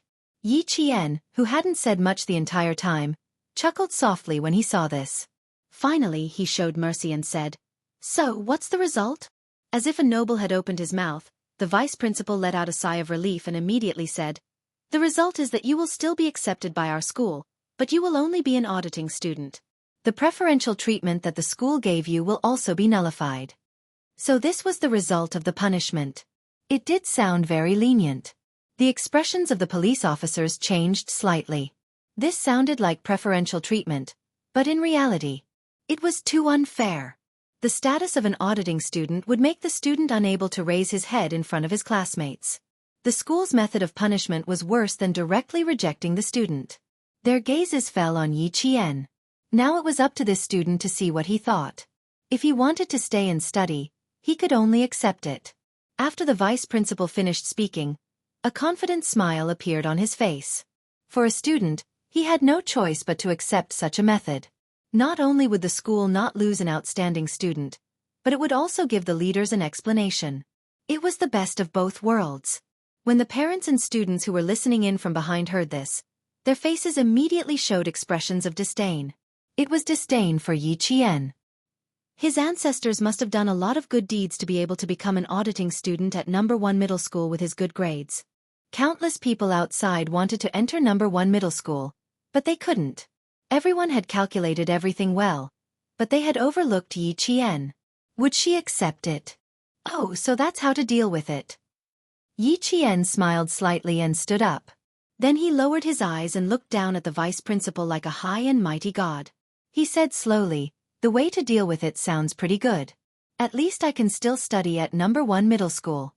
The vice principal thought that she had agreed. When he heard this, he immediately said, "That's right. This is the biggest exception that the school can make for you. You have to cherish this rare learning opportunity. In the future." Chapter 334. Before he could finish his sentence, he saw that the notice that was supposed to be on the table was already in Yi Jian's hand. With a tearing sound, the notice that represented a student was allowed to enter the school was directly torn into two halves by Yi Jian. What should I do? Do you think this method is helping me? Unfortunately. I'm sorry, Vice Principal. I'm not interested anymore. Amidst the gasps behind her, Yi Jian smiled brightly. Her dark eyes were filled with disdain. She used her actions to reject this so-called generosity. I'm not interested in No. 1 middle school. I can even reject the capital's experimental No. 1 middle school and the provincial No. 1 middle school, let alone a small No. 1 middle school. Don't be angry. I'm a talent. Isn't it a little arrogant? I've always been humble. Today, I'm being arrogant. It feels pretty good. The notice wasn't just torn in half. Under the vice principal's wide eyes and everyone else's incredulous gaze, Yi Qian tore the notice to the point that it couldn't even be pieced back together. With a light wave of her hand, the notice turned into a paper butterfly. With a blow from the fan, It scattered everywhere. She giggled and said, "I'm not coming to school anymore. As for the books, I'm not going to study anymore." Don't be surprised. I'm definitely not an impulsive person. Don't be angry. Although I'm a student, I've always made my own decisions. Don't glare at me. If the school can frame a student like this, I really don't want to study anymore. After the notice was torn and blown by the fan, the parents and students were dumbfounded. This was too much. Why was this child so impulsive? Aya, you're too impulsive. Everything was fine. Where are your parents? Quick, get them here. You've already been admitted. If the school wants to talk to you, you should get your parents here. How can you tear the notice yourself? Vice Principal, shouldn't you discuss this with the students' parents? How can you tell a child directly? Once the notice was torn, the parents' reactions weren't normal. Thinking of their own children, the parents were worried. If something happened to their children and the school didn't look for the parents, then wouldn't it be a mess? The vice principal didn't know that Yi Qian had such a trick up her sleeve. No one expected this. At this moment, it wasn't the school forcing Yi Qian, but Yi Qian forcing the school. Yi Jian didn't care so much. She smiled and said calmly in the midst of the discussion, "In the exam, they said that I was copied by other students. Vice principal, why don't you call all the students around me to come here?" Zhou Yong, Lu Yang, dying, and in Jiao Jiao of dying. And dying middle school. And Jiao Jiao. And Jiao Jiao was taking a math exam at 11:13 in the morning. She did hint at me to copy her answers, but the invigilator soon found out and warned me at 11:15. That teacher is Mr. Song from Chengtang Middle School. Other than that, no other students have asked me. Because we've checked their answers before, it's a piece of cake for them to get into number 1 middle school. If I'm not wrong, they'll definitely come to school today. Why don't we confront them? She was truly amazing. She remembered everything so clearly. She could even remember the time and names of the people. No matter how one looked at it, she seemed to have come prepared. Chapter 335. The vice principal, who had finally stopped sweating, was now sweating profusely. Seeing that Yi Qian still dared to force him, he slammed his palm on the table and shouted, "How dare you? Do you still want to study?" "Yes, of course I do." In the face of the angry vice principal, Yi Jian's smile was still so indifferent. When she answered, "Yes," the vice principal snorted and pointed at the torn letter. He said angrily, "You want to do it? You still know how to think? Look at what you've done." "I do want to study, but even if I do, I definitely won't study at your school." Yi Qian was not in a hurry. She spoke slowly and with a smile on her face she replied slowly, "So I really don't plan to study. I'm really sorry to trouble you to come here personally. I don't need the school to make things so difficult for me. I won't study, and I won't enter the school. Everyone will be happy." After saying that, Yi Qian winked playfully at the vice principal. She turned around and left the vice principal's line of sight in a path that automatically opened up for her. This outcome was really something that no one could have expected. By the time the vice principal, whose face had turned the color of pig liver, chased after her, Yi Qian had already disappeared. As for the people behind him, he received the adoration of Yi Qian from the students. What a character! She tore the notice and didn't want to study in high school. How could she be so cool? So unique. If it were them, no one would dare. No one would dare. It's that girl who won the gold medal in Australia. Oh my God, so awesome. So awesome. No wonder with her results, only she has the right to choose the school. If I were that good, I could also say something so unique like, "I won't study." But I didn't. I tried so hard to get into number 1 middle school. She even rejected the provincial number 1 middle school and the capital's number 1 middle school. The vice principal, who had not left yet, almost vomited blood when he heard this. A student tore the notice and even said she didn't want to study in front of him. This. How was he going to explain it when he got back? "Principal, this is a little troublesome. Yi Qian directly tore up our school's acceptance letter and directly said in front of the students and parents that she didn't want to study." Standing under the scorching sun, The sweaty vice principal immediately called the principal, who was in a discussion with the city leaders. This matter is completely out of our school's expectations. What do you think we should do? The principal of number 1 middle school was already very busy at this time. When he heard this, his head hurt even more. Why doesn't this child listen to the teacher? So what if she became an auditing student? She could enjoy all the educational resources that the school should have. I'm still in a meeting here. When I'm done, I'll come and persuade her personally. Tell her first that the school has its own difficulties. We can only try our best to fight for her. The principal of number 1 middle school was also helpless. Of course, he wanted to keep a good student, but the higher-ups had secretly given the order. No matter how unwilling he was, he could only do this. The main point was, he was the one who got the auditing student. The vice principal's expression became even uglier. She left. When I chased after her, she was already gone. Yi Qian, who had made up her mind to leave, of course would not let the vice principal find her. She found Zhang Jingyi and said to him in a carefree manner, "I'm sorry. I can't stay with you in number 1 middle school for the 3rd year of high school. I'm going to take a break from school. Study hard. Zhang Jingyi. I have faith in you. All the best." Chapter 336. The boy from the same village, Zhang Jingyi, who was standing outside, did not know what had happened. He saw Yi Jian carrying her luggage as if she was stepping on hot wheels and directly jumping onto a bus that was going somewhere. Goodbye. She was not afraid of not studying. She was afraid that she would be in trouble if the vice principal caught up with her if she did not walk faster. Yi Jifan, oh Yi Jifan, I will grant you your wish this year. She did not want to study in high school for 3 years. Yi Qian had never wanted to be too far away from Principal Chen and Uncle General. She had enough excuses to take a year off from school. That night, she happily returned to Fujian town. She did not know that she had once again become the biggest news in the city. She tore up the notice in front of so many classmates and announced that she was not going to study anymore. She had to have the right to be arrogant. Coincidentally, Yi Qian had the right to be arrogant again. In an instant, the entire Anyang city was in an uproar because of Yi Qian. Number 1 middle school, which was already at the center of the storm, was once again suppressed by public opinion. When Secretary Wu found out about this, he smashed 3 cups and even broke a chair in his office. Corruption! Corruption! Bureaucrats! Bureaucrats! Incurable! Incurable! All their efforts were in vain. It was a huge setback to the education system in the city. It was no wonder that Secretary Wu was angry. Principal Chen took Secretary Wu's call and said, "Secretary Wu, I was worried that the child would be ruined if she went to school. I am relieved that she did not. This girl is smart.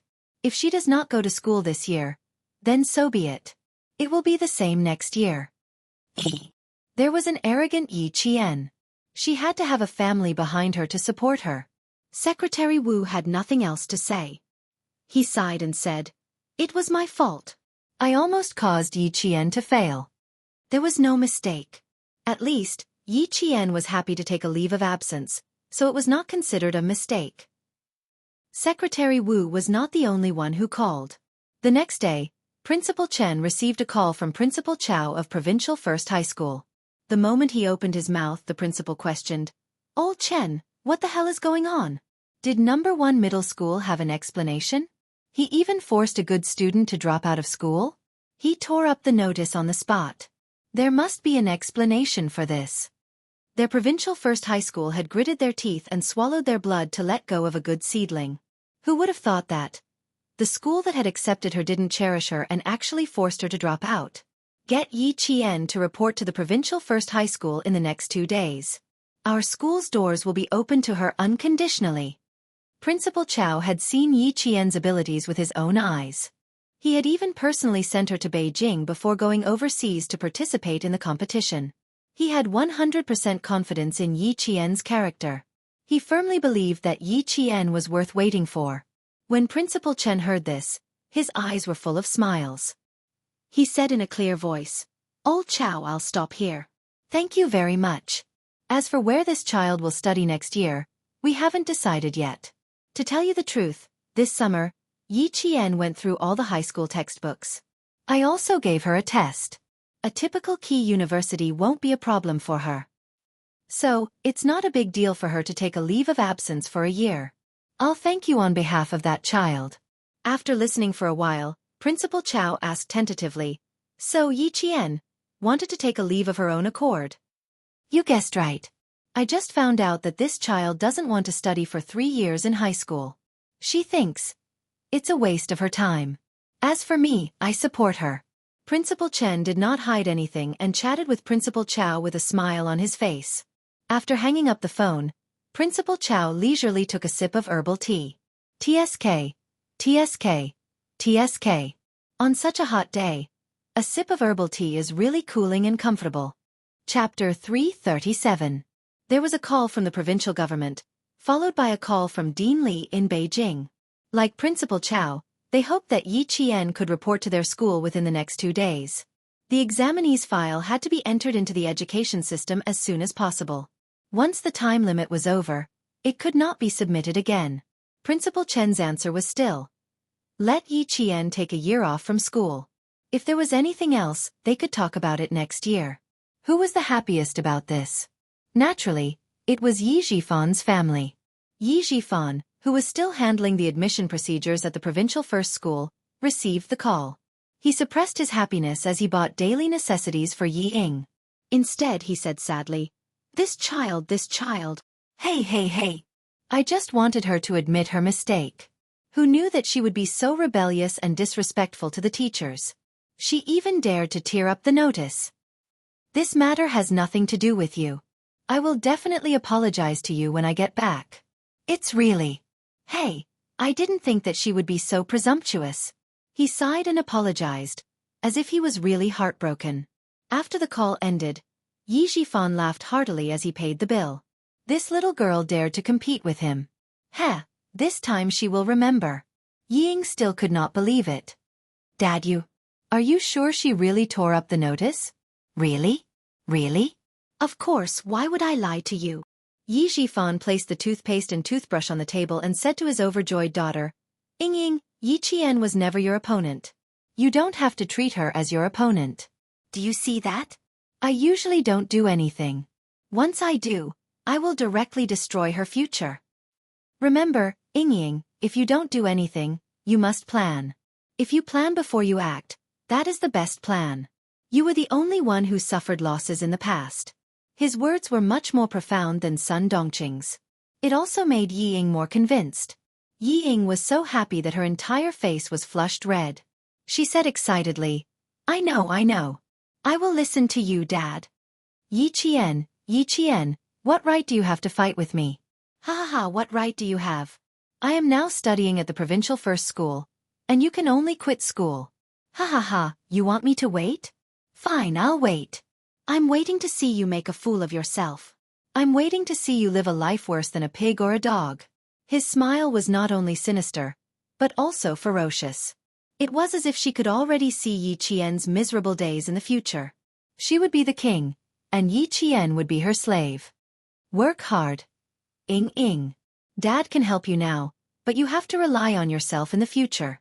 Yi Qian is no longer a threat. She didn't even study in high school.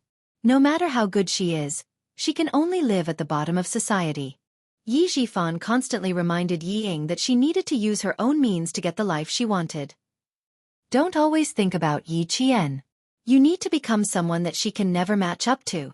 When she thought about how Yi Qian would never be as good as herself, Yi Ying felt that the haze from before was swept away. She hugged Yi Jifan's arm and said coquettishly, Dad, I know. Don't worry. I used to throw tantrums because of Yi Qian, but I won't anymore. She was already inferior to me, and she will still be inferior to me in the future. I will work hard for you. I definitely will. Sun Dongqing, who was hanging the clothes outside, didn't know about this. When she found out that they had returned to Fujian town, Yi Jifan told her. She knew, and not long after, the villagers of Shuku village found out. They all felt sorry for Yi Qian. He was such a good child, and he had a bright future, but he ruined himself. Chapter 338. 2 months after school started, the news of Yi Qian's suspension from school still hadn't died down. Yi Jifan, who had always been cautious, asked around for 2 months and confirmed that Yi Qian's name was not in any of the high schools in the city. nor Yi Qian's name in any of the high schools in the province. He was still worried and used his connections to check Yi Qian's household register. It was only when he found out that Yi Qian was still in Fujian town that he truly felt relieved. Yi Qian didn't repeat his studies, nor did he enter any of the high schools. It was as if he had completely disappeared. In October, the principal Chen of Fujian town resigned due to health reasons, and the position of the high school principal was handed over to another veteran who could continue to guard the underground oil depot. In October of the same year, Uncle Zhen, who had lived in Shuku village for more than 20 years, said that he was going to look for his relatives in Sichuan province. He left Shuku village with the village chief, Zhang Difu. Yi Qian, Uncle Zhen, and Principal Chen's figures faded out of Shuku village and Fujian town. Even the people in the army didn't know where the 3 generations had gone. They only knew that they had gone to wherever the hardships were. Heavy snow was already falling. In one night, the entire Anyang city became a world of silver and white. Winter of 1996 had arrived. Anyang city of the southern province welcomed its first snow of the winter. Children were happily having snowball fights in the snow. The children's laughter added the most vibrant colors to the entire city. Drivers, cyclists, and pedestrians were all very careful for fear of accidents. Only a jeep suddenly appeared at the intersection. It sped up again, stirring up waves of snow, and disappeared around the bend in the road in the blink of an eye. The driver's deep black eyes contained a faint smile. His elegant and handsome face contained a smile like the spring breeze in March. He steadily drove the car to the entrance of No. 1 Middle School. "Hello, I'm looking for Yi Qian from grade 1 class." A tall man in a military coat casually rested his arm on the windowsill of the guard post. He took off his gloves, revealing a pair of slender hands that were as long as a pianist's. He picked up the ballpoint pen used for registration and wrote down his name stroke by stroke. He smiled at the guard at the door. "Yi Jian, grade 1, class 1. The guard at the gate was a security guard in his 30s. When he heard this, he glanced at the young man in a military coat. When his gaze landed on the man's military cap, his eyes flickered slightly. Xia Jinyuan put down the ballpoint pen. He could see something strange from the other party's expression. There was a hint of seriousness in his soft voice. "What's wrong? What happened to her?" "Comrade, this Yi Jian." The guard opened his mouth awkwardly. After thinking for a while, he lowered his voice as if he was afraid that someone would overhear him. "She didn't come to our school. Why don't you go outside and ask around?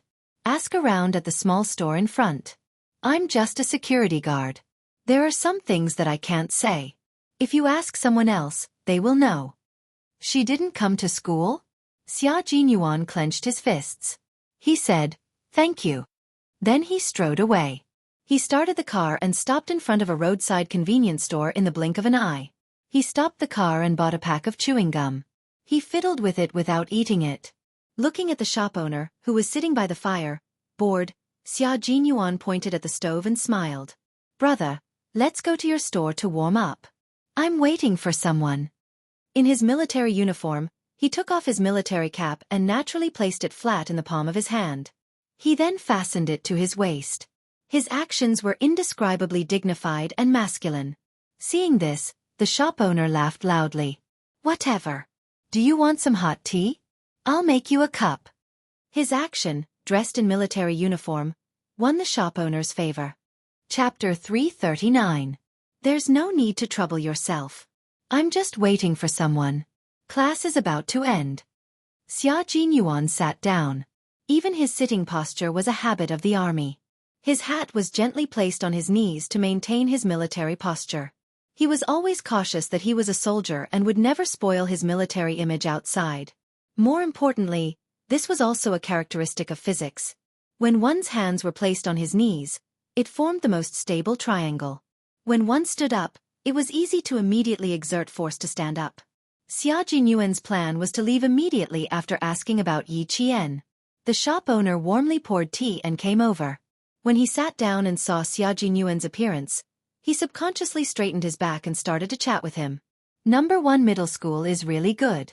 This year, 6 students from Tsinghua University and Western University took the college entrance examination. Now that it's famous, all the students outside are squeezing their heads to get in. Everyone wants to go to number 1 middle school and enter the top universities. The shop owner was bored guarding the shop alone, so when a soldier came to chat with him, he warmly introduced number 1 middle school while drinking hot tea. Xia Jinyuan wanted to know what exactly happened to Yi Qian here, so naturally, he deliberately guided the shop owner around number 1 middle school. Hearing this, the shop owner smiled and said, "Not everyone wants to study at number 1 middle school. I just went to the school to look for someone and heard 2 parents delivering clothes to a student outside. They heard a student named Yi Qian. She seems to be Yi Qian. This little girl was a celebrity in Anyang City some time ago." Since they were talking about other people's affairs, the shop owner described the scene that happened that day in detail. "It's a pity for the little girl. It's really a pity. I even specially looked up last year's People's Daily. She was really the little girl who won the gold medal in the mathematical Olympiad. She was stingy with the school and left as soon as she tore the notice. Say, why are children nowadays so temperamental? It wasn't easy for her to get into the school. Since the school didn't cancel her results, they still admitted her. So what if she's an auditing student? As long as she's studying at number 1 middle school, it's fine. Tore the notice? Didn't cancel her results? Auditing student?" Xia Jinyuan, who had grasped the main point, asked in detail what had happened. After listening to him, his handsome face turned cold. His little fox was being treated so unfairly. How could someone as prideful as her be broken by a basin of groundless dirty water? It was even more impossible for him to be a mere auditing student. After drinking the tea, Xia Jinyuan was clear about the ins and outs of the matter. After he left the snack bar, he took out a black and white mobile phone that had been popular in Beijing recently and was worth more than 10,000 yuan. He dialed a set of numbers. "Help me investigate someone. Yi Qian, she just turned 16. Find out which school she's studying at in Nan Province. I'll give you a call in 10 minutes. After the phone call, Xia Jinyuan, who had not slept for several consecutive nights, closed his eyes and rested. He did not panic, for he knew very well that it was impossible for his little fox to drop out of school. If she wanted to be admitted to a military academy, she had to be studying at a high school. Regardless of high school or junior high school, as long as she was in school and her student ID was there, he would be able to find her. In less than 10 minutes, the phone rang. The person on the other end said something, and Xia Jinyuan, who had a calm expression just now, suddenly opened his eyes. His voice was as cold as the snow outside. "Have you checked all the schools in the province?" Chapter 340. The person on the other end of the phone was a woman with a gentle voice. She was dressed in an expensive suit. She was wearing a suit and a pair of black heels that were at least 8 centimeters high. She leaned against the desk and said calmly, "I did. Her student ID hasn't been changed and her file is still in the province. In other words, she's suspended from school. She didn't attend high school or repeat her 3rd year of junior high school. She's suspended from school to retain her student status." Suspended from school to retain her student status. After hearing this, Xia Jinyuan's tense nerves were all relaxed at once. Uncle Chen leaving Fujian High School, Uncle Jen leaving the village, and Little Fox suspending from school. All of this made sense. The 2 old revolutionaries didn't take any action and left immediately. This meant that they supported Yi Qian's suspension. Now that they left Fujian town together, it looked like 3 generations of people had agreed to go on a trip together. His thin lips curled into a smile. She was really daring. She could even do something like taking a leave of absence. Little Fox, what medicine are you selling in your gourd?" With Uncle Chen's abilities, weapons, Little Fox, and Uncle Jen, the 3 generations of people wouldn't have to worry about anything. He bet that she would only suspend from school for a year. After a year, his Little Fox would definitely return. "Help me investigate what happened with Yi Qian. Just investigate Yi Jifan. There's no need to investigate anyone else." He didn't believe that Little Fox's admission to school was simply because she cheated on the exam. Someone must have done something. There wasn't a second suspect. Yi Jifan was the only one. The woman on the phone obviously had a good relationship with Xia Jinyuan. She laughed when she heard this. "Young Master Xia, you seem to care a lot about this young lady. Aren't you going to chat with me?" "Miss Xia, as a career woman, you're not suitable to talk about this. Old Master Xia is still waiting for you to bring back a brother-in-law." Xia Jinyuan finished speaking lazily. As he started the car, the woman said coldly, "Goodbye." He tossed the phone onto the passenger seat, and the car dashed into the heavy snow. This time, the speed of the car was much slower than before. It did not exceed 30 kilometers per hour and steadily drove out of I-City. Xia Jinyuan already knew the reason for what he wanted to investigate even before the car left I-City. "You want to ruin Little Fox's future? Mayor Yi, oh Mayor Yi, the military already has Little Fox's file. Do you think you can destroy it just because you want to? She's a little fox that the country wants to nurture. What ability do you have to destroy her?" But what was the little fox going to do? Did he need to make a move? Xia Jinyuan, who had been driving the car out of City, could not make up his mind. It would be convenient for him to make a move, but he could not figure out what little fox was thinking, so he had to be more cautious. It was better to wait until he got in touch with little fox. It would be easier for him to make a move once he knew how she was doing. After driving for a few hundred meters, the car stopped by the roadside. Without turning off the engine, he picked up the phone again and dialed a group of numbers. This group of numbers was to find out where the third generation was. "Brother, check on the two elders and the girl. I'll give you their ages and names later." "Photos?" "Yes, but I have to wait until I have a computer." As his clear and lazy voice rang out, a man's joyful laughter could be heard from the other end of the line. Chapter 341. The man said something that made Xia Jinyuan raise his eyebrows. "You're full of nonsense, aren't you? Goodbye then." No, I'm scared of you. I was just talking too much. Send it to me and I'll check it immediately."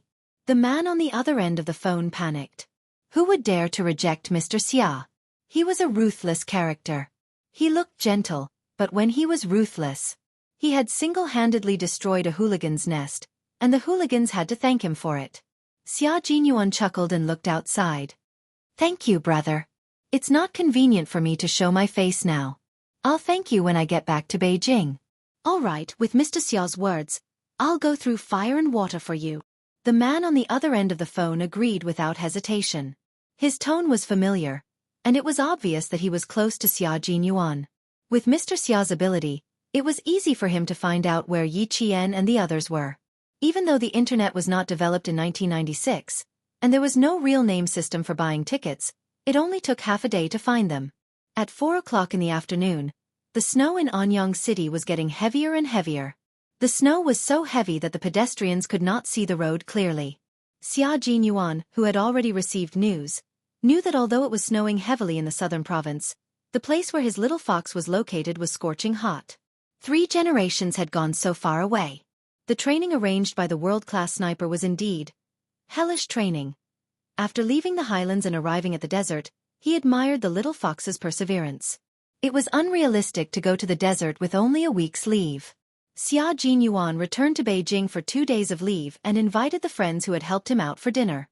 On the 5th day of leave, he returned to the Snowfield Brigade. "Damn! You came back early. You should have given me the extra leave."